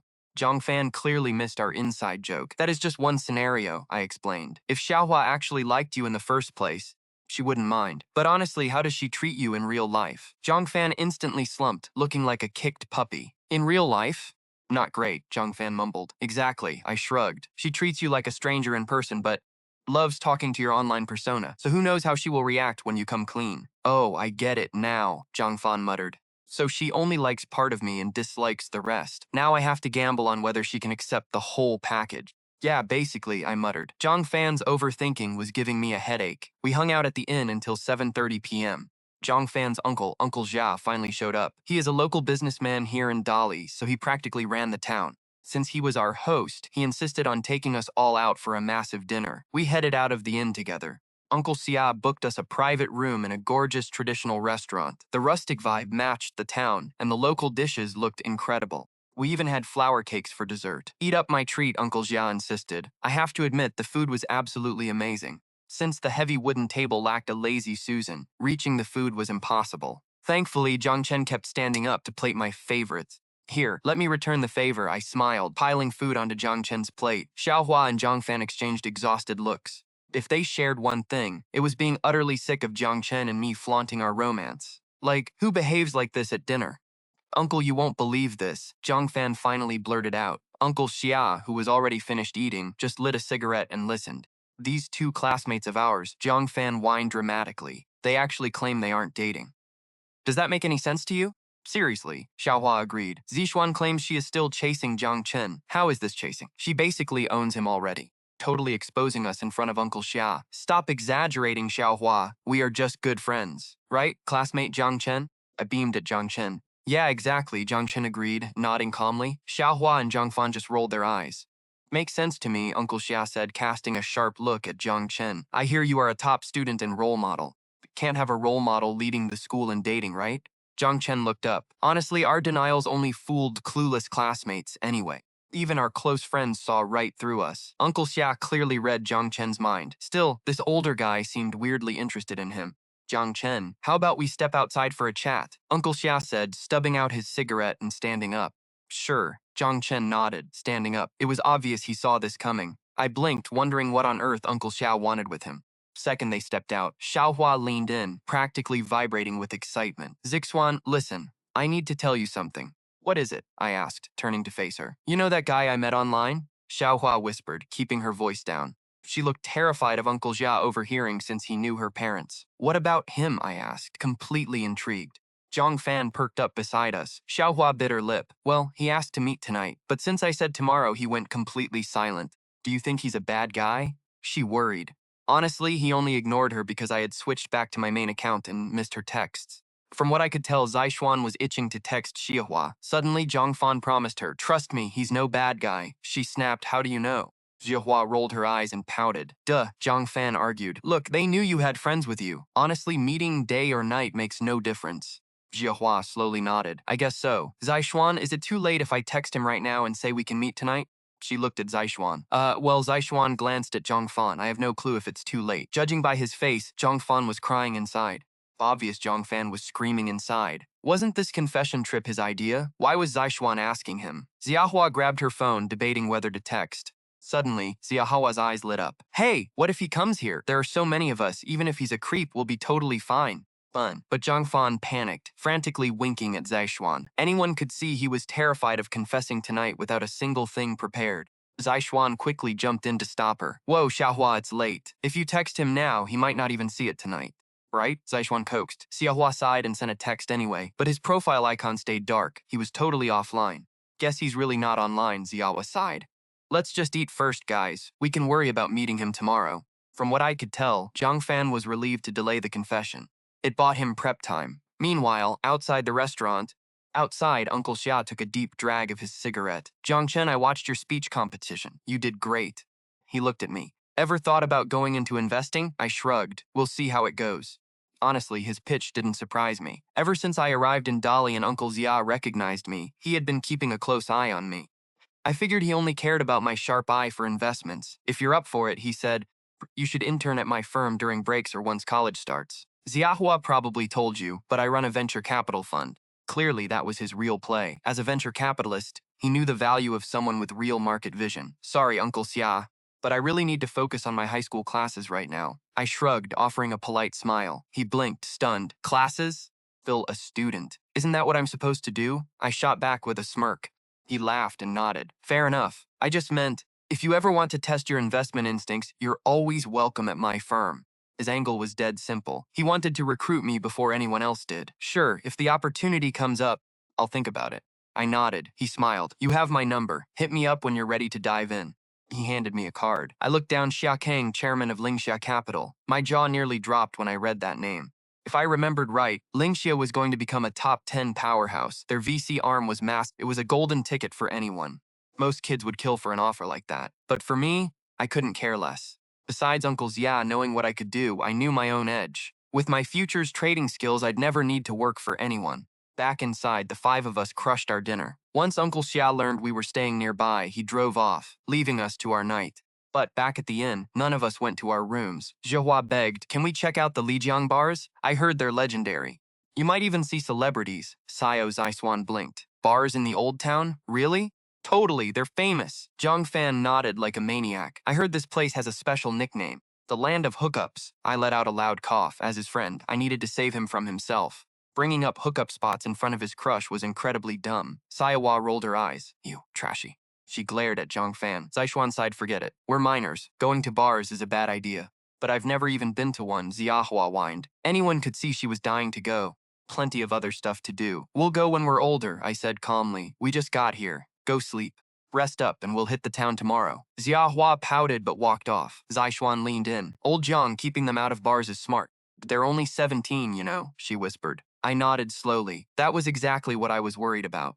Minors shouldn't be wandering into places like that anyway. Suddenly, Zhang Fan jumped in. Old Zhang Zaishuan, I have a plan.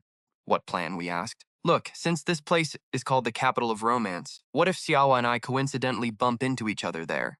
Doesn't that prove we're fated? Zhang Fan grinned. Zaishuan scoffed. You literally traveled here with us. That's not fate, idiot.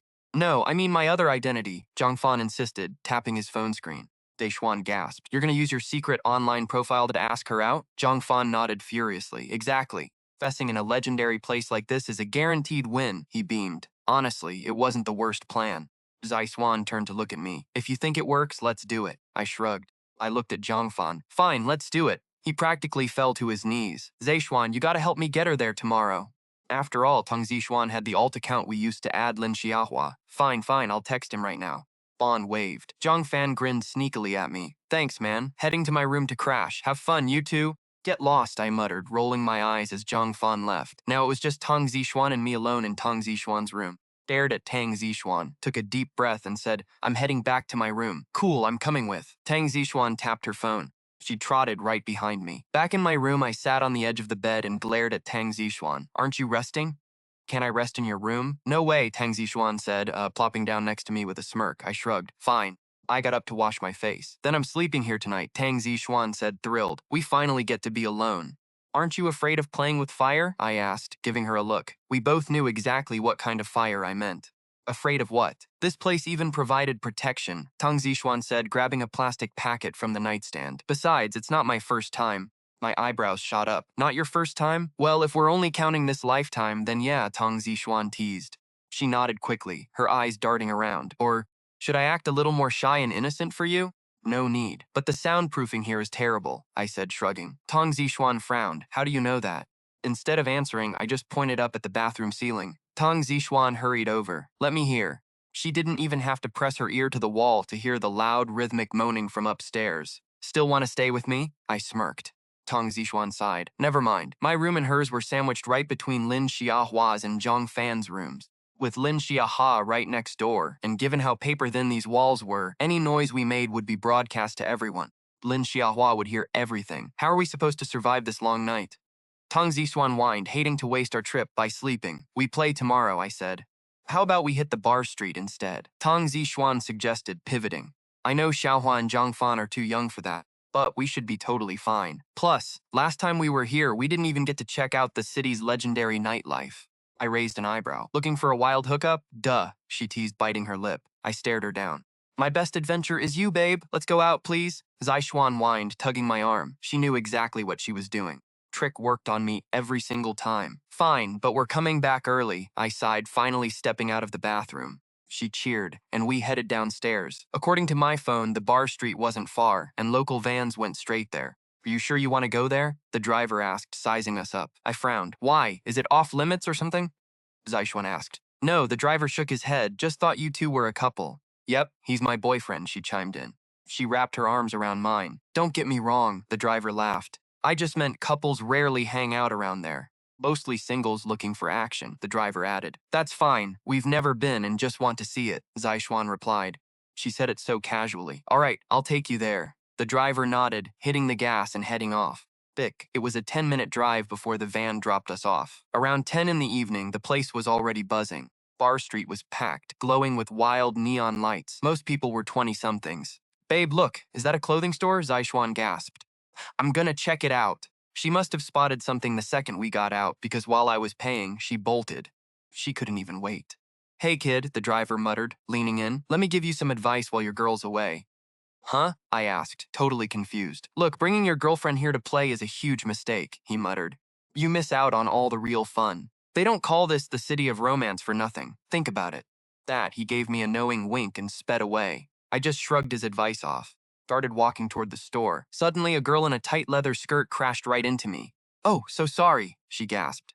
I didn't even see you, handsome. She smiled, squinting at me. I stared back. So this was how the city of romance worked. But seriously, this accidental run-in was way too forced. We must be fated, cutie, she purred. Meeting right here. How about buying me a drink? She winked, leaning in. No thanks, I replied, trying to stay polite.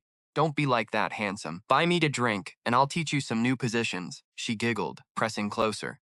I quickly stepped back. Behind her, a murderous glare was locked right onto us. Chapter 156, Hubby. How did you even tolerate this? Don't be shy, handsome. You're hot, I'll give you 50% off. The gorgeous girl seemed really interested in me. My face looked like a typical student's, but I carried myself with a mature vibe she didn't expect. Guys like me are total lady killers. Leaning in, she tried to seduce me. I have a lot of things I can teach you, she purred. Just then, I heard fast footsteps behind me. He doesn't need your lessons. Tong Zishuan snapped, marching up to my side and glaring at her. I know way more than you. I glared at Tong Zishuan, totally annoyed. She didn't care. Some random chick had just tried to hit on me. Whatever, kid, the girl sneered, looking at Tang Zishuan with pure disgust. Go look in a mirror. You're way too childish. Trying to steal my business? We all hustle here, but first come, first served. Tong Zishuan snapped back. What do you mean, business? Boyfriend. No, he's my husband. Tong Zishuan's face puffed up. From what I could tell, she was furious. Listen, kid, I am warning you.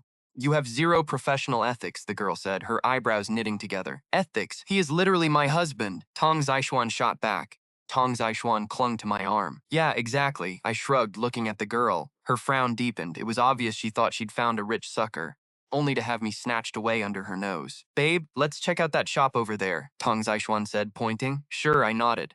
The girl rolled her eyes in disgust. Judging by her face, she thought I was just some kid who liked childish girls. Still, she didn't walk away.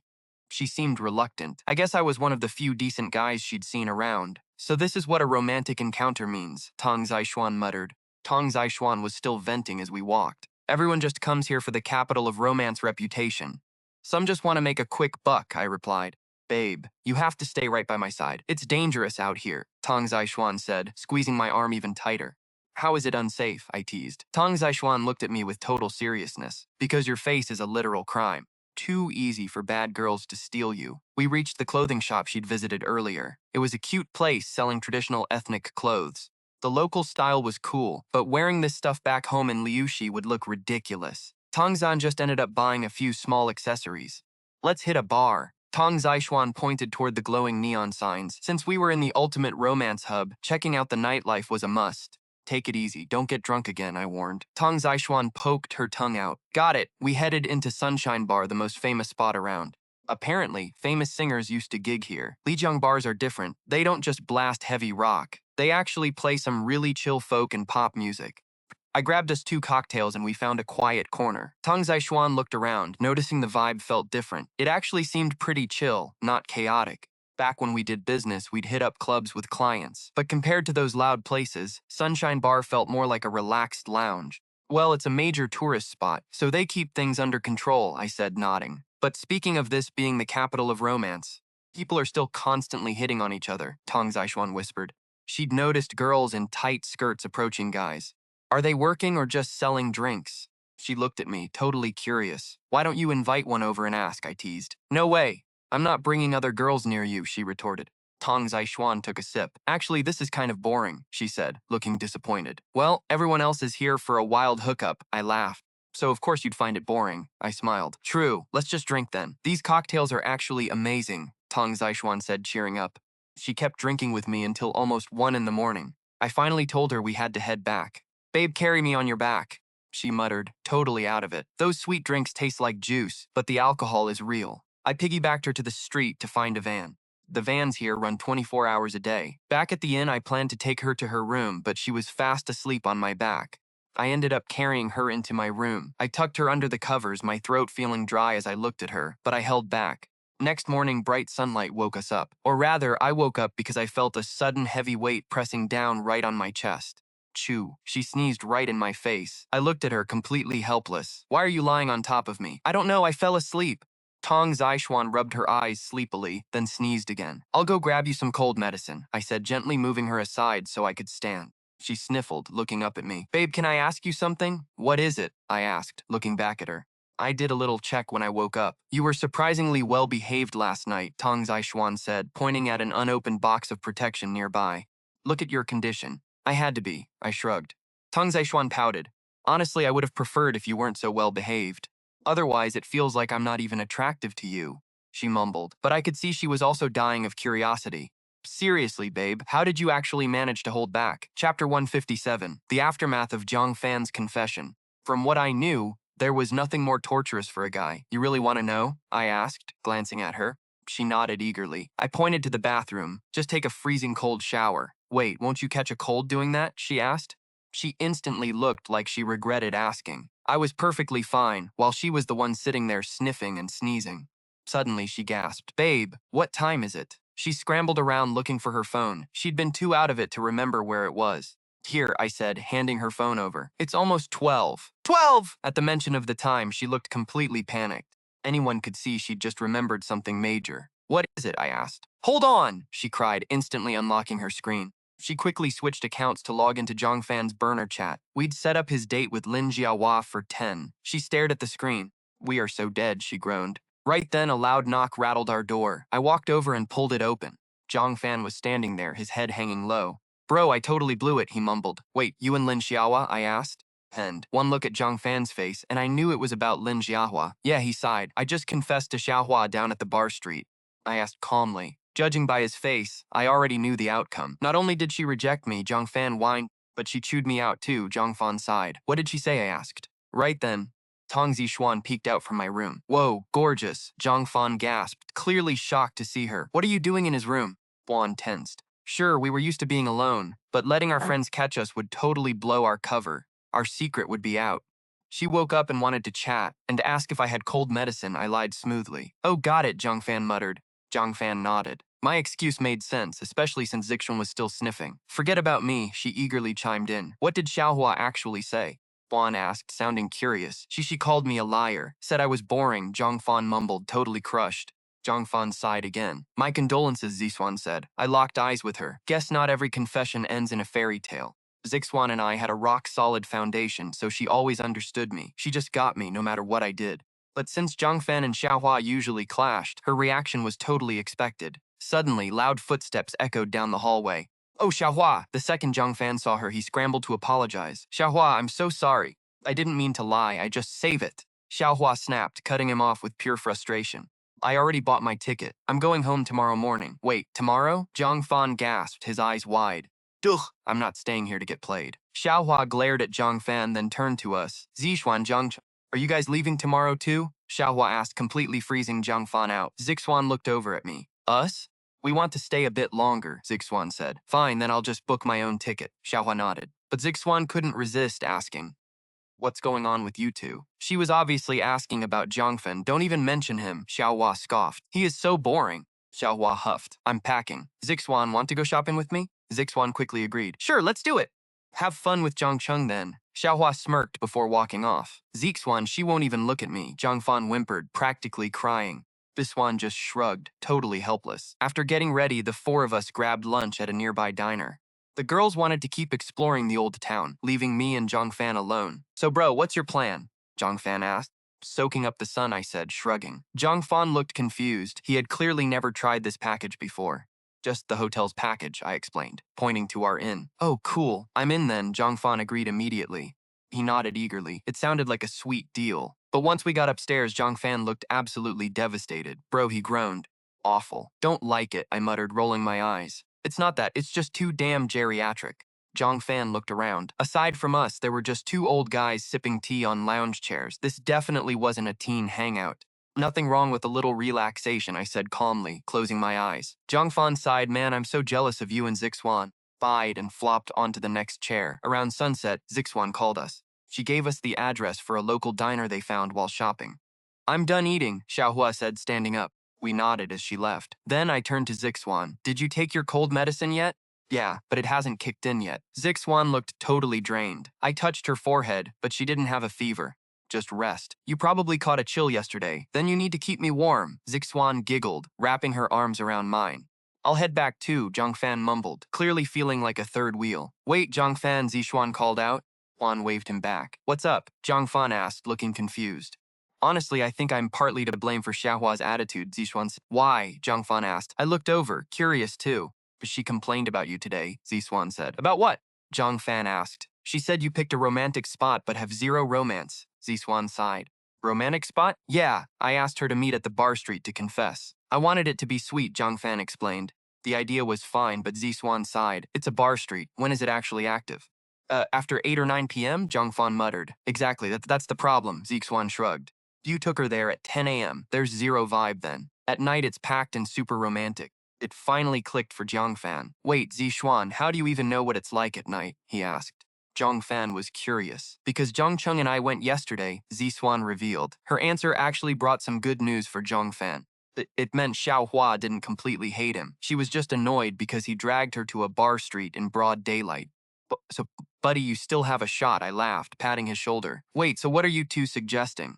Maybe Xiaohua didn't hate Zhangfan, but his timing was just garbage. But does timing really ruin everything? Anyone could see Zhangfan wasn't an idiot. From what I could tell, he easily understood that. For other girls, timing is nothing. But for Xiaohua, it was a massive deal. Juan got dead serious. Judging by his face, Zhangfan was totally confused. Why? Because, she said, think about what Xiaohua actually wants. Juan laid it out. Xiaohua is obsessed with teen dramas. If you confess when the vibe is dead, you're basically the tragic second lead who never gets the girl. It was obvious that Zhangfan agreed. He glanced outside. Should I try asking her out again right now? Bar Street tonight. That fits the vibe. Too late. I smirked. I could tell that Xiaohua was absolutely furious right now. Do you honestly think she'd say yes? Zhangfan panicked, looking at Zixuan and me. So what do I do? Follow her, Zixuan urged. Zixuan nodded. It's not safe for her to travel alone. Tell her you're protecting her. Boom, instant date. Fine, Zhangfan blurted. I'm booking a ticket. Second, Zhangfan bolted. I rolled my eyes at Zixuan. You just wanted them out of our hair, didn't you? Xuan smirked. I didn't do anything. First of all, Xiaohua wanting to leave early was totally her own idea. How was I supposed to know she's a vibe freak? And I'm actually helping Zhangfan. You can't force romance, babe. Shrugged. Babe, you've got it all wrong, Zixuan laughed, leaning in. When we were shopping this afternoon, Xiaohua said she actually likes Zhangfan. Wait, really? I asked, genuinely shocked. I hadn't picked up on that at all. Well, online at least, Zixuan clarified. Hua smiled. So the spark is there. Zhangfan just needs to step up. Can't argue with that, I admitted. I nodded, but a thought hit me. Was letting them travel alone safe? Zixuan and I weren't actually teens, but Xiaohua and Zhangfan were still just kids. Relax, I planned this, Zixuan grinned. Did you forget Xiaohua's uncle? He's also Zhangfan's uncle. He's driving them. Isn't that way safer than us babysitting them? True, I agreed. Zixuan suddenly let out a dramatic, heavy sigh. What a shame, though. Shame? I asked. Duh, now I have zero excuse to crash in your room tonight, Zixuan pouted. But her mood flipped instantly. But tomorrow night, I'm canceling my room. With the other two heading home, our double date was officially turning into a solo escape for Zixuan and me. Spent that final night in separate rooms. Early next morning, Xiaohua's uncle Xia Kang pulled up in his car. Going home already? He asked. Xia Kang looked at them. Not in the mood, Xiaohua mumbled, crossing her arms. I'd rather go home and binge watch my shows. Xia Kang shot a knowing look at Zhangfan. And you? Staying with your classmate? Zhangfan fidgeted. I'm not really a travel guy.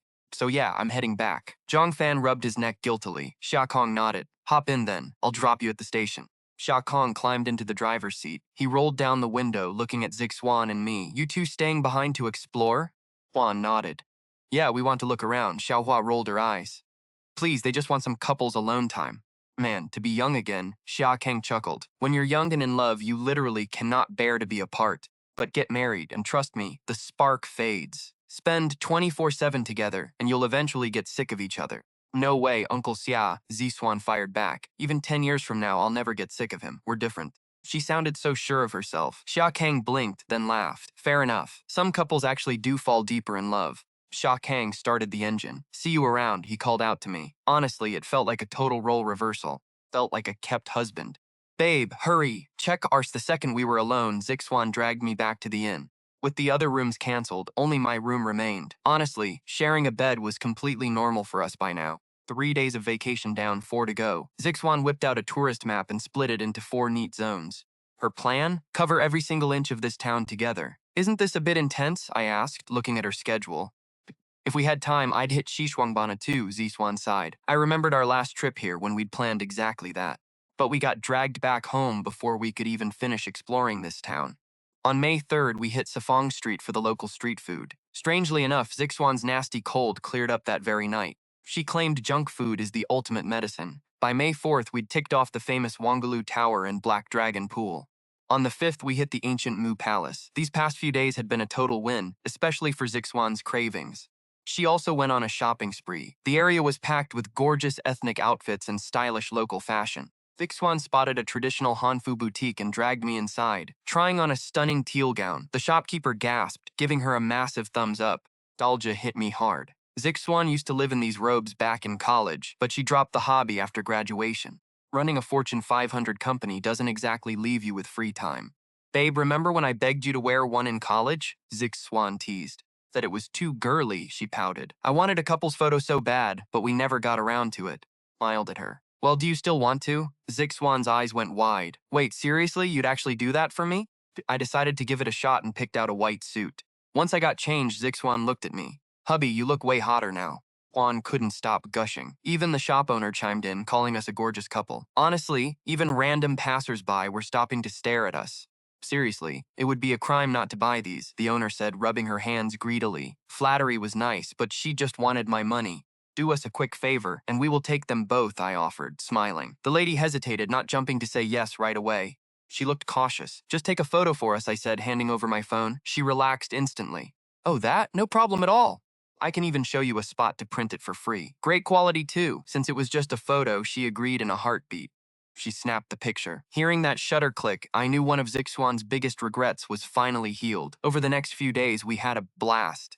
Xuan and I lived it up. Honestly, the only catch was the freezing cold showers I had to take every single night. She slept so restlessly, constantly touching my chest. Or she would deliberately press against me. For any guy, this was the ultimate test of survival. Finally, on the night of the 6th, after we booked our tickets back home, Zixuan looked at me with pure curiosity. Hubby, what do you want for your birthday? It is literally tomorrow, May 7th. I always knew my birthday by heart, but I just shook my head. Come on, we are basically an old married couple. Why celebrate? Did not care. We had celebrated too many times already. Zixuan giggled, covering her mouth. It is different. You turn 18 tomorrow. For normal people, 18 means growing up. For me, though, it felt like I was actually getting younger. Talk about a weird trip.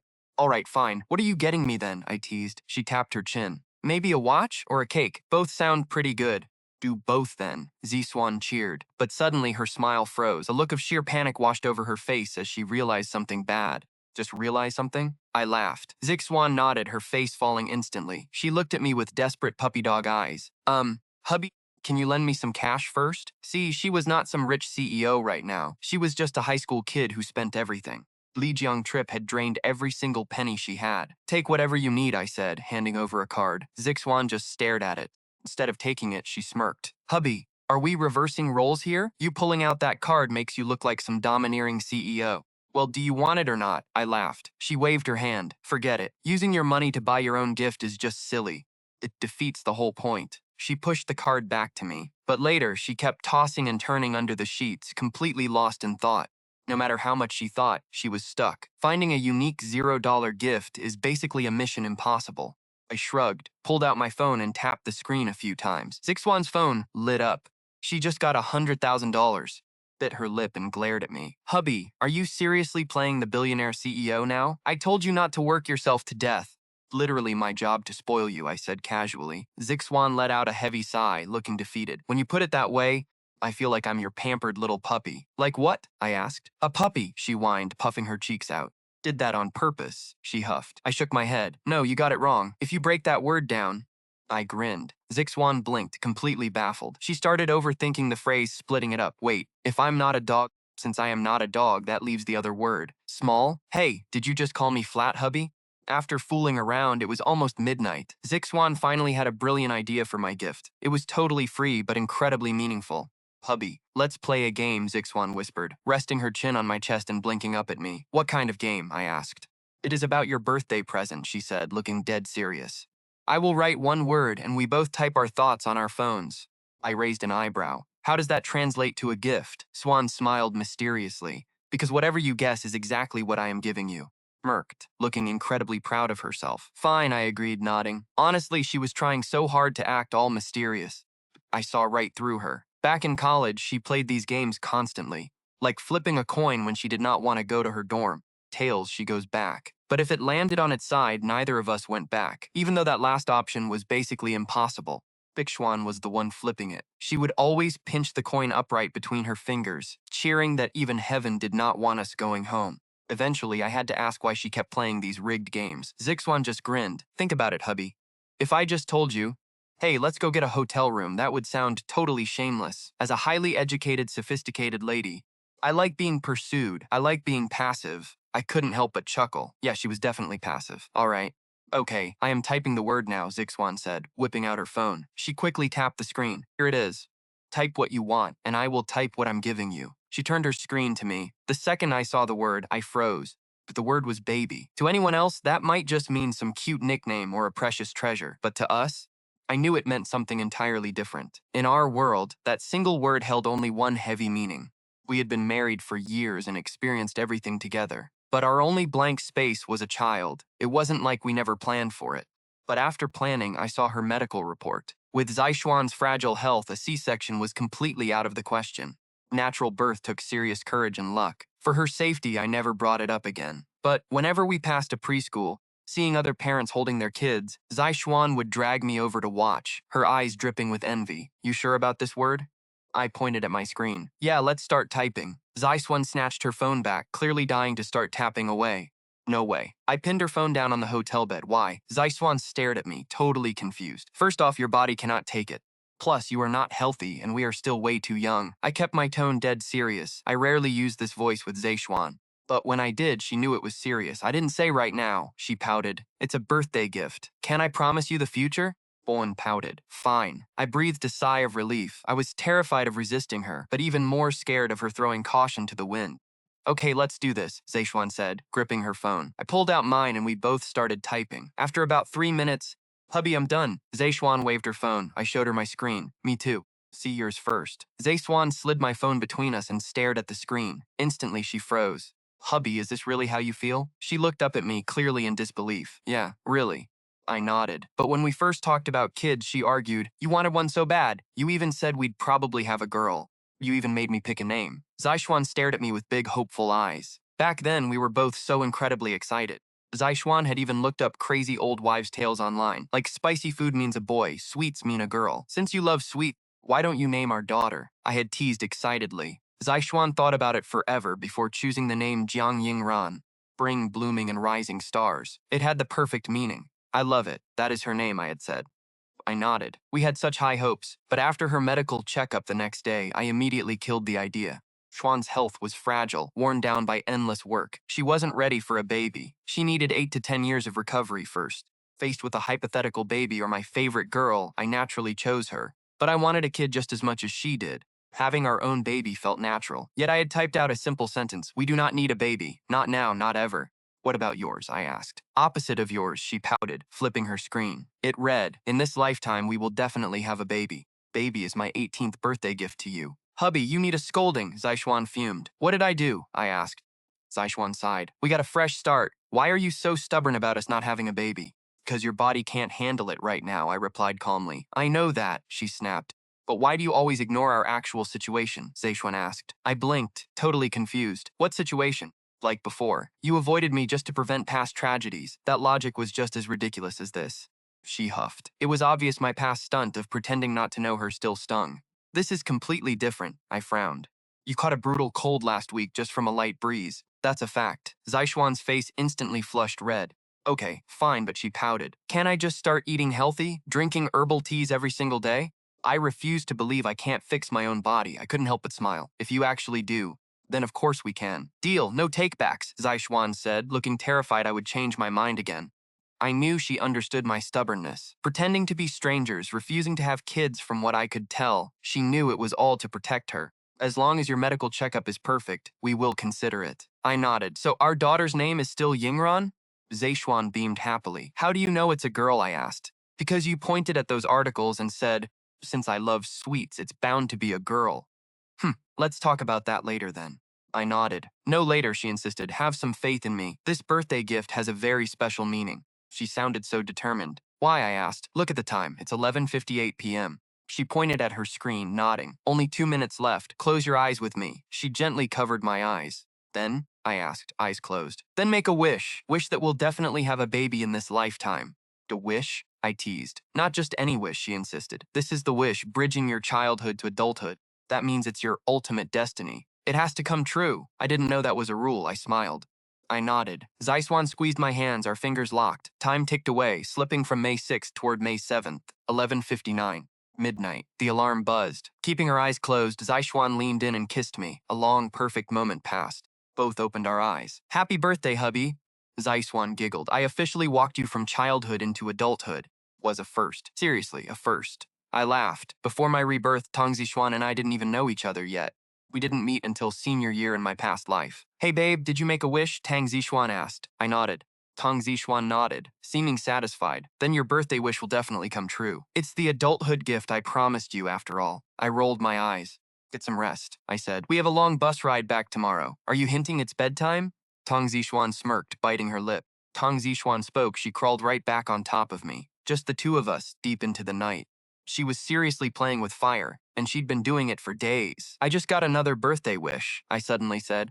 Huh? What is it? Tang Zishuan asked, clearly curious. I need you to promise me, I added. Sure, you're the birthday boy. I'll do whatever you say, Tang Zishuan agreed. I calmly replied, then behave yourself tonight. I don't want to spend my birthday taking cold showers, I said. Tang Zishuan groaned, tiptoeing to her side. It was obvious she wanted to be closer. She probably wanted to feel my warmth, but knew it was torture for me to hold back. It seemed all of this because of her fragile health. Judging by her sigh, she realized it too. The next morning at 10 o'clock, we got up and took a bus to Dali, then transferred to Liushi. Bored during the ride, I checked my phone. Bro, I think I'm back in the game. I saw a message from Zhangfan. He and Xiaohua seemed to be doing great. I smiled. Let me see. Tang Zishuan leaned in, acting gossipy. There were more messages below. When I took the bus back with her, we got bored and talked about games. I actually made her laugh. In the end, I offered to walk her home, and she didn't refuse. Holy crap, Xiaohua's neighborhood is insanely fancy, Tang Zishuan laughed. Zhangfan had some charm, I guess. He was actually a decent guy. I shrugged. They're still students after all. At this age, there really aren't many players around. Let me text him. Tang Xuan grabbed my phone and sent Zhangfan a keep it up text. Bro, you're finally online, came the reply. How did my bro do? Zhangfan replied quickly. Yep, keep pushing. Tang Zishuan texted back. Heh, then work hard with gorgeous Tong. Xiaohua and I might beat you to it. Even through the screen, I could picture Zhangfan's smug face. Tong snorted and typed, this is Tang Zishuan. Instantly, Zhangfan went dead quiet, his profile icon going completely dark. No fun! I wanted to show off more, Tang Zishuan sighed. Come on, we're basically an old married couple. Why compete? I said. Suddenly, Tang Zishuan noticed Zhangfan's icon lit up again. Hey Tong, hand the phone to my bro. Sure, she said, passing it back. Her eyes stared curiously at the screen. Spit it out, I typed. Zhangfan replied instantly. Bro, wanna know how Zhanghao's meetup went? Who's that girl? Tang Zishuan turned to look at me. They met playing games, right? I gave a vague reply. Oh right, Tang Zishuan said, nodding. I think you mentioned Zhangfen made Zhanghao go deal with her. Scrolling on my phone screen, she read, didn't he say she was an athlete? Turns out she's a sumo wrestler. She even has certificates. Anyway, can you imagine a girl twice Zhanghao's weight flirting and calling him handsome? I'm dying. Yeah, that online date was a total train wreck. Pfft, she's a heavy-armored tank, Tang Zishuan snorted. Serves him right for thinking of her while chasing Xiaohua. She's way worse than Xiaohua. Xiaohua's best friend, she was totally gloating. Feeling quite sympathetic, I texted back, "You should treat Zhang Hao to dinner." He instantly replied, "Heh." He told me the same. "I'll treat him again when I'm free." Suddenly, the bus entered a tunnel, cutting off our signal. We put away our phones. Tang Zixuan naturally rested her head on my shoulder. Chatting and laughing, we arrived in Liushi by 6 p.m. I dropped her off. "I wonder if my mom noticed anything," Tang Zixuan sighed. "She'd snuck out without her parents knowing. If caught, she'd never be allowed to travel again." I laughed. "No way. My bucket list says we're traveling the world together. We only went to nearby Yunnan and we're not even done yet. How could it fail halfway?" Tang Zixuan rejected. "I hope we can make it happen in this lifetime." I just shrugged. "Definitely will," Tang Zixuan said firmly. "It's late. I should head inside." I pointed at the darkening sky above Liushi. She sighed. "All right, fine." Tang Zixuan leaned in close, got on her tiptoes, and planted a quick secret kiss on my cheek. "Babe." We finally finished exploring Lijiang ancient town. Tang Zixuan smiled beautifully, waved, and then walked away.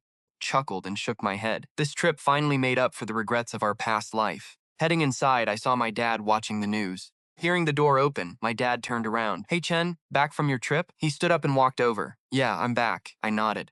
"So, I heard about your trip. Did you go with a girl?" My dad rubbed his hands together awkwardly. Asking me about this actually made him look embarrassed. "Dad, how did you know?" I asked. My dad continued. "Teacher called. Said you went traveling with classmate Tang, the girl who visited us." "So it was teacher Jiang." I nodded slowly. It wasn't hard to figure out. One of the parents of the original four must have gotten worried and called the teacher. Zhang Fan and Lin Xiaohua both had parental permission, ruling them out. It was obvious that Tang Zixuan's parents were the ones who called. Wait, wasn't Tang Zixuan's mom totally fine when she left? I was so confused. "Dad, did teacher Zhang call you?" I asked. My dad shook his head. "No, I was just worried. I couldn't get through to your phone today, so I called your homeroom teacher." She then called other parents, and Lin Xiaohua's mom told her we went on a trip. I immediately broke into a cold sweat. Of all things, I was the one who messed up, but it made sense. Anyone could see how much my dad worried about me. Frankly, I was his entire world, and now I had been gone for days during the May Day break. Today was the final day of vacation, so his anxiety was inevitable. But did teacher Jiang call Tang Zixuan's parents? We were pretty close at school. Everyone noticed, and I knew it too. Our teacher wasn't stupid. She only tolerated us because Tang Zixuan's grades were actually improving. Otherwise, she would have split us up long ago. She definitely called Tang Zixuan's parents. I just had no idea what was happening on her end.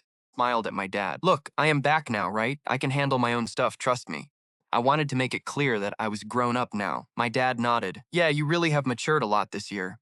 "I guess I worry too much," he agreed. "I'm going to get some rest," I said, turning toward my bedroom.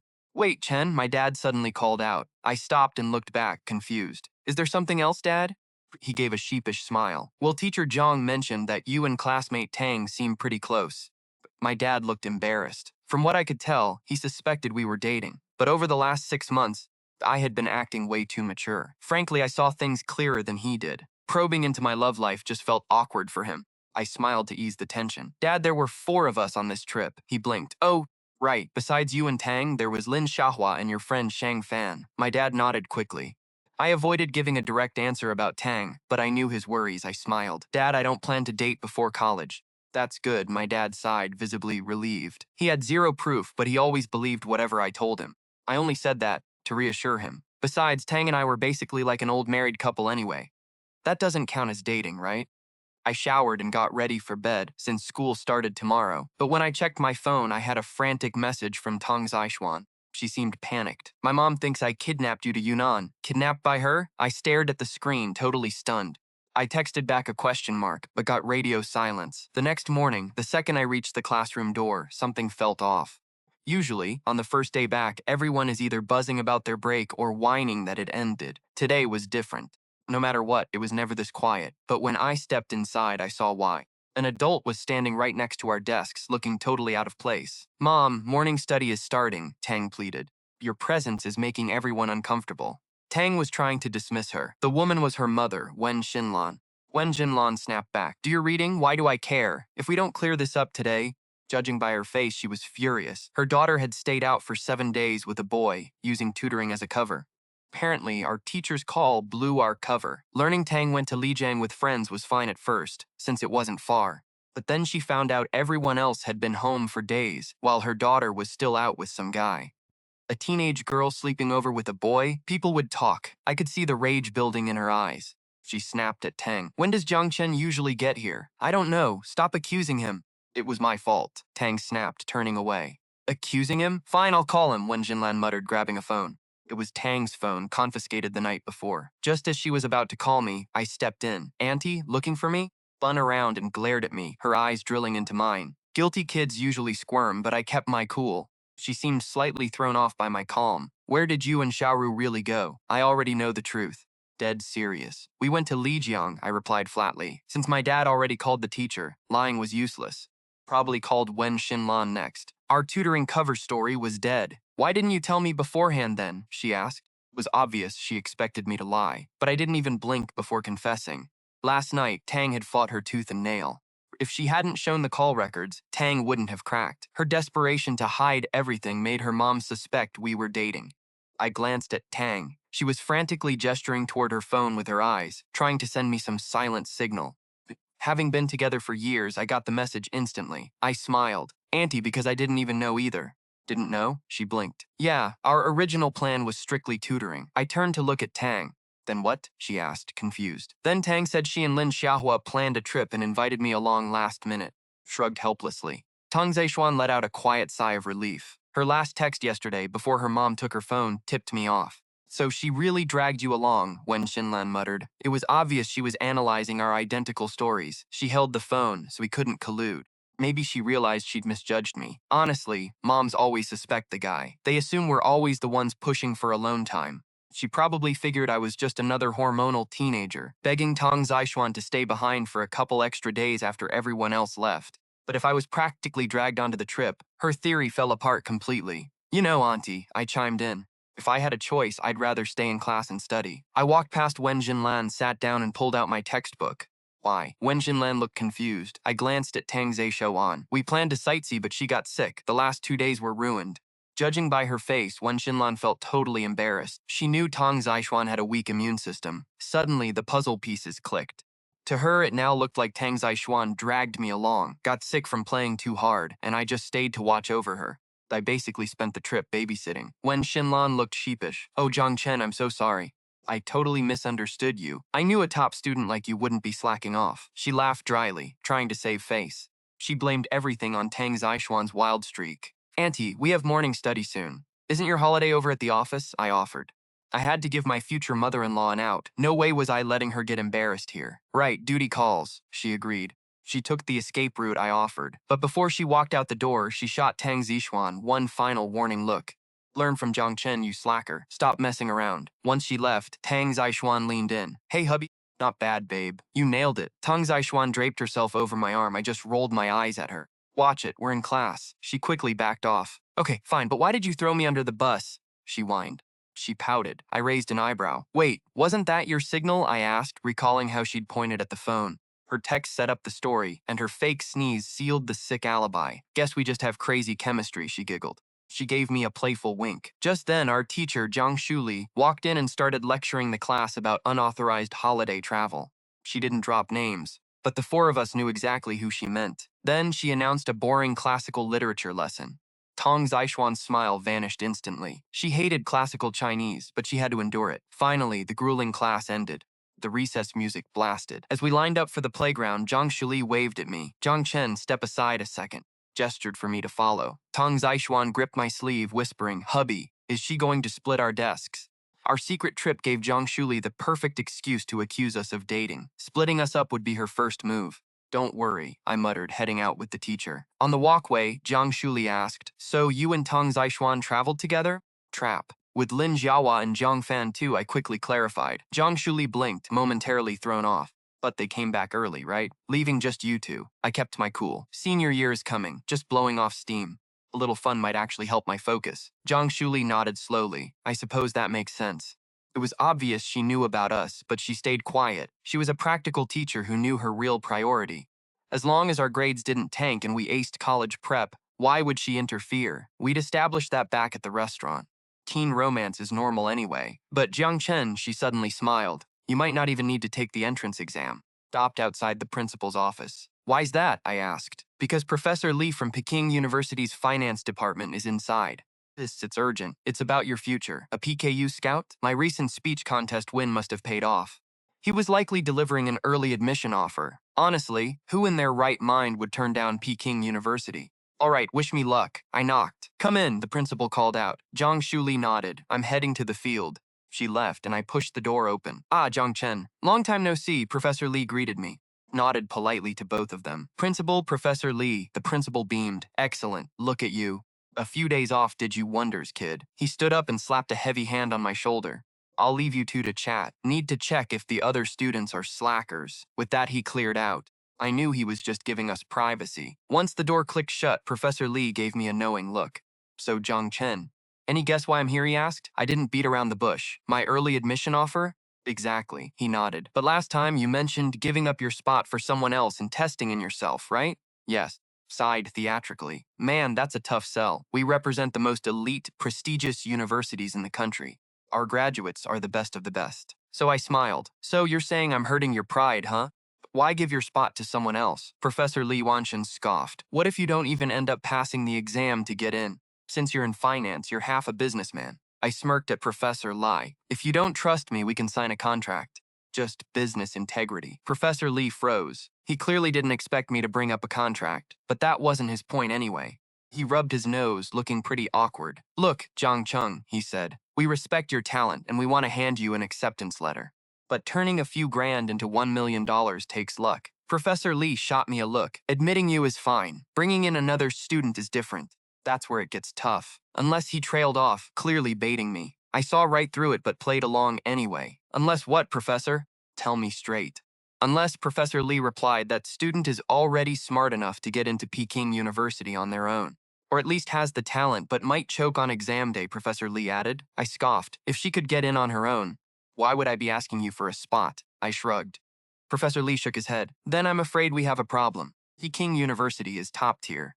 Other schools thought I was pushing my luck, saying they'd rather pass on me than damage their precious reputation. My dream school just rolled over and agreed to my demands it would look bad, just like the critics said. Sure, I had massive potential, but one acceptance letter was already a huge deal. Letting me bring a +1 with zero talent felt like a risk. It would just drag their standards down. But Professor Lee desperately wanted me. He knew his rival at Tsinghua was already drafting a better offer. If Tsinghua made their move first, I'd probably sign with them. Professor Lee had to lock me down before his rival could steal me away.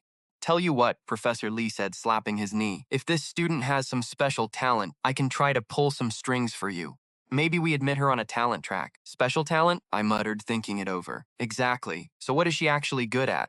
Professor Lee looked at me expectantly. I paused, then looked up with a straight face. Does eating ice cream in the winter count as a talent? He let out a dry, humorless laugh. Zhang Cheng, I'm not joking here. I know, Professor Lee, I replied, waving it off. I get it. You're saying my current worth isn't high enough for you to risk 2 spots, right? He nodded awkwardly. Obviously, it was all about my market value. Admitting my leverage was too low sounded harsh, so he hesitated. But then, judging by his face, a sudden realization hit him. He looked up, eyes wide with excitement.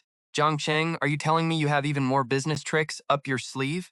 My true potential was way higher than what I'd shown. Asking for 2 spots was a steal. Who cared about a useless +1 then? It wouldn't hurt the university's reputation at all. No, I said, shaking my head. If you're worried about talent, I promise you'll both be satisfied. Meaning what? Professor Lee asked, leaning in. She's just as good at business as I am. Believe me, I asked. No way, he muttered. I'd literally just told him she had 0 special skills. Now suddenly she was a business genius? Tell you what, Professor Lee, I said. Before the college entrance exams, I'll prove it to you. Hold those 2 spots for me until then. Deal, Professor Lee agreed instantly. Keeping 2 slots warm was an easy call for him. Didn't even need the president's approval for that. All right, I'm heading out, I said, standing up. See you around. But he still looked puzzled. Wait, Zhang Cheng? Professor Lee called out, standing up. Can I ask you one quick question? Stopped and turned back. What's your connection to this student, he asked. Why are you going to bat for them like this? She's very important to me, I replied with a smile. Boy or girl, he whispered conspiratorially. Girl, I replied. He gave me a knowing nod. Even if I acted mature, I was still just a teenager in love to him. Got it, Professor Lee chuckled. If you can prove her worth, I promise both of you will be attending Peking University. Patted his chest proudly. I nodded, satisfied, and finally walked out of the office. He talked a big game, but the catch was clear. I had to prove Tong Zishuan's talent, and that was going to take some serious planning. Sure, my rebirth gave me future market cheat codes, but Tang Zixuan's wishes were all tied to me, even if she had Fortune 500 potential. I didn't want her stressing over business anyway. I'd promised to take care of her forever. Stepping outside, the school broadcast music had finally stopped. Kids were still hanging out on the field. The moment Tang Zixuan spotted me, she started waving frantically. Hey, look over there. When I got closer, she nudged me and pointed toward the concrete steps. What do you think they're up to? She whispered. I glanced over at Zhang Fan and Lin Jiahua. Who knows, I said. But judging by how close they are, things are going well. Spending every free second together, Zixuan whispered. I nodded in agreement. Hey, hubby, she smirked. Should we sneak over and listen? Her eyes lit up with pure mischief. Why not? We headed over and sat down, acting casual. There you are, Zhang Cheng. Zhang Fan and Lin Xiaohua immediately stood up and headed our way. Were you guys waiting for me? Zixuan smirked. Why are you flirting with my guy on your date? Because we care, they replied, almost in unison. Care about what? I asked. Zhang Fan leaned in. Did the principal call you in because she caught on to you and Zixuan? Did the homeroom teacher catch you in Jingshen's? Lin Xiaohua asked Tang Zixuan. Honestly, Zixuan and I didn't know whether to laugh or cry. Turns out those two were only hanging out to gossip about us. Probably not, Tang Zixuan murmured, though she hadn't actually asked me directly. Judging by my face, she could tell everything was fine. Yeah, he didn't say anything, I nodded. Right then, things took a turn. Zhang Fen immediately bragged to Lin Xiaohua, saying we were betting on them. Lin Xiaohua scoffed. Then why did the teacher call Jiang Chen to the office? Yeah, hubby, what did he want? Tang Zixuan whispered. Nothing, I smiled. I asked Tang Zixuan how she felt about Peking University. It is amazing, she said. Top-tier school, great location. It's got everything. What if we both go there? I asked. It fits you perfectly, Tang Zixuan said instantly, especially their finance and management program. They even support student startups, she added. Yeah, I saw that online, I nodded. Meanwhile, Zhang Fan asked Lin Xiaohua what we were talking about. Lin Xiaohua shook her head, completely clueless. Zhang Fan then muttered, You promised if dating at school is fine, you would let me ask you out. Zhang Fan asked timidly. That is totally different, Lin Xiaohua pouted. Why? Zhang Fan whined, his face falling. Look at Zhang Chen, Lin Xiaohua snapped. He and Tang Zixuan plan to get into Peking University. That is why the teacher ignores them. Can you? Her question absolutely crushed Zhang Fan. Does a trade school count? Lin Xiaohua scoffed. Exactly my point. I am not getting caught dating, Lin Xiaohua said, walking away. Hey, wait up! Zhang Fan scrambled after her up the steps. Only Tang Zixuan and I were left. Once we were alone, she whispered, Hubby, did the Peking University professor come find you? Yeah, I replied. Is it because of that speech competition? She asked carefully. I gave her a nod. All right then, she shrugged, pumping her fist in the air. Starting today, I am going to study my butt off too. I will get into Peking University to be with you. Won't that be too exhausting? I asked softly. She rested her head on my shoulder. As long as you are by my side, I can do anything. I gave a bitter laugh. This was totally against my original plan for her. My goal after rebirth was to make her life easy, not make her struggle. Sensing my worry, she leaned in and whispered in my ear. Hubby, compared to running a whole company, studying is actually way easier. Are you sure about that? I asked, raising an eyebrow. She nodded eagerly. Peking University is a reach, but I can do it. You need to keep working hard too. And how do I do that? I teased. She rolled her eyes playfully. Duh, by working hard. Be by my side every single second. Otherwise, I will have zero motivation. Now, let's head back. We should walk separately. You got called to the office because of me. We have to be careful. She walked ahead of me, gestured for me to slow down. Following behind her, I kept thinking about Professor Li Yuanshan's condition. Getting 2 admission spots wouldn't be easy. I had to prove Tang Zixuan's talent, but how? Especially if I wanted to keep her completely away from the brutal business world. Honestly, I was stumped. As sophomore year wrapped up, I obsessed over that puzzle daily. Meanwhile, Tang Zixuan started changing too.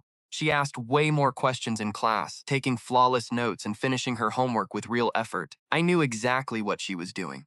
She was prepping for the college entrance exam to join me at Peking University. But as the exams went on, her grades just weren't enough. Sure, her May exam safely passed the Tier 1 cutoff, but by finals, she only barely scraped past it.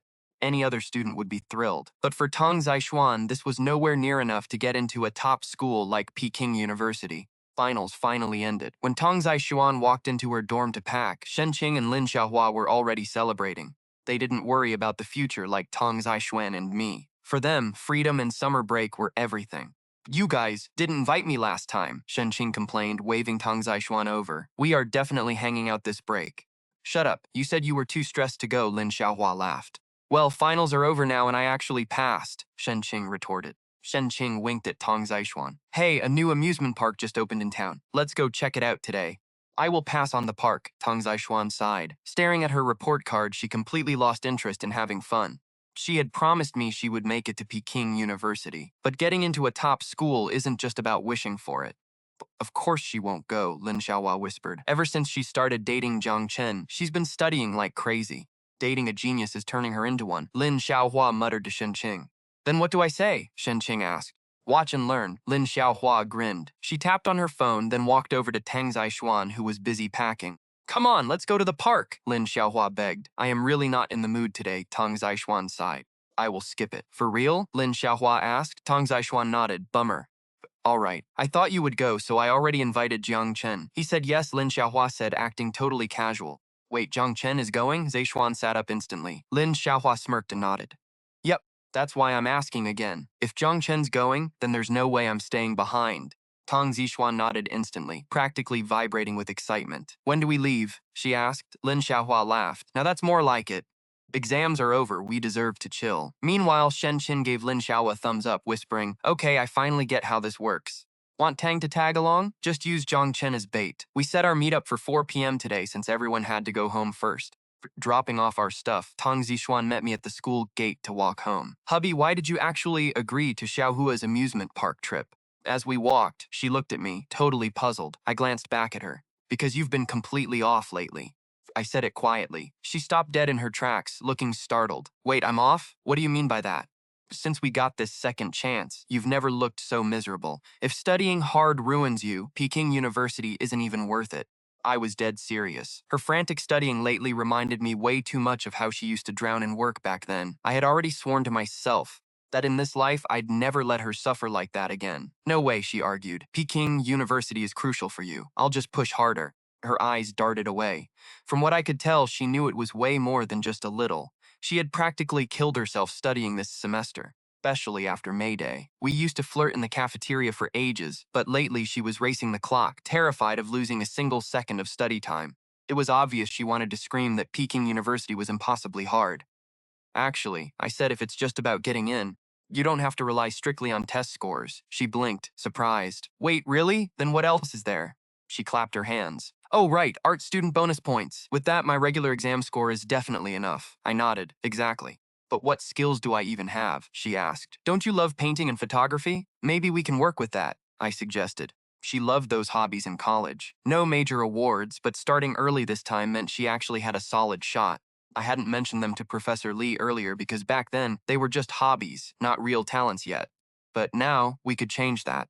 Besides, pursuing what she loved was way better than drowning in boring textbooks. Her face instantly lit up when she heard my suggestion. Oh my god, why didn't I think of that? Who says college only cares about test scores? See? No need to stress over grades 24/7, I smiled. You've improved so much compared to last term. She nodded in agreement. True. This summer I'm going to pick my old hobbies back up. With a year of practice, I might actually stand a chance. Talking about it clearly brought her energy right back. Then let's go have fun with Xiaohua today, I laughed. No way, she snapped instantly. I blinked. Why not? She winked at me. Because you have to come too. Everyone calls me boy crazy anyway, so I might as well lean into it. You're my hubby, so of course you come first. Her sweet talk made me smile. This playful girl was who she was always meant to be. See you in a bit then. After dropping her off at her neighborhood gate, I headed back to my empty house. My dad was still working at the factory. I quickly packed up, saw it was only 1 p.m. and fired up my laptop. I bought her old college drawing board and camera online. Suddenly, my messaging app pinged. Lin Xiaohua had added me and Tang Zixuan to a group chat. Jiang Fan and Shen Qin were in it too. Xiaohua spammed us with photos of the newly opened park, texting, "This place looks incredible. I heard they have a haunted house. We're definitely doing that," Shen Qin chimed in. Tang Zixuan texted next. Jiang Chen, I want the water slide and the cable car. Clearly, the 3 girls were hyped. Then Jiang Fan asked me in the chat, Hey old Jiang, why aren't you going? He can't make it, Xiaohua replied. I was confused. We all did pretty well on our exams, so why couldn't he go? My grades barely hit the Tier 2 cutoff. Zhang Fan sent a crying voice. Don't sweat it.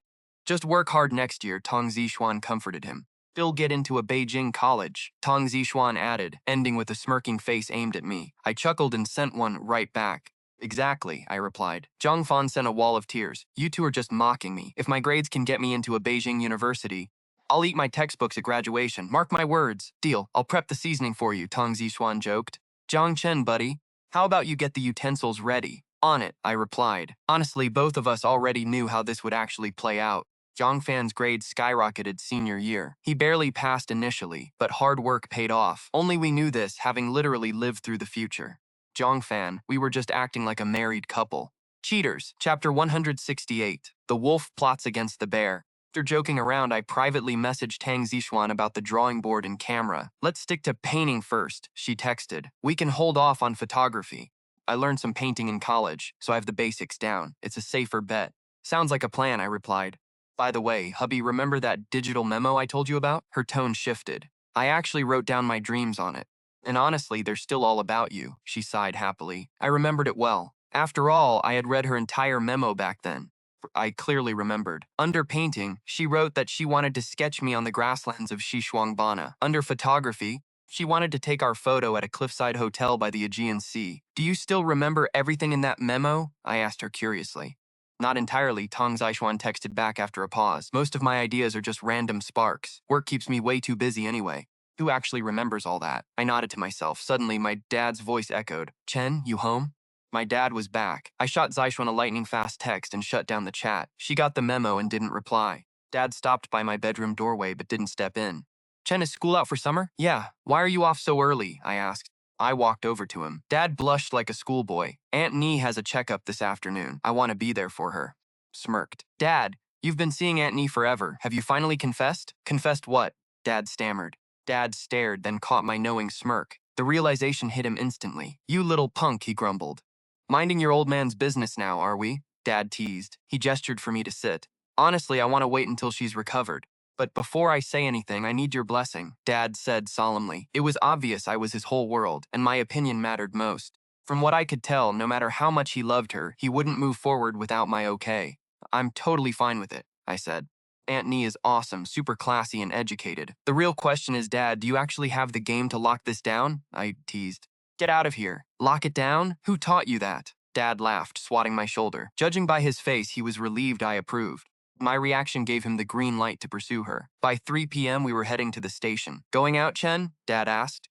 Yeah, hanging out with friends, I nodded. Is that Tang girl going to be there? Dad asked. Dad gave me a look. Anyone could see he thought Zishuan and I were basically dating. Actually, 2 other friends are coming too, I corrected. Got it. I probably won't be home for dinner, so grab some food with them on my tab, Dad said. Dad pulled out 200 yuan bills, but his hand froze halfway. I smiled, waving them off. Dad, I have my own money. Right, forgot. Dad chuckled dryly, looking a bit sheepish. You make way more than your old man these days anyway. Stuffed the cash back into his wallet. My bus is here, I gotta go, I said, pointing toward the approaching ride. Dad nodded. As I climbed aboard, I could tell Dad was feeling emotional. I was acing school and financially independent. I didn't need his pocket money anymore. I was finally growing up, and he didn't have to worry about a thing. Suddenly, Dad remembered something and called out. Oh, by the way, Chen. Spun around. Did you buy something online? A package for you got delivered to my factory today, Dad yelled over the noise. Bus doors hissed shut. I'll check it tonight, I yelled back, shouting through the window as we pulled away. Once the words left my mouth, I paused. Sure, in high school I always ordered clothes online and shipped them to Dad's factory. But lately, I hadn't ordered a single thing. Even my new drawing board and camera were bought in person today. Besides, shipping in 2006 wasn't instant. Same-day delivery didn't exist yet. Maybe it was from one of those college recruiters? That was the only thing that made sense to me. Tsinghua's recruiter promised to talk, but still hadn't reached out. Meanwhile, Peking University's Professor Li was the only one desperate enough to hunt me down. Station, the 3 girls showed up. Xiaohua and Shenqin wore basic school clothes, but Zishuan had on a low-cut white dress. She looked sweet but totally stunning. Shenqin nudged me. Hey Chen, Tang dressed up this crazy nice just to go to the park with us? Admitted it's totally because you're coming. Zishuan leaned in close to me, whispering, So, do you like it? I nodded. Do I outshine them, or what? Zishuan smirked. They're still high schoolers. They don't know how to dress up yet. I rolled my eyes. You say that like I'm not a student either. Zishuan pouted, looking highly offended. The amusement park bus pulled up. Since summer break just started, the bus was packed. We squeezed our way on board. It was a sea of teenagers. Finding a seat was a joke. We couldn't even stand together without getting shoved. Babe, can't you just say I look hot? Everyone else thinks so, Zishuan whined, nudging me. Sure, you look fine, but I started. Still a student. Pull this up. I reached out and yanked her low neckline higher. She glared at me, clearly annoyed. You're the one who said I looked like a tomboy. Happy now? She huffed. Nearby, Qin and Xiaohua were watching us. Whoa, Xiaohua, look! Look at them. What kind of crazy flirting is that? Qin's eyes went wide. Right there on a public bus, we were getting handsy. Xiaohua paused, looking dead serious. When I was a kid watching cartoons, my mom snatched the remote right out of my hand. Flipped to a drama with a scene just like this. Know what she called it? What? Qin leaned in. Xiaohua sighed. The Big Bad Wolf Plotting. Chapter 169. The new park sat right by the river, blowing a cool breeze our way. It had just opened, so everyone was there. By late afternoon, the place was crawling with high schoolers our age. So, should we start with something crazy? Zaishuan suggested, her eyes gleaming. We got our tickets and walked in. Zaishuan immediately locked onto the giant pendulum and roller coasters. Xiaohua turned pale. Aren't those things totally terrifying? Shen Qin backed away too. People literally scream for their lives on those, but look at the massive line. Zaishuan argued, her excitement on another level. If you're so brave, drag Chen with you, Qin yelled. Leave us out of this. We didn't come here to get scared to death. Shen Qin and Xiaohua backed away, leaving us. Ziswan turned to me. Babe, do you dare to ride this? I raised an eyebrow. You really want to? Swan nodded eagerly. She wasn't exactly fearless, but I knew she needed a good scream on these wild rides to blow off some serious steam. I knew her stress wasn't just from school. Since she started working in her past life, she never really had a way to let it all out. I still remembered her old bucket list. She actually wrote down that she wanted to go bungee jumping with me. If she was down for that, then a roller coaster was nothing. Come on, Xiaohua, Shen Qin said. Let's hit the bumper cars. We'll leave the roller coaster to these two. Shen Qin dragged Xiaohua away. Zishuan started pushing me from behind. Come on, babe, let's get in line for the roller coaster right now. I teased her. Weren't you complaining earlier? Now you're all excited, she smiled. We're already here. We have to make the most of it. I missed out on roller coasters in college, Zixuan said, dragging me into the queue. I laughed. Didn't you only ride the baby rides back then? Glanced over at Shen Qin and Xia. Zishuan smirked. Exactly. That's why I want to try. Babe, you're not scared, are you? Not a chance, I said, shaking my head. Usually, people get scared because their bodies can't handle the G-force. But with my current physical shape, bungee jumping wouldn't even make me blink. Zixuan rolled her eyes. Yeah, right. Look at all those guys over there screaming like babies. Patted my shoulder. Don't worry, babe, if you get terrified, just hold my hand. I'm right here. I gave her a massive eye roll. Honestly, she'd be the one screaming her lungs out, not me. Suddenly, a voice called out from behind us, near the scenic cable cars.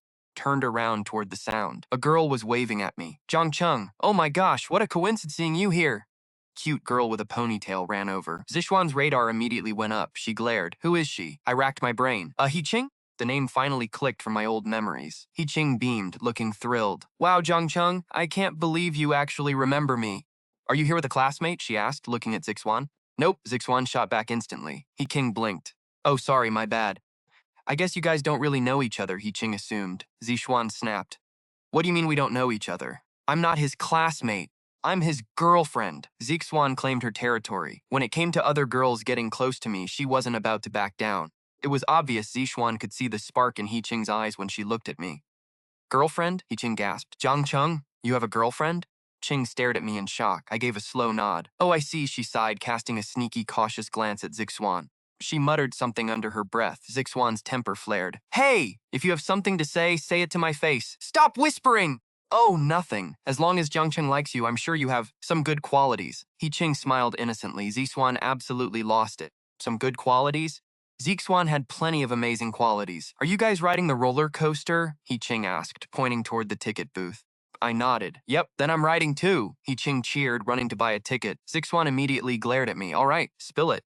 The second she left, Zixuan started interrogating me. I shrugged. Just an old classmate from middle school. A childhood friend. She looked even more suspicious. I rolled my eyes. Not really a childhood friend, just a classmate. Zixuan crossed her arms. Then why have I never heard of her? Juan kept pressing. Knowing her since elementary school felt way too close for comfort. I sighed. Because she's not important at all. So why would I bother mentioning her? I added calmly. Zixuan paused, seemingly realizing my logic actually made perfect sense. I teased her. Are you jealous? Zixuan's face flushed bright red as she whipped her head away. No, I'm not. But a second later, she peeked back at me. You really don't have feelings for her? I sighed. If I did, you would have noticed in our past life. She nodded slowly. Yeah, I guess you're right. It's just a coincidence. I shook my head at how incredibly sensitive she was being. I playfully pinched her nose. Zixuan pouted. Whatever, it's not like we have to ride together. Look how many people are in line behind us. From what I could tell, she was definitely jealous, but figured there was no real threat. That was until Ching stepped up. Ching slipped behind us, batting her eyelashes at the guy behind me. Excuse me, can I cut? I know the guy in front of you. The manipulation was so thick I could practically smell it. Zixuan gave me a look. Babe, why are you always surrounded by drama queens trying to steal you? They clearly didn't know how strong our bond was. Naturally, the guy behind me didn't refuse her, and Ching happily cut in right behind us.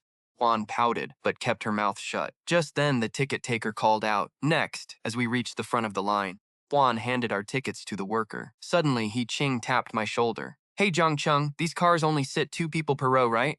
Do you think we'll end up sitting together? She was unbelievable. Zixuan snapped. Hey, I already told you he's my boyfriend. Back off. I could tell she wasn't trying to bully a younger girl, but we had made our relationship clear. Yet Ching kept pushing, which was a major problem. So what if you're dating? Ching scoffed, crossing her arms. As long as you're not married, that means I still have a chance. Right, Zhongchen? Ching asked, glancing at me. But Tong Zixuan smirked and chimed in. Too bad we're already married. Tong Zixuan was losing it. Ching pouted, whining, liar. You guys are too young to get married. Besides, Zhongchen is way too good for you. Doesn't belong only to you. Tong Zixuan snapped. She shot me an exasperated look, pleading for help. I just shrugged. I calmly looked at Ching. We're definitely getting married. She smirked, scoffing. Why? No one can really predict the future, can they? Ching shrugged, acting unfazed. The future is a mystery. But Zhangcheng shut her down, saying, maybe, but she's a far better fit for me. I nodded happily, feeling smug. That's more like it. That's my man. Even with some schoolgirl hitting on him, he still chose me. Always defend me. Zhangcheng Ching chimed in, her voice dripping with fake sweet poison. Just a warning, that girl is bad news. Hearing Ching whisper that, my eyes widened. Me? A bad woman? Why? Before I could snap, Zhangcheng gently pulled me back. He looked amused as he questioned Ching. Judging by his calm face, he was totally on to her game. She was a total green tea girl.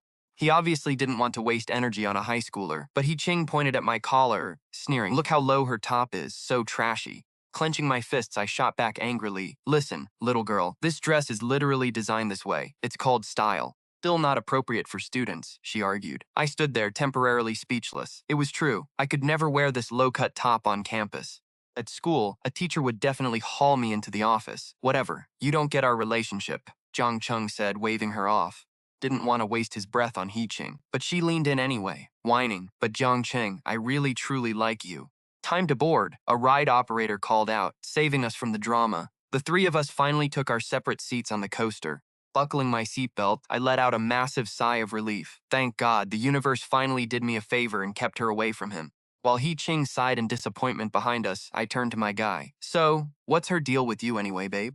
I elbowed him gently. To put it simply, she had decent grades in middle school and confessed to me once. Zhang Cheng explained with a helpless shrug. Ah, a secret admirer. Guess I'm not your first, I teased. He chuckled, looking right at me. Maybe not, but you're the first one I ever accepted. Smirked, flipping my hair. Well, duh, you can't resist my charm. I paused for a second, my playful mood fading into a slight worry. I turned to him. Babe, honestly, do you like young girls like her, or do you prefer me? You're not getting tired of me, are you? I couldn't help but feel a sudden pang of anxiety. People talk about the 7-year itch, but we'd been together way longer than that. It's easy for people to grow tired of each other. Never, Zhang Cheng replied, completely firm. I blinked, looking at him. Why are you so sure? She's younger and fresher, you know. And you think you aren't a gorgeous young girl right now? Zhang Cheng laughed, gently ruffling my hair. I rolled my eyes, but my heart melted. We've been together forever, yet his head pats still get me. Best of all, I knew Ching was watching. She sat behind us, looking totally jaw-dropped. I smirked. Go ahead, try to steal my man. You can't touch a bond built over years. Felt instantly reassured. Let other girls chase Zhang Cheng all they want. As long as our bond remained unbreakable, she was absolutely no threat.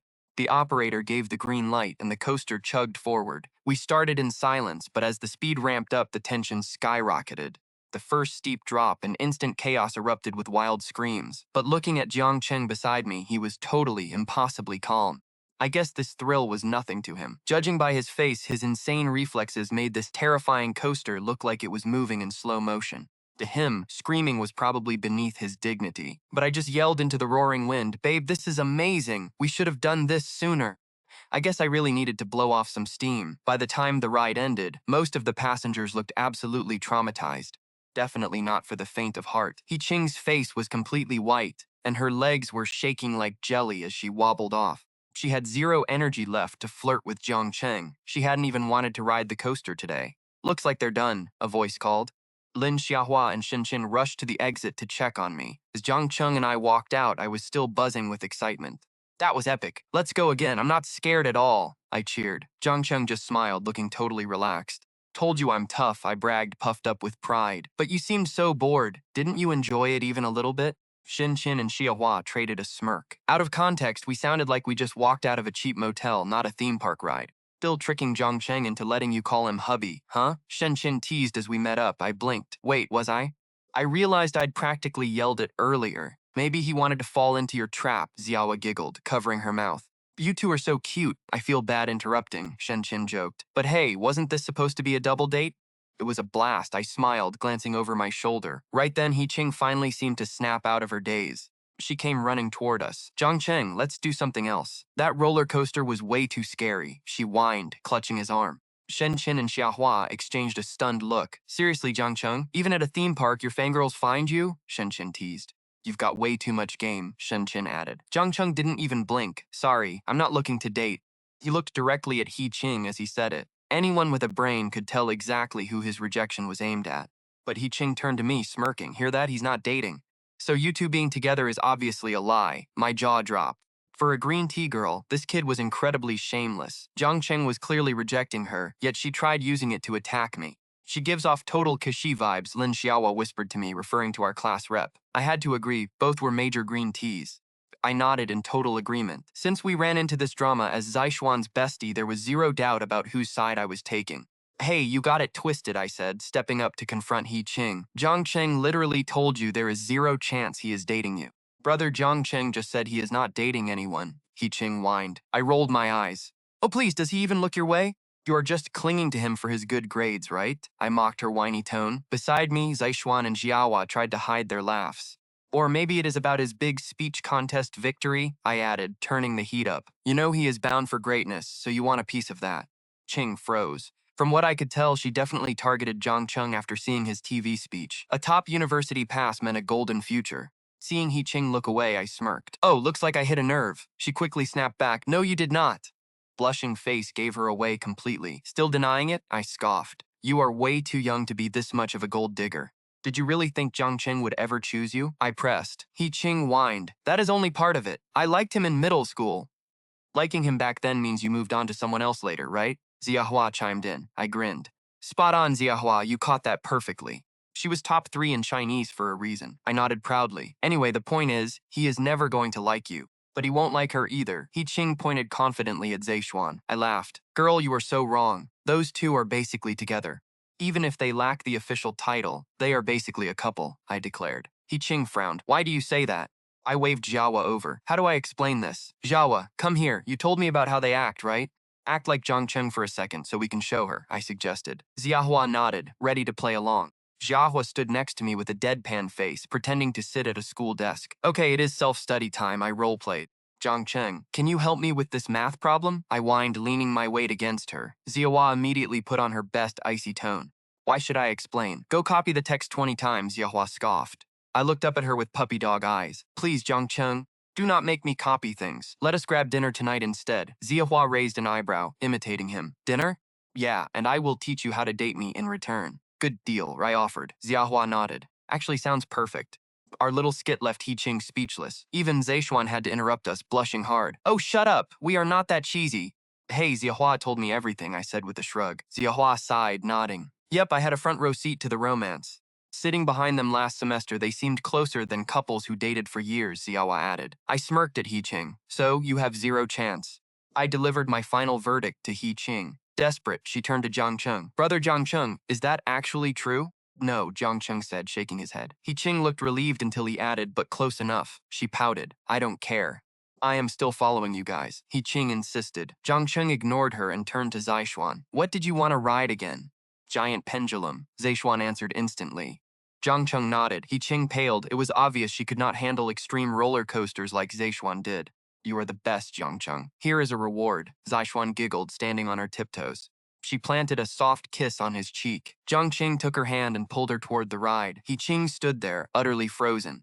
kisses and hand-holding. I smirked. Go home, little girl. Your little green tea act is not going to work here. I waved her off. Ching looked completely humiliated as she finally turned around and walked away.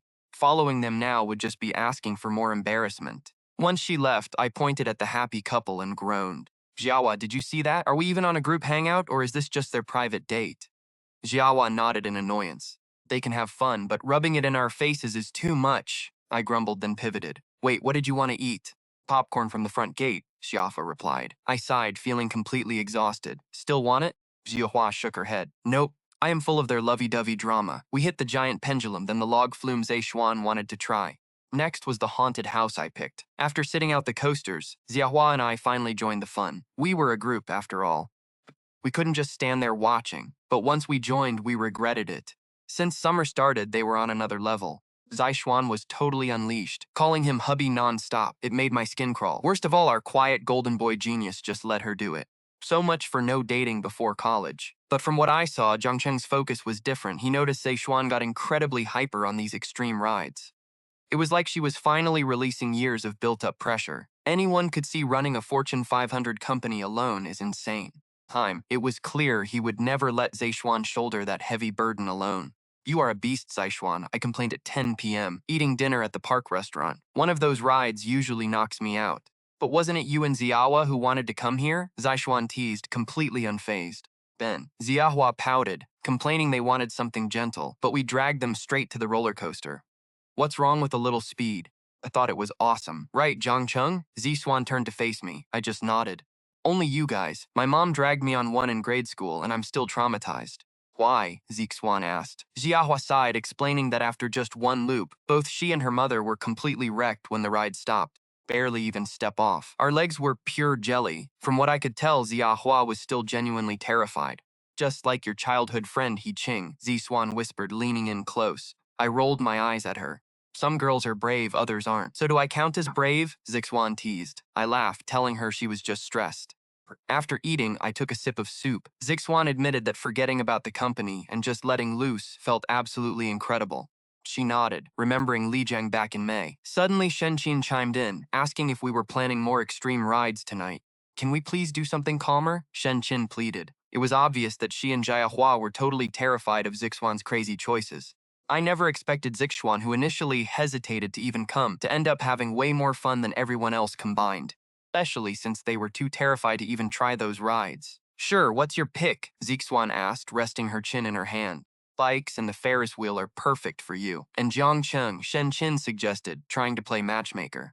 But the moment Shenqin mentioned the Ferris wheel, Zexuan's face went totally pale. No way, absolutely not, she panicked. She waved her hands frantically. Xiaowa looked at us, utterly confused. Shenqin and I won't even ride in the same cabin.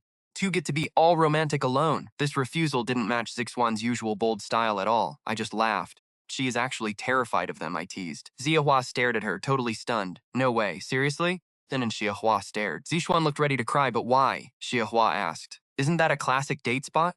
I grinned. What if a creepy ghost is pressed against the glass? That would ruin the mood. The actual reason was hilarious.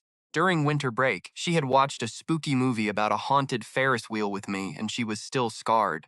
Skipped it, hit the gentler rides, and by 9:30 p.m. took the cable car across the river to the other side. It made catching a ride home way easier. After stepping off, Zexuan and the girls grabbed ice cream cones to cool down. Babe, did you have fun today? I loved it. Zexuan smiled, holding her cone. I promised we would come back soon. No need to overdo it, she argued logically. Once in a while is great, but every day would get boring fast. We need variety. My old bucket list didn't have a single repeat on it. I nodded, realizing she had a point. So what's next on your list? I asked. Zexuan smirked. Well, right now let's skip going home and head to a hotel. Playfully raised her eyebrows at me. I rolled my eyes, fully aware she was just teasing. Okay, she laughed. Honestly, I'm just happy being with you. I just wish I remembered everything on that list. She sighed with regret. Whenever you remember one, we will do it together. I promised, gently ruffling her hair. Don't worry about starting a company in this life. Leave that to me, she giggled. Wow, bossy, aren't you? Bon laughed. I raised an eyebrow. Wait, who was the one begging to slack off and let me spoil them? Fine, you got me, she admitted, laughing. Meanwhile, Xiahua and Shenqin quickly walked ahead of us. Walking behind our PDA was probably pure torture for them. Watching Xiahua leave, Zexuan suddenly asked, Didn't you want to start a business? I nodded. Even though my trading profits were massive, building a real empire meant doing more than just playing the market. Beside me was a former Fortune 500 CEO. With your current capital, launching a startup should be easy, she noted. She nodded gently. Honestly, with your sharp eye for investments, you should definitely start a venture capital firm. Pretty much, I agreed. If I was going to launch a business, a venture capital firm made the most sense. It was the ultimate way to leverage my market instincts. Wait, doesn't Xiaohua's uncle run a venture capital firm? Ziswan whispered. You want me to partner up with him, I asked. Zixuan shook her head. No, not partner. I mean outright buyouts. Acquire it? I was stunned. I wanted to build a business, but buying out an established firm hadn't crossed my mind. She had the executive experience to guide me. Building from scratch takes endless time. Skip the grind, she smiled. Since you have the capital, acquisition is smarter. Starting fresh might actually cost you more anyway. I nodded. This was gold standard advice from someone who actually had my back, and she knew the business inside out. Anyone else might try to play me, but she never would. Her brilliant corporate mind was my secret weapon. But that's going to be tough, I noted. Her uncle is wildly successful, and judging by Xiaohua's family background, that company was booming. With an upward trend like that, they'd never sell unless a buyer paid an insane premium. Besides, my current bankroll couldn't support buying a giant like that. Tang Zishuan smirked and said, I said buy a company, not necessarily Xiaohua's uncle's. But her uncle definitely knows other owners. Snatching up struggling, bleeding businesses should be a breeze. So that was Tang Zishuan's angle. I'll think about it, I said, nodding. Tang Zishuan added, based on our Lijiang trip, her uncle will probably reach out first. Tang Zishuan winked at me. She clearly wanted me to play hard to get. In business, the first one to make a move loses all leverage. As a Fortune 500 CEO, Tang Zishuan knew her stuff. He'll call soon, I murmured, checking the contact list on my phone. Boss Xia's number was right there. Tang Zishuan tapped her chin. Honestly, we have it easy now. We already know how the future market plays out. We can easily build an empire using this information gap. But babe, once you're successful, don't end up like I used to be. Exhausted like a dog every single day, Tang Zishuan pouted. It was obvious she was worried that if I got too busy, we'd never see each other. No way, I laughed, pulling her close. Once the business takes off, we're going to do something actually meaningful. Like what? Tang Zishuan asked, looking up at me. Like traveling the world together, I smiled. She froze. Was her dream back in college. But back then, work pressure crushed it. A single phone call would ruin any vacation we tried to take. I can't wait, she whispered, smiling. She stood on her tiptoes and planted a kiss on my cheek. Right then, a loud cough interrupted us. Hey, lovebirds, you getting in or what? Shen Qin yelled. She and Lin Xiahua had already hailed a cab and were waiting. Instead of jumping in, they just stood there, giving us a smug look. Get in, it's late, time to go home. Tang Zishuan pulled me into the back seat. Suddenly, Lin Xiahua smirked and said, Hey, Zhangchen, you might want to clean up a bit. Huh? I asked. Lin Xiahua pointed to her cheek. You've got some white cream right there. I wiped my face. I glanced at Tang Zishuan, totally defeated. It was definitely left over from her kiss. Once I got home, my phone buzzed with a text from her. Babe, you better not be making empty promises. I really can't wait to travel the world with you. This time, for sure. I quickly sent back my reply. Chen, is that you? My dad, Zhang Xinhua, called out from the living room. Yeah, Dad. How did Auntie Nee's checkup go? I asked. Great. They said she can get the surgery over summer break. She needs to build up her strength, Dad said, stepping out of the kitchen smelling like chicken soup. I'll go visit her with you during break. I nodded. I didn't think you'd like Auntie Nee this much, Chen, Dad said, looking relieved. I laughed. She's going to be my dad's partner. Of course I have to like her, you little brat, Dad muttered, shaking his head. But by now he was totally used to me acting older than my age. Oh, by the way, I grabbed a package for you. It's in your room. He pointed toward my door. Any idea what it is, Dad? I asked. I'd been wondering about it all day. Probably from some college professor or boss Xia, since I hadn't ordered anything lately. Dad added, I didn't open it. Go check it out yourself, Dad said, shaking his head. I nodded and walked into my room. It looked like a manuscript. The package was a sealed document envelope. From what I remembered, these usually held paperwork. Usually it was just books or contracts. Was it really from one of those elite professors? Why hadn't anyone texted me about it? I muttered, ripping the packaging open. It had to be from the professors, but one thing still bugged me. Why send me something without a heads up? Confused, I peeled away the layers of plastic packaging. What was this? Inside was a thick stack of printed pages, about half the size of standard printer paper. They were bound together. I flipped it over. No cover page, no title, nothing on the front or back. But it was a booklet. I opened the first page and my eyes locked onto the text. December 22nd, 2012. Yesterday's doomsday was fake. I wanted to face the apocalypse with Zhang Chen. Instead, we got clear skies. I'm so mad. Next chance I get, I'm taking Zhongchen to Mexico to ask those Maya descendants why they lied. Instantly, I knew exactly who wrote this. Back in 2009, a blockbuster disaster movie had taken over the world. Everyone thought December 21st, 2012 was the end of the world. But when the day arrived, absolutely nothing happened. Tang Zixuan and I were college freshmen back then. Half the campus was staring up at the night sky, waiting for signs of doom. We were waiting for thunder or spaceships, but only got a few quiet stars. Wait, why did this entry look so familiar? Something was off. Tang Zixuan and I were currently in 2011, just finishing high school sophomore year. Plus, she never kept a diary.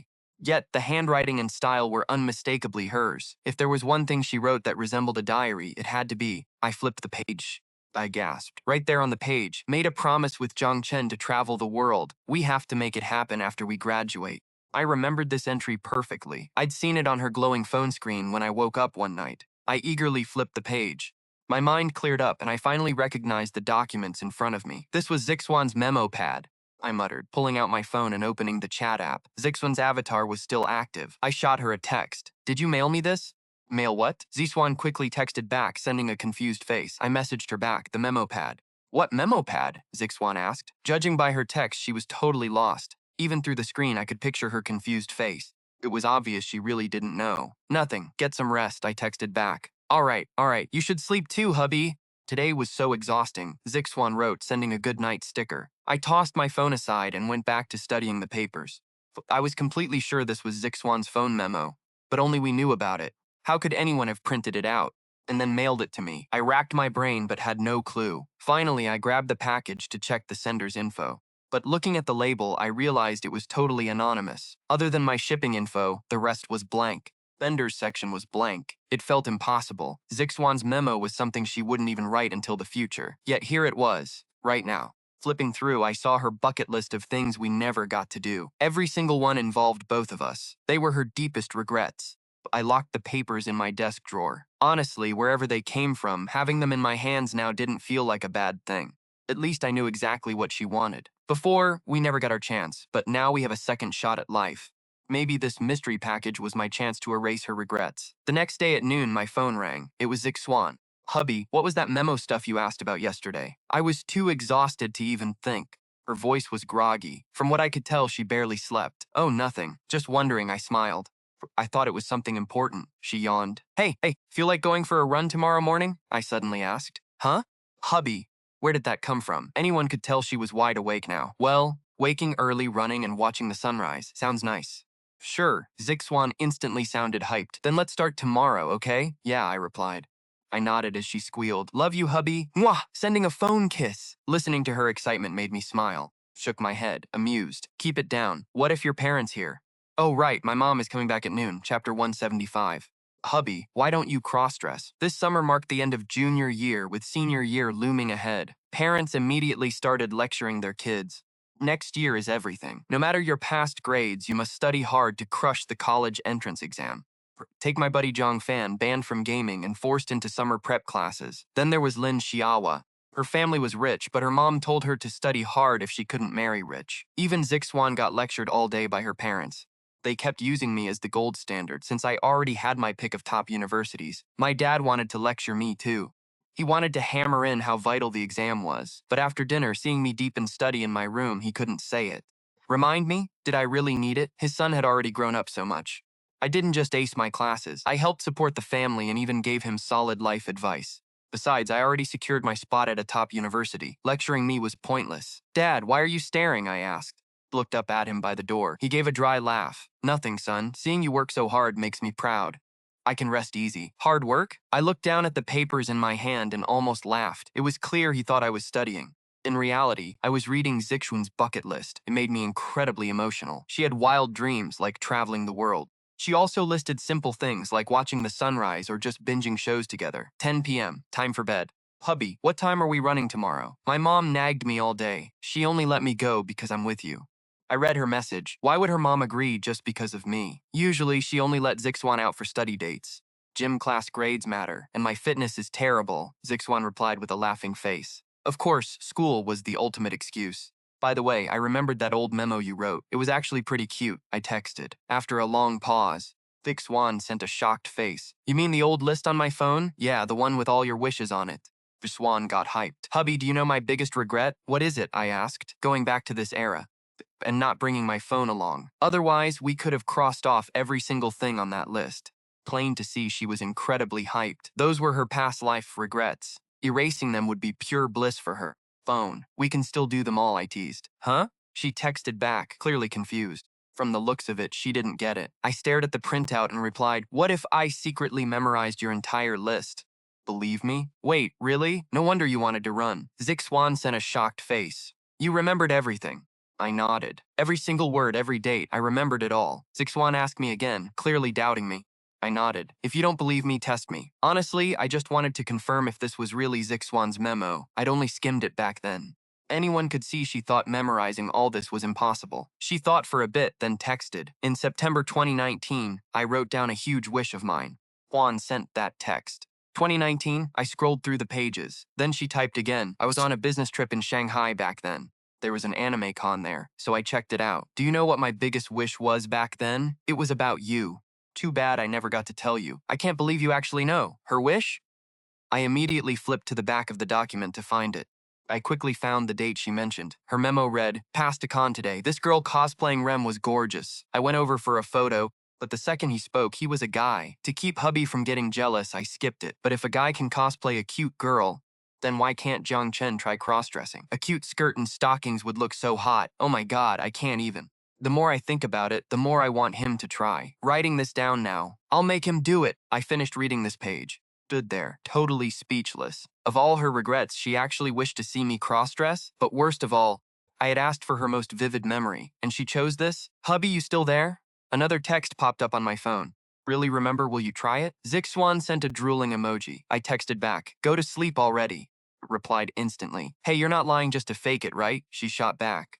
I remember, but I'm not doing it, I wrote. She sent a sigh. Judging by her text, she knew I remembered. Fine, how about we skip the stockings? Begged, clearly unsatisfied. Just the skirt? I told her to sleep. The next morning at 5:30, I met her outside her apartment. Fawn jogged out in a white tracksuit, complaining instantly. Hubby, even for a jog, why does it have to be this early? It was obvious she hated waking up at 5 after finally getting a break post-rebirth. It felt like her old work schedule. The sky was barely light. I raised an eyebrow. Fine, we won't run anymore. No way, she gasped. You promised to jog with me. Fine, whatever. I can handle 5:30, she said defiantly. Then she looked at me curiously. Hey, hubby, where are we starting? The riverbank, I said. We'll jog along Riverside Road and loop right back. She nodded. I glanced at her long hair draping over her shoulders. Tie it up. Why? She asked, looking up at me confused. We don't have school or work today. Let me enjoy having my hair down. How are you going to run otherwise? I sighed. Fair point. Fine, I'll tie it up. Zick Swan pulled a black patterned hair tie out of her bag. She quickly tied her hair up. Doesn't this look worse? Girls look better with their hair down, right? She asked me curiously. Shook my head. It looks better up. You didn't say that in college, she pouted. Well, that was then. Is now. I rolled my eyes. Besides, what student runs with their hair down? Realization hit her. Oh, right. I forgot I'm still a student. I bought 2 waters at the corner store, and we started jogging. Morning runs aren't about speed. It is all about finding a steady rhythm. Jogging against the cool river breeze in the quiet, dim morning felt absolutely amazing. But for beginners, even a light jog is brutal. Zick Swan was already panting. From what I could tell, she only kept going so I wouldn't stop. Otherwise, she'd have quit instantly. Good enough, I said, stopping on the path. She gasped like a prisoner who just got released. Hubby, your stamina is insane, she wheezed. Finally, I asked, tired? Who, me? Never. I shrugged. If it's so exhausting, why'd you put it in your memo? Maybe I just love working out, she argued. Pouted. It was clear she had forgotten the real reason. It'd been years. She remembered the goal, but not the motive.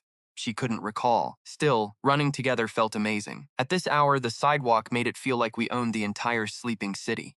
From her bright smile, she clearly loved this quiet escape. Even with a ridiculous excuse, she wanted to keep running. Yeah, you definitely need the workout, I teased. I smiled, unscrewing my water bottle. Exactly, Z-Swan agreed. If I can't even handle a morning jog, my health is seriously trashed.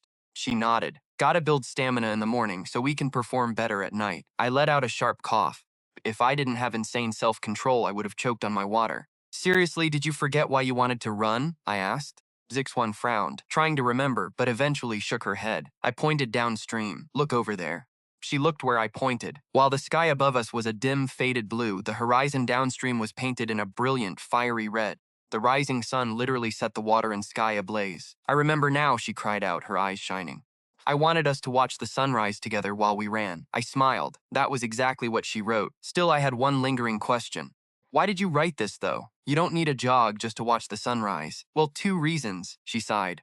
Juan sighed. "First, my premarital checkup said my physical fitness is trash. What if I need a C-section in the future? If I'd hit the gym and gotten in shape, maybe our daughter would have been born by now. 10 years of marriage, and nothing." Her absolute biggest regret was not having a baby with me. I knew it too. Judging by her notes, she was obsessed. Her memo was just, "I want our baby" on repeat. "What about the sunrise?" I asked. That led to reason number 2. Disappointed face brightened up. "Babe, remember when I was super late to sign that contract with that foreign tech company? They came all that way, and I made them wait an hour." She poked her tongue out, embarrassed. I vaguely recalled it. "I kinda remembered that." "Exactly," she said. "I remember it clearly. To make them think it wasn't on purpose. I called you and said, 'Babe, if you're dying, I'll take you to the hospital.' You were so freaked, asking if I was okay." Bringing up that stupid excuse made her burst out laughing. Totally remembered now. "I thought you were cursing me to get sick." I sighed. "I wasn't. I had no choice." She stared at the sky casually. "So why were you late?" I asked. "I had to pull over. The view was just too beautiful." Her eyes went totally dreamy. "What did you see?" I asked. She tapped her chin. An old couple, maybe 50. They were watching the sunrise after a morning run. Right then I thought, when I retire, I want to do this with you." Did she think I was negotiating a multi-billion-dollar project? Just running and watching the sunrise. I smiled. Standing here with her, feeling the sweat on my skin, and watching the sunrise, it actually felt pretty cozy. "Yeah, everyone says it's romantic." She leaned on my shoulder, swinging her ponytail in my face. "Even Zhang Fan and Lin Xiaohua think we are." I nudged my shoulder. "Pfft, what do they know? That's young people's romance," she pouted. "We're basically an old married couple now." "We want old people romance," I laughed. "Combined, our past and present ages don't even match theirs." She looked up. "It's called planning ahead." She looked dead serious. But right then a raindrop hit her nose. She looked up, totally confused. Dark spots quickly spread across the pavement. "It's raining," she murmured, looking up. A sudden summer shower. Storms always hit out of nowhere. Before long, the entire city of Liushi would be blanketed in a hazy downpour. "Let's go." Without a word, I grabbed her hand and ran. There was barely any shelter on Binjiang Road. We had to sprint for hundreds of meters. To make matters worse, taxis were switching shifts. "Just our luck," she complained. "The sun is right there. The forecast promised clear skies." I rolled my eyes. "If the forecast actually got our weather right, your business trips wouldn't have been delayed so many times." "Fair point," she muttered. Fortunately, before the sky completely opened up, we made it to the entrance of a small motel. Our clothes were barely wet, but the storm was intensifying. Inside the lobby, we could hear the rain absolutely hammering the pavement. Where did these kids come from? "Shoo, go away! We're closed during the day," an annoyed voice yelled from behind the front desk. A middle-aged woman with messy hair stood up stretching. "A motel that closes during the day? Am I hearing things?" My wife grumbled. "Look, this isn't a shelter," the woman snapped. "We don't have space to begin with, and you'll just block actual customers." She showed zero sympathy. Honestly, she wasn't wrong. Anyone could see this place was incredibly tiny. "Then give us an hourly room," I said, walking up to the counter. "An hourly room? Perfect." Her eyebrows shot up. She processed it immediately. Glancing at my wife, she smirked at me. "The young man certainly knows how things work. Here, a gift from Big Sister." She slipped something into my hand. "Babe, she's totally ripping us off," my wife complained. "Escaping the rain," she grumbled. "It's fine," I replied. "We got wet anyway. Let's shower so we don't freeze." I shook my head. "I guess that makes sense," she murmured. "By the way, babe, what did she give you? You really want to know?" I teased. She nodded eagerly, totally curious. I opened my palm, revealing a square green wrapper. It said green apple flavor. Since we were an old married couple, though, she didn't shy away like other girls. Instead, she snatched it. "Babe, I've actually always been curious about this." She examined it, totally confused. "Why do these have flavors? You can't even taste it. Seems completely pointless." I unlocked our room and fell into deep thought. "Is this a design flaw?" she asked, walking inside. "No. I think it's my fault," I replied, looking up. "Why?" she asked, her eyes wide with curiosity. "Maybe we haven't explored enough positions." She got it instantly. "Well, should we try some then?" she teased. Judging by her face, she was totally down. I rolled my eyes and closed the door. "Go take your shower." "Fine," she sighed, heading to the bathroom. Once she was inside, I sat down and stared out the window. Streets were completely flooded now. Faint flashes of white lightning lit up the sky, without thunder. Suddenly, my phone buzzed. checked the screen and smirked. My wife was totally right. Lin Jiahua's Uncle Xia Kong was actually calling me first. Up the phone. Xia Kong's voice buzzed through. Hey, Jiang Chen, still remember me? Please, as if I'd forget a big boss like him. I kept my voice dead calm. Ever since Li Jiang, I've been looking for a chance to talk to you in private. Looks like I finally got it. Xia Kong laughed, sounding totally smug. So, Jiang Chen, how about that private chat? I could really use a sharp mind like yours. Didn't sugarcoat it. He wanted my business instincts. Honestly, I liked straightforward guys. This made me actually respect the guy. I smiled. Look, it's summer break, but I don't really have the time to fly out to Lijiang right now. No need, he said. I just got to Liuxi. I'm staying at Xiao's place. It felt like a trap he'd planned for weeks. Xia Kong chuckled. Whether it's business or school, I brought you a massive surprise today. Well, now I was actually intrigued. I nodded. Where are you? I'll drive over and pick you up. Let's get everything out in the open today. Xia Kang sounded pumped. I'm at a place on Binjiang Road. He cut off and my throat went completely dry. Tong Zixuan had just bolted out in nothing but a towel. They only have guy clothes here, she muttered. Over the phone, Xia Kong cleared his throat awkwardly. Sounds like you're handling some major business, kid, I sighed. President Xia, do me a favor. Bring some girls' clothes over, will you? We got caught in the storm and had to find shelter, I explained, feeling totally defeated. Still, if Xia Kang was coming, he could help us. Xia Kang let out a knowing laugh. Right. Sheltering from the rain, I get it. Just remember to be careful, kid. Always bring protection when it pours. He was laughing. I gave him the address and slammed the phone down, face burning. What are you doing coming out like that? I gasped, pulling her towel up. She shrugged. Who cares? It's just you. Tong Zixuan rolled her eyes like it was nothing. I took a massive breath. Back to the bathroom now. Before you catch a cold. Peeked at me, holding her breath. Was that Xiaohua's uncle? I nodded. Yeah, probably wants to talk about some investment. I had nothing to hide from her anyway. Tong Zixuan sighed, looking genuinely disappointed. Sucks I can't stay and listen to you guys. Why's that? I asked. Tong Zixuan groaned. My mom wants me home early today. If I'm late, she won't let me out tomorrow, Tong Zixuan complained. She seemed way more stressed about senior year than in her past life. I wanted to call her out so bad. Normal people use rebirth to make a fortune. But since Tong Zixuan came back to life, before I confessed, she actually tried. But now, she was basically coasting, perfectly happy to just do absolutely nothing. But I got it. She already conquered the career and money stuff in her last life. If she wanted to do it again, she could. She'd easily be a Fortune 500 CEO again. Instead, she just handed her entire future right over to me. 30 minutes later, there was a knock. Dude, this motel is trash, Xia Kang joked as I opened the door. Doorbell is dead. Xia Kang handed me 2 bags. Got you a change of clothes, for both of you, since you got caught in the downpour. Be soaked. I nodded. Thanks, man. Xia Kang gestured down the hall. I'll go grab a smoke. Just call me. He didn't even try to look inside. Respect. I walked back and slid the bags through the bathroom door to Tang Zixuan. Hey, this actually fits pretty well. Tong Zixuan bounced out, showing off the outfit. So are we heading out now? I glanced out the window. Summer storms never last. While we were waiting, the sky had completely cleared up. Yeah, I gotta run. I'm already 30 minutes past curfew. Tong Zixuan checked her phone and stuck her tongue out at me. I nodded. I'll handle the meeting myself then. Tong Zixuan lingered, chewing her lip like she was debating something. Hey, babe, she whispered. If things get tricky, just call me in speaker. I can totally coach you through it. I let out a laugh. I knew what she was thinking. She still thought she was the superior business genius here. Chill, I said, messing up her hair. I told you, you don't have to carry the weight this time. Go study. Fine, I'm off. Let me walk you out. We headed out, and I waved Xia Kang over from the hallway window. While we waited for a cab, Xia Kang leaned in. Hey, didn't you two stay behind together in Lijiang too? Obviously knew we weren't just friends. Normal classmates don't end up in cheap motels. I didn't bother denying it. Xia Kang only cared about my business brains anyway, not our love life like some annoying teacher. A cab pulled up. Tong Zixuan flagged it down. I'm off, have fun talking business. Thanks for the clothes, Uncle Xia, she waved. They're actually super cute. Xia Kang laughed, straight from Xiaohua's granddad's shop. If you guys like them, go buy more. I'm definitely hitting him up for more, she grinned, leaning in close. She whispered right in my ear, Babe, keep your phone on. I'll be waiting. From what I could tell, she still didn't trust my business game. Relax. I'm way better at this than you think. Remember our promise? She smiled. Fine. She kissed my cheek and hopped in. She waved as the cab sped off. Xia Kang gestured back toward the entrance. All right, kid, let's head upstairs and talk.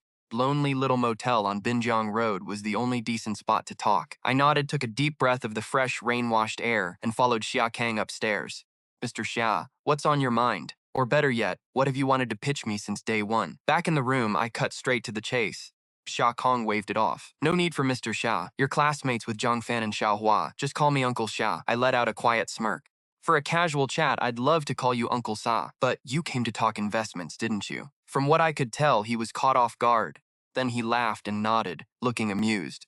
You're a sharp kid, aren't you? But you're right. When business is on the line, we cut the crap and focus on profits. Earlier, you mentioned this meeting also affects my college plans? Pressed. Xia Kang gave me a solemn nod. Exactly. To put it simply, my goal in coming here is the same as last time. Xia Kang locked eyes with me, but this time is different. Since our last meeting, I've dug much deeper into your background online. Sure, turning 50,000 into $1 million in futures was crazy, but I'm way more interested in how you kept trading and consistently pulled in profits. He glanced my way. He offered a smug grin. If I'm right, Zhangcheng, you're already pushing an 8-figure net worth. I didn't hesitate for a single second. I gave a sharp nod. Yeah, it was obvious that my blunt answer shocked him. Until now, all his theories were just wild guesses. But with his suspicions confirmed, anyone could see his pure awe. A 17-year-old kid with this kind of long-term business vision, unheard of. Bringing me on board would clearly give his firm a massive edge. After a quiet pause, he stood up. All right, let me be completely blunt. Stared me down. Professor Yuan from Tsinghua's finance department mentioned you. He said you want to give away your admission spot. I nodded. That's correct. You have to understand, elite schools like Tsinghua care deeply about their public image. Giving your spot away makes them look bad. Mild. But if your potential is so massive that you can secure 2 admission slots, that issue disappears. I raised an eyebrow. Meaning what, exactly? I immediately guessed his angle. This was different from Peking University's offer. The professor wanted to see if my girlfriend Tongze Xuan was worth admitting. But Tsinghua's professor was signaling through Xia Kong that if my business skills were sharp enough, Tong Zishuan and I could both get in. But proving my skills was the real catch. Join my company, Xia Kong said confidently. Even though our venture firm is just a side business, still rank among the top 500 firms. I'm inviting you to be our intern manager. Manager? I stared at him, genuinely surprised. Offering that role to a high school kid took serious guts. It was clear he actually believed in my market instincts. I appreciate it, Mr. Xia, I said, smiling. But I already gave Peking University my word. We'll be heading there instead. Peking? He froze. Yeah, their setup works better for me. Plus, let's be real, I don't want to work for anyone else. I gave him a knowing smile. To any businessman, my refusal was crystal clear. He frowned. So what are you going to do? Build my own, I replied flatly. He blinked in surprise, then let out a sudden hearty laugh. I see. Honestly, it shouldn't have surprised him. The hardest part of starting any business is always the seed money. My future's profits solved that problem. If I could fund myself, why work under someone else? So, let's stick to Uncle Xia, all right? I offered a warm smile. He shook his head. You kid, fair enough, you definitely have the raw talent. It's a real shame, though. But doing it yourself will really unlock your potential. He nodded. Since I was calling him Uncle Xia now, our business talk was over. Company grows. Maybe we can collaborate down the road. Zhang Fan and Xiao Hua connecting us will likely end up partners anyway. He offered a hand and I shook it with a smile. Since he brought up Zhang Fan, my next pitch was going to be a breeze. Actually, Uncle Xia is Zhang Fan's friend. I actually need a huge favor. I grinned. He gave me a knowing look. All right, let's hear it first. He didn't jump to say yes. I want to buy an existing investment firm and run it myself, I pitched. That was exactly what Tang Zeshun had advised me to do. He nodded thoughtfully. Honestly, that suits you perfectly. Endless cash. Buying a company is the smartest shortcut. Could you keep an eye out for a good target, Uncle Xia? Paused, lighting a cigarette and taking a slow drag before answering. I'll look into it for you. Finally, he gave me a nod. Thanks in advance, Uncle Xia, I smiled. He chuckled. Don't thank me yet. Someone told me that if I couldn't recruit you today, I had to secure a partnership. He laughed. Oh? Who said that? I asked, totally caught off guard. The chairman of Linjia Group, he said, patting my shoulder. My heart sank. The chairman? Tong Zishuan and I had talked about them before. In the business world, literally everyone knows that name. They are a massive domestic giant, ranking globally. So don't go thinking Zhang Fan pulled these strings for you. All because your girlfriend is Xiaohua's bestie, he teased. Lin Xiaohua? Wait, you mean yep, her dad. Said it so casually, but my mind was totally blown. I had no idea my girlfriend's bestie was such a loaded heiress. Checked his watch. I'm having lunch with Xiaohua's parents. Want to tag along, or should I drop you home? Guess I will head home. Sorry for the trouble, uncle, I said, smiling. Xia Kong was just being polite, though. Sitting down for dinner with the big boss of Lingxia Group? That would be totally clueless of me. I am just a startup rookie. I knew I was nowhere near his level yet. All right, let me drop you off, Xia Kong said, waving me into the car. 20 minutes later, we parted ways. I pulled out my phone. How did it go, babe? Tong Ziswan had texted that 10 minutes ago. Yeah, I told him my request. I typed back. She replied, so why did he want to meet? It was obvious Zixuan knew Xiaokong had an agenda. He wants me in Lingxiao group, I texted. Man, your bestie is seriously loaded. I sighed. You probably won't believe this, Zixuan replied, sending a sighing face. I literally just found out myself. Her family actually owns Lingxia Group. I only knew they were rich. A moment later, Zixuan added, but honestly, this might be a good thing. With Lingxia's influence, if they want to partner up, they will easily do you this small favor. Yeah, I replied. Let's wait and see.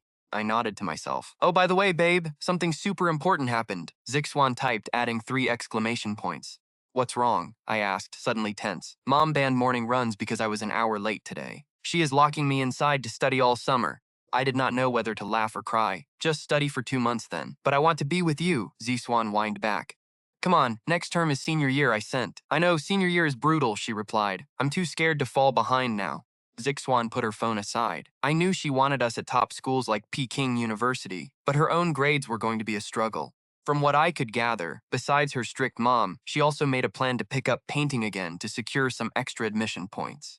So that summer, we only talked through our phones. At home, I noticed my dad's work felt lighter, likely due to his recent promotion. Yet, Dad came home much later because he visited Aunt Nee at the hospital daily. Finally, September 1st arrived. I stood at the school gates. The craziest sight at school was kids cramming homework. Summer homework is brutal, but Zixuan and I did not have that worry at all. Babe, the second Zixuan saw me, she leaped straight into my arms. I haven't seen you in 2 months. I missed you so much. She wrapped her arms around my neck. I glanced around. Other students stared with pure envy. Come on, stop. People are looking, I whispered. I nudged her bare arms away. Who cares? They are just jealous of us anyway, Zixuan said, pouting. Judging by her smirk, she loved the jealous stares. But if a teacher walked by, we would be dead. I shrugged helplessly.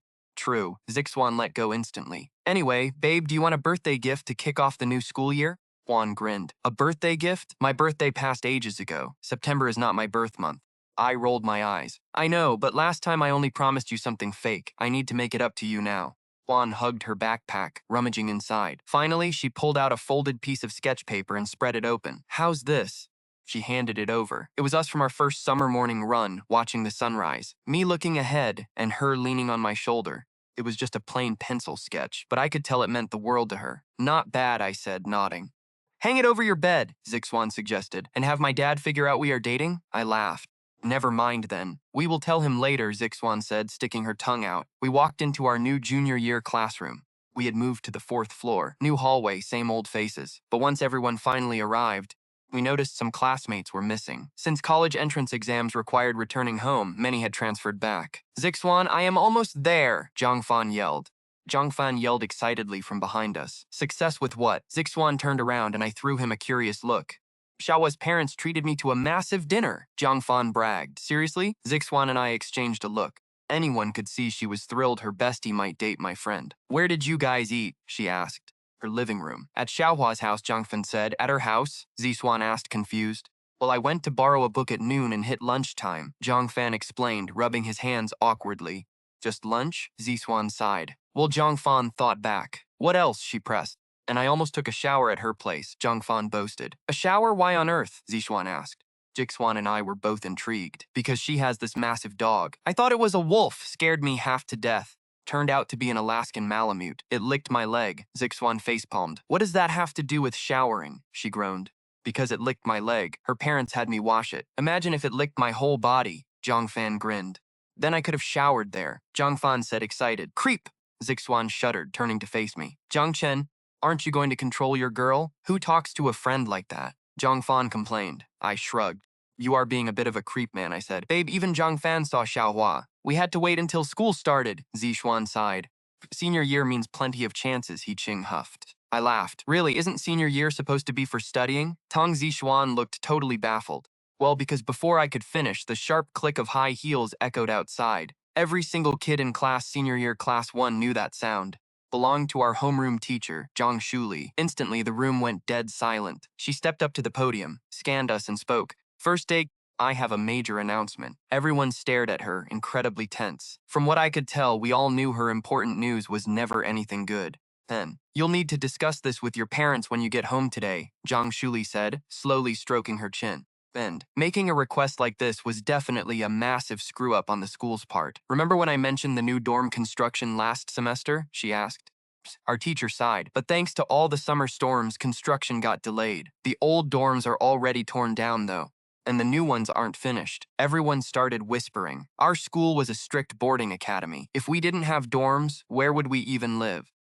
What are we supposed to do, Teacher Jiang? A voice called out. When I got here, I saw plenty of other dorm buildings still standing. Zhang Hao, our class monitor, raised his hand. Zhang Shuli nodded slowly. Exactly, but those buildings are reserved for the underclassmen. As for the leftover room, a few of you can fit, but not everyone. Some must live elsewhere, she continued, sighing. The neighborhood nearby used to be our faculty housing complex. The retired teachers there are happy to rent out spare rooms, so you guys can rent off campus. Renting, hearing those words made everyone's jaws drop. A lot of my classmates looked totally lost. We were just teenagers. Aside from our parents' places, school dorms were all we knew. But some of us knew the drill. Schools here loved having seniors live nearby. It forced a brutal study environment and made weekend cram sessions way easier. Zhang Shuli pitched the idea next. Honestly, our school was actually being pretty cool about it. If we were at any other academy, they'd probably overcharge us. Zhang Shuli told us they negotiated a solid deal. Show our school ID and rent is only $500 a month. The rooms are small, but if you split with a roommate, it's barely $200 each, she added. Anyway, that's enough about the housing situation.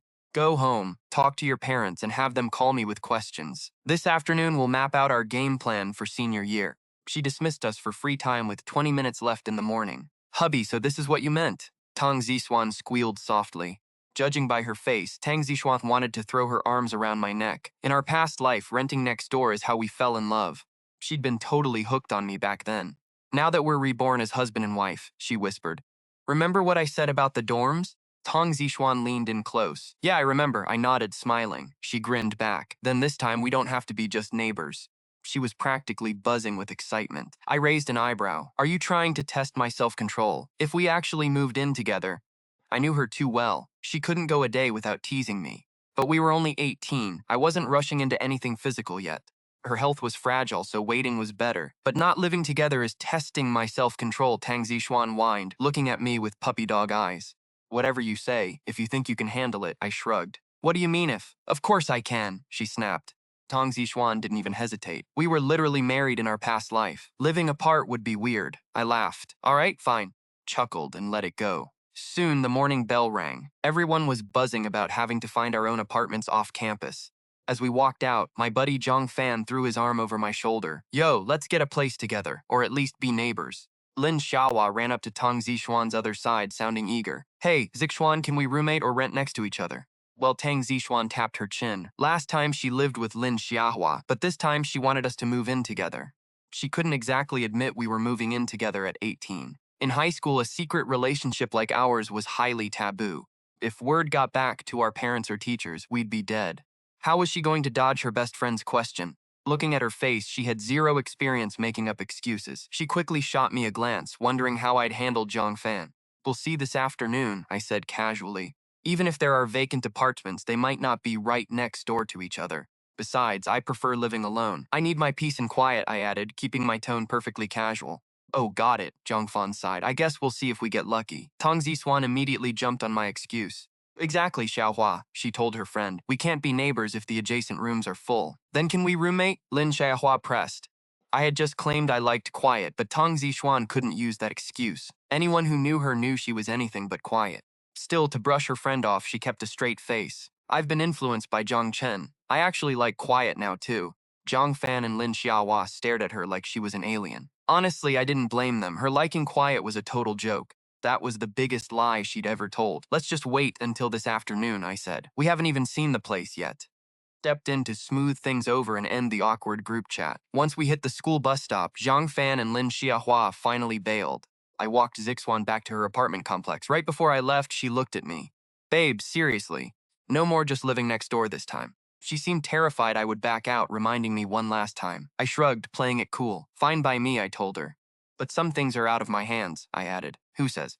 Zixuan huffed. Moving in together is either your call or mine. Both want this, nothing can stop us. I refused to let it fail, I just sighed. Let's talk this afternoon. I shrugged, said goodbye to Ziswan, and headed out. When I got home, my dad, Jiang Xinhua, was still out. I checked some stock websites to kill time, then started prepping lunch. A few minutes later, my phone buzzed with a text from Ziswan. Babe, I finally get what you meant. My mom won't let me go alone. She's coming with me this afternoon. I stared at the screen. I couldn't help but laugh. Sure, if we were out in the real world, it would be our choice. But Zixwan forgot one major thing. Still high school seniors. With major exams looming, there was no way her mom, Aunt Wen, would let her apartment hunt alone. Plus, Zixwan had sneaked off on trips before. Now Aunt Wen was keeping a tight leash. Zixwan couldn't exactly suggest renting with me in front of her. Even if Aunt Wen thought I was a golden boy, she'd never let teenagers cohabitate. Just then my dad walked in. Chen, you cooking? It was almost 12:30 when Dad got home. He followed the delicious smell straight to the kitchen, watching me finish up the final dish. 30 minutes late, Dad, I said, plating the food with a grin. He blushed. Well, I was visiting Aunt Nee at the hospital. He scratched his head, his face turning red. As I brought the dishes to the table, I asked, Dad, did you tell her how you feel? Dad hesitated, looking completely lost. Then he actually had the nerve to ask me, wait, what kind of feelings? I rolled my eyes hard. Marriage, obviously, or are you two planning to date like 20-somethings? Hey, watch it, kid, Dad snapped. He glared at me. I realized my tone made me sound like some ancient relationship guru instead of a high school kid.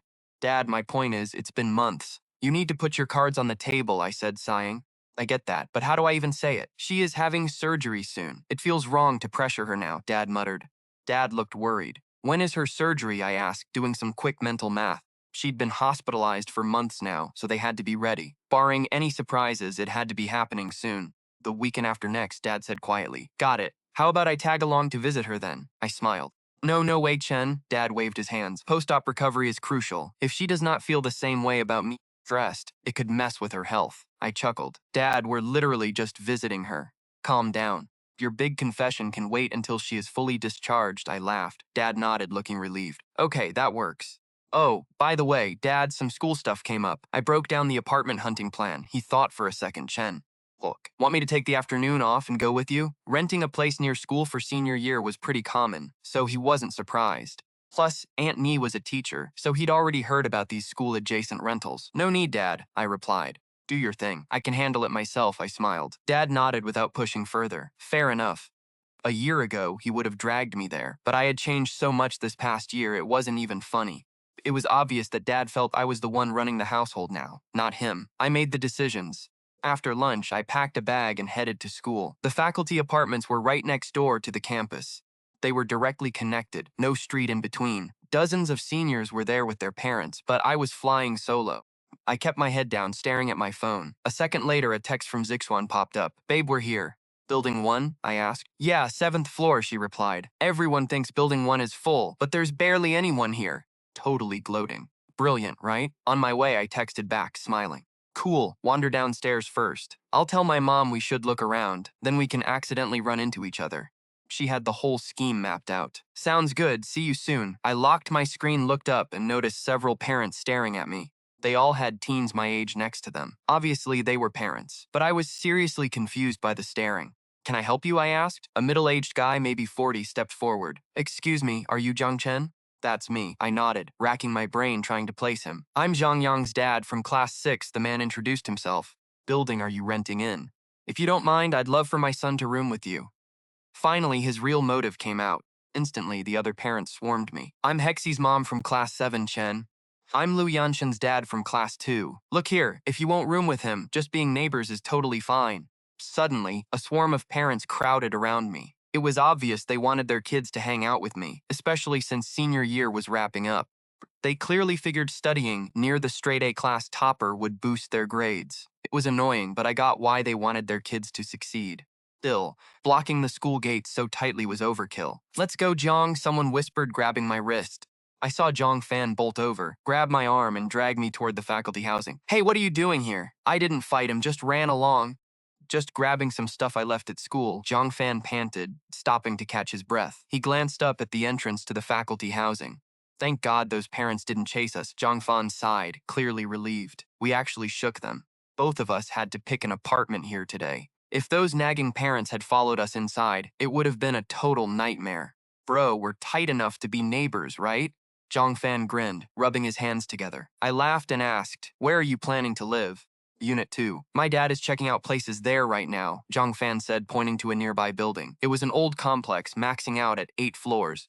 No elevators in sight, but my eyes locked onto the building next door. A sign hanging over the entrance clearly read Unit 1.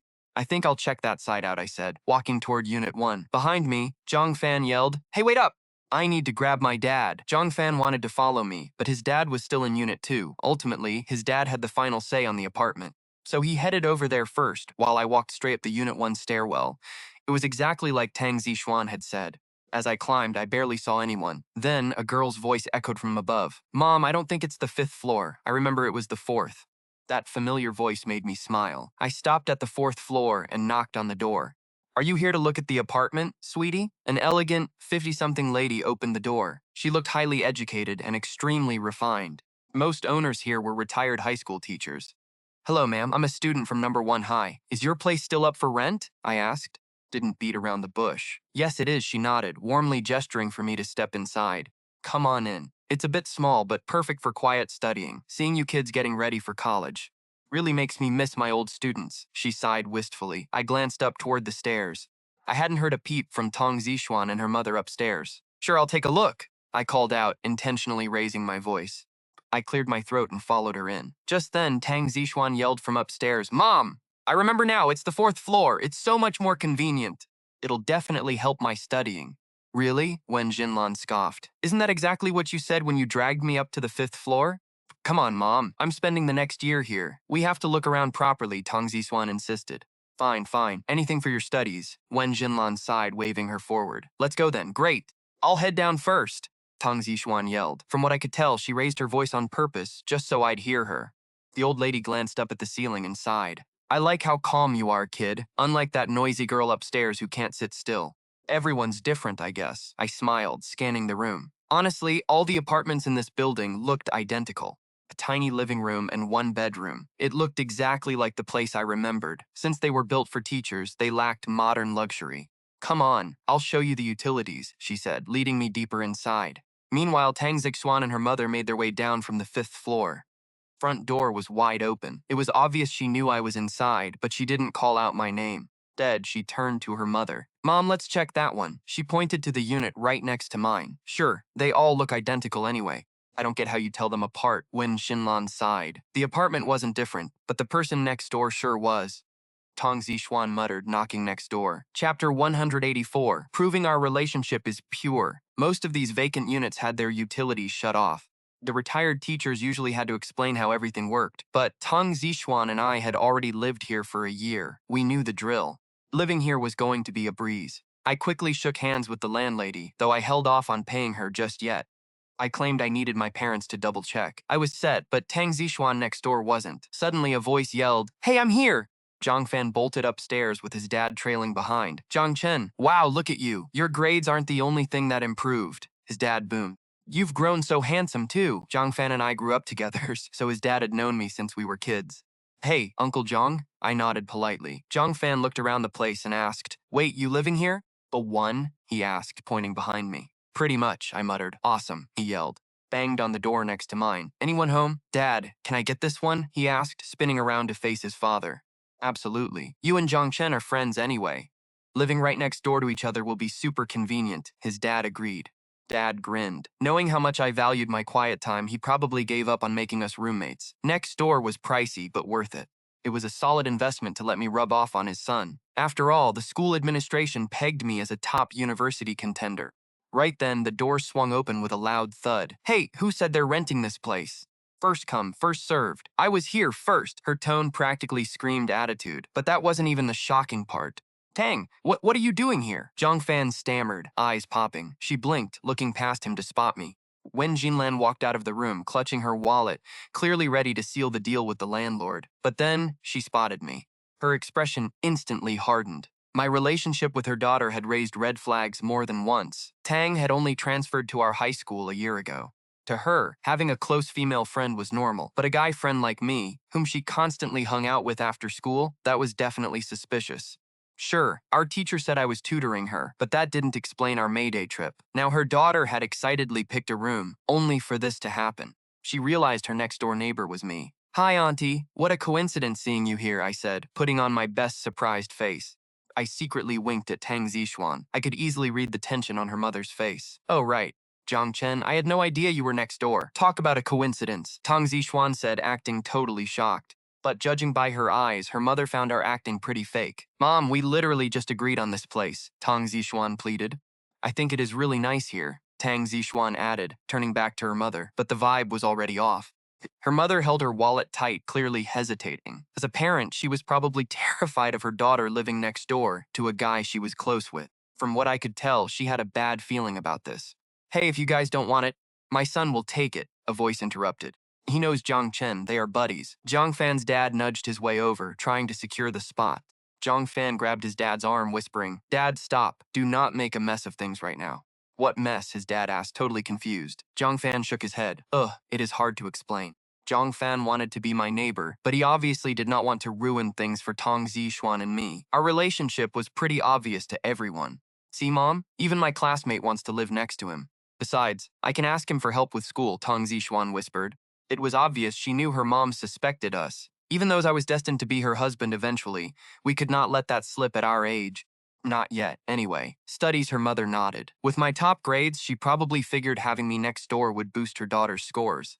But she seemed worried that she was playing matchmaker if we actually had something going on. Mom, what is there to think about? Tang Zixuan asked. She looked terrified that we would lose our chance to even be neighbors.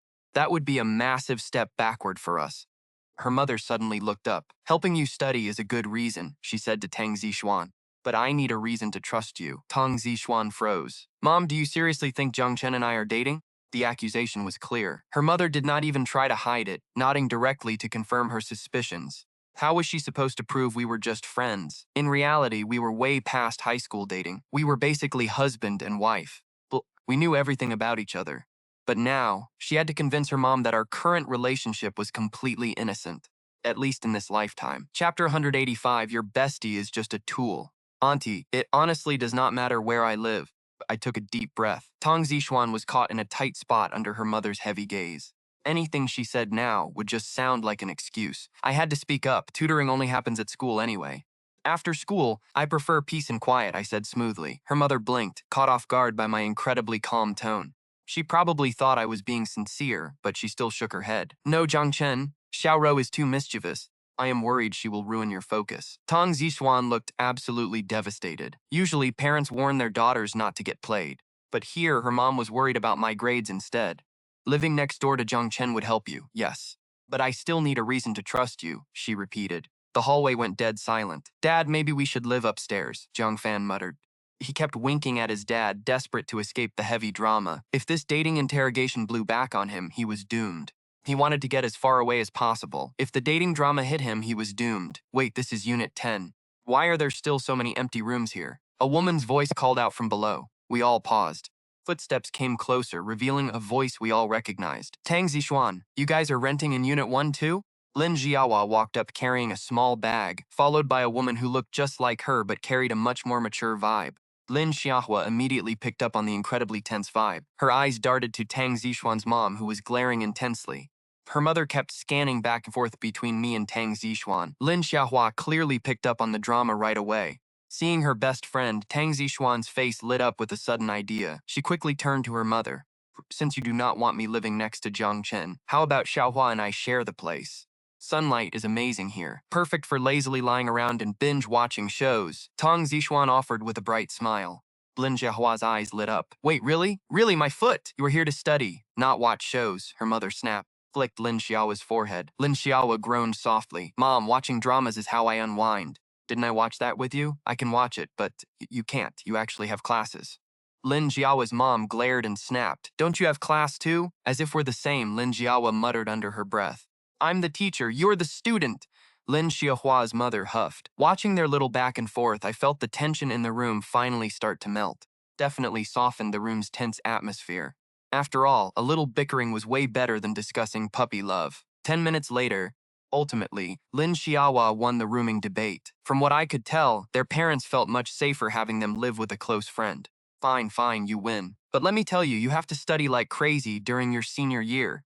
Her mother sighed. My grades are already mediocre. Just performing normally would be a miracle, Lin Jiahua muttered. What do you mean mediocre? I studied for 1 year and got into Tsinghua, her mother lectured. Lin Xiaohua rolled her eyes. Mom, you got in as an art student. I only have test scores. Lin Xiaohua countered. Her mom waved it off. Either way, senior year is crucial.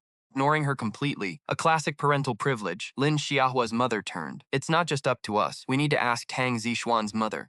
Lin Xiaohua's mother walked over, nodded to Prikuin and smiled. Prosecutor Wen, what do you think about letting the two girls rent together? Since we all knew each other, and because Lin Xiahua and Tang Zixuan were close, their mothers often hung out. Right then, Tang Zixuan looked at Wen Xinlan anxiously. After a brief pause, Wen Xinlan slowly nodded.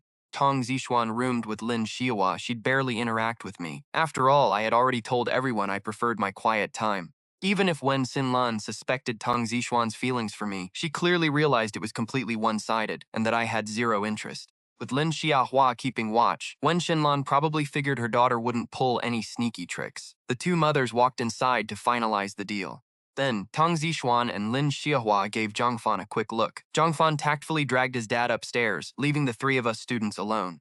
Xiahua turned to us curiously. Zixuan, what's up with you and Zhang Chen? The vibe felt tough. Tang Zixuan scoffed, totally off. Beyond weird, Tang Zixuan sighed. My mom actually suspected that Zhang Chen and I were dating. Lin Jiahua blurted, wait, she only suspected? Lin Xiahua teased us, saying anyone with eyes would think we were dating based on how we act. But Tang Zixuan just smiled.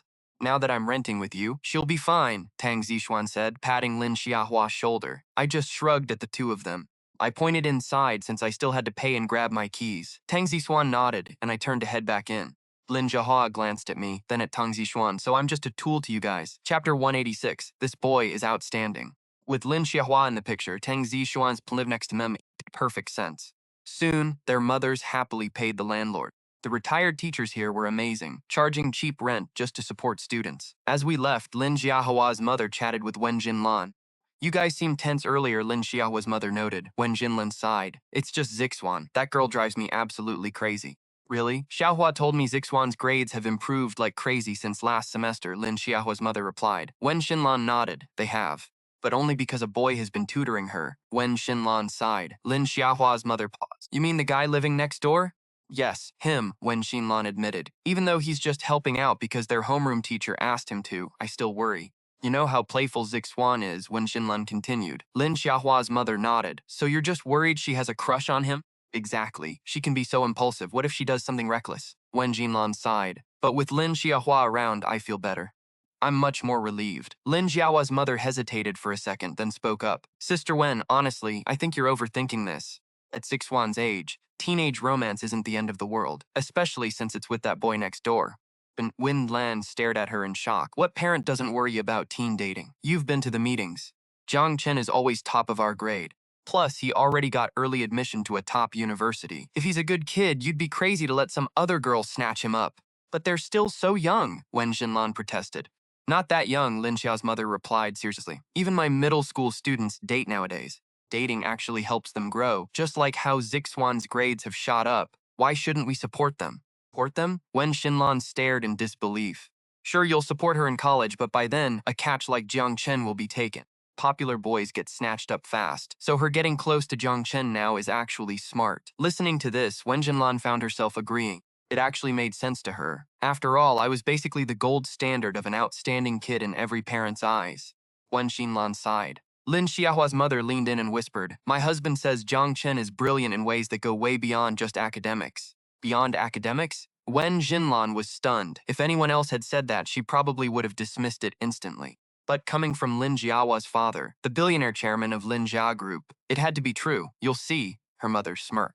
Lin Xiaohua's mother smiled and left it at that. Just then, Lin Xiaohua ran inside to rush her mother out the door. Tang Zixuan nudged me. I whispered, Is that really Xiaohua's mom, the Lin Xia Group's boss's wife? Yeah, totally, she murmured. Even in the past, I really wanted to partner with a massive company like that, Tang Zixuan whispered. But the gap between our companies felt too huge to even try. If I'd known it was Xiaohua's family, I would have gone for it, Tang Zixuan said. You better seize this chance. I just laughed, got it. I smiled and nodded. Partnering with a giant like Lingjie Group didn't seem hard. After all, Xia Kang, the boss of Lingjie Investment, had already personally reached out to me. From what I could tell, his move was backed by the chairman of Lingxia Group, Lin Xiaohua's father. As long as we got a chance in the future, I was confident we would do business eventually. Such a shame, Tang Zixuan sighed. We're just neighbors. I wish my mom trusted me to live alone like your dad does. Tang Zixuan let out a soft sigh. She's just looking out for you, I said calmly. But I'm not a kid, Tang Zixuan replied, shrugging helplessly. Footsteps approached. Tang Zixuan and I quickly stepped apart. No causing trouble while living with Xiaohua, her mom called out. And call me weekly to report, got it? Bun Lan said, handing Tang Zixuan the keys. Got it, Mom. I'm not a kid, Tang Zixuan muttered, quickly pocketing them. Xiaohua, you too, her mom chimed in. Remember to brush. Don't copy me and eat cake all day. Look at your teeth. You already have a cavity, Lin Xiaohua's mom lectured. After nagging some more, both moms finally gathered their daughters and headed out. Oh, by the way, Jiang Chen, Lin Xiaohua's mom smiled at me before leaving. Come visit us sometime if you can. Xiaohua's dad saw your speech and found you quite interesting. I will, I smiled. For the rest of the afternoon, students renting nearby spent the afternoon unpacking. After seeing her mom off, Lin Xiaohua sighed. Tang Zixuan were roommates again. I can't believe it. I've never rented a place with anyone before. I'm actually pretty excited, Lin Xiaohua said. Yeah, me too. Let's head inside, Tang Zixuan replied. Tang Zixuan nodded, but instead of entering their apartment, she walked straight to my door and knocked, leaving Lin Xiaohua totally speechless. Go home? You mean my home, right? Our moms had barely left, and she was already rushing over like she wanted to keep me all to herself. I opened the door and calmly stepped aside to let Tang Zixuan in. Anyone could see how practiced we looked, which probably drove Lin Xiaohua crazy. Babe, should we get Zhang Fan and Xiaohua for dinner? Tang Zixuan asked, plopping onto my bed. I nodded. Actually, being neighbors isn't bad. Tang Zixuan grinned. Since we're right next door, I can just sneak over whenever, right? I flicked her forehead. Don't treat your mom like an idiot. She already suspects us. You think she won't call Xiaohua to spy on you? Whatever. Xiaohua will cover for me, Tang Zixuan said, brushing it off. We've been besties for way too long. She knew Lin Xiaohua would lie for her, but Lin Xiaohua was only 17. I reminded her of that. True. I'll tone it down, Tang Zixuan sighed. Tang Zixuan stuck her tongue out. It was obvious she got my point. A 17-year-old couldn't handle a parent's intense interrogation without cracking. Lin Xiaohua slipped up, her mom would grill her next. Realizing that, Tang Zixuan quickly said goodbye to me and left. She headed back next door. We didn't meet up again until dinner, but Lin Xiaohua and Zhang Fan weren't the only ones joining us. Shen Qin showed up too. Man, being your neighbor is a nightmare, Zhang Fan complained. You're on the 4th floor and I'm stuck on the 6th. I couldn't even get the floor right above you, Zhang Fan whined. Why? I asked. Because of Tang Zixuan and Xiaohua, Shen Qin cut in. They're my besties, and the floor below is already occupied. And my floor has me and another girl, so Zhang Fan had to go even higher, Shen Qin added. Zhang Fan sighed helplessly. I'm so jealous you're next door to those girls, Zhang Fan muttered. Jealous? Wish you were next to Xiaohua? Tang Zixuan teased. Okay, fine, I admit it. Maybe a little, Zhang Fan said, rubbing his hands together in embarrassment. Zhang Fan looked at Tang Zixuan. Can I swap rooms with Zhang Chen? In your dreams. I'm not letting you banish him upstairs. Walking up there is too annoying. Tang Zixuan didn't even try to hide her plans, leaving everyone speechless. It was obvious she wanted to sneak into my place constantly. So much for no dating before college. Tang Zixuan told us she was signing up for art classes nearby. She wanted to try the art student path since her dream was Peking University. Getting in on grades alone was just too hard for her. I had no idea you were so artistic, Shen Qin remarked. Lin Xiaohua and Zhang Fan looked at Tang Zixuan curiously. I studied a bit before, but who knows if I'll actually pass, Tang Zixuan sighed. But from what I've heard, those training centers dismiss students really late. Even on weekends, Tang Zixuan added, looking thoughtful. Everyone looked confused by her sudden comment. What? A girl walking home alone at night is totally unsafe, Tang Zixuan argued. How about this? Tang Zixuan turned to me. Zhang Chen, if you're free on weekends, could you walk me home? Safer with a guy. Sure, I nodded. I was probably the only one at the table who saw her trap coming. The others looked like they wanted to vomit blood. It was clear they thought she was just playing me. Suddenly, their delicious dinner tasted like cardboard. But she had a different motive. I knew she only did this to give us a legitimate excuse to spend time together. After all, her mom would be checking in constantly. Did you tell her about the classes? I whispered. No way, I wouldn't dare, she sighed. My mom only cares about grades. Besides, you know what I meant by studied before. I meant back in college in my past life. I nodded slowly. Just then my phone started buzzing. It was a call from my dad, Jiang Xinhua. Son, can you come home right now? My dad's voice sounded heavy. Dad, what's wrong? I asked. Tang Zixuan leaned in close, clearly curious. Your aunt and uncle just called. My dad sighed through the line. They are heading over here again. They already hit us up during New Year. Anyone could see through them. They just wanted to squeeze us for cash. Last time, I trashed their egos so hard they stormed off. They were back for round 2, and my dad wanted me to handle it. Dad called because he wanted my advice. He finally realized I was growing up, and honestly, I was way better at handling these vultures than him. I had crushed them during winter break, sending them packing. I get it, Dad, I said. I'm on my way. I hung up and grabbed my jacket. Got some family drama to sort out, I told the guys. I got a slide. Tang Zixuan instantly jumped up with a dramatic pout. Can I come with you? She begged, batting her eyelashes. Seriously, Zixuan. Lin Xiaohua rolled her eyes. You can't even let him go home alone? No wonder your mom hates you living next door. I know his dad, I just want to help. Zixuan puffed her cheeks, chuckled, and shook my head. Thanks, but I got this. You sure? Zixuan asked. Yeah, I nodded, then remembered something. Hey, what about that art school class you mentioned? Your mom still doesn't know, right? Nope, too scared to tell her, she shrugged. Got it, I said, pulling out my phone. The swan watched me tap my screen. I wired $20,000 straight to her account. There's your tuition, I said, pocketing my phone. This reminds me of a news story, Zixuan teased. What story? I asked. Some rich guy sponsored a college girl just to keep her as his toy. Anyway, by 7:30 that night, I finally got home. Dad, I'm back, I yelled. I found my dad in the living room, his ashtray overflowing with crushed cigarette butts. He jumped up the second he saw me. Chen, your uncle agreed to your terms, but now he wants even more, Dad sighed. Judging by his face, he wasn't just being stingy. Honestly, Dad was a total softie. He usually loved helping family, mostly because he never had the spine to say the word no. But my aunt and uncle had basically broadcasted that they had zero intention of paying us back. Relax, Dad, I smirked. Even if they stiff us, we won't lose a dime if they stick to my terms. I chuckled and shrugged. I had laid it out clearly last time. They wanted my cash. They had to collateralize their business. If they defaulted, the company was mine. Just then, a heavy knock rattled the front door. That's probably them, Dad whispered, his eyes darting toward the entryway. I got this, I nodded, stepping past Dad to grab the handle. Dad froze in his tracks, clearly surprised by my sudden move. Opening the door was usually the man of the house's job. By taking charge, I was quietly showing him who really ran things now. Dad just smiled. From what I could tell, he knew his son could handle the heat. Well, look who it is. Chen? Man, you've gotten so handsome. My uncle slapped a fake grin on his face, patted my shoulder, and then peered inside at Dad. Hey, Brother Zhang, hope we aren't interrupting your evening. Dad shot back coldly. Li Bing, my son had to skip school to deal with you. Oh, wow. Sorry to drag you back, Chen. Li Bing laughed nervously. Calling Li Bing by his first name was Dad's way of showing pure disgust. Last time, Dad at least called them family. Now they were just strangers. My aunt pushed past Dad. Cut the attitude, Brother Zhang. Strutted into our living room, eyeing me up. Chen, does your offer from last time still stand? She demanded. You'll give us the cash if we hand over the company? Honey, chill. Li Bing cut in. We came to visit. The money is secondary. He tried to smooth things over. Since Li Bing was my late mom's brother, he wanted to pretend he wasn't a total gold digger. Secondary? Dad sneered. Then why was borrowing cash the very first thing you brought up when you called me earlier? Ben. It was clear that Dad had finally seen through their BS. If it weren't for my mom's memory, they wouldn't have even crossed our threshold. Honestly, Dad would have ignored them completely today. Brother Zhang, don't get worked up, Li Bing pleaded. We just want to talk. For family, after all. Li Bing forced a smile, but it seemed like the fake intimacy was just making Dad sick. Pure poison to his ears. Family? Dad's voice dropped. Every year on October 23rd, where the hell are you? Li Bing choked on his words. October 23rd was the anniversary of my mom's death, and it was obvious how much that date meant to my dad. My mom was his own flesh and blood, yet he couldn't even bother to visit her grave. What a joke of a family. Dad, since Uncle says we're family, let's treat them like it. I smiled, grabbing some cups. Nothing we can't talk out, right? I poured them some water, acting like the perfect host. Oh, Chen, you've grown into such a good boy. Li Bing beamed. We're family. Li Bing snatched his cup, grinning. My aunt nodded, looking smugly satisfied. Then she let out a loud snort. Some people don't even have the manners of a teenager, she muttered, glaring at Dad. I didn't need to guess who she was targeting.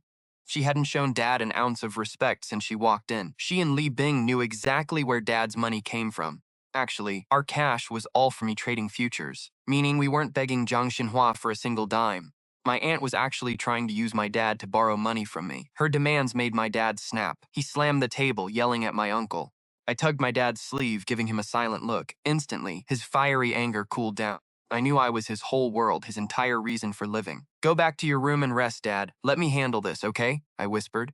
Hesitated. Still worried, Chen, but I know I cut him off. Dad, you're just worried they'll scam me because they're after our cash, right? He nodded slowly. Honestly, don't worry about it.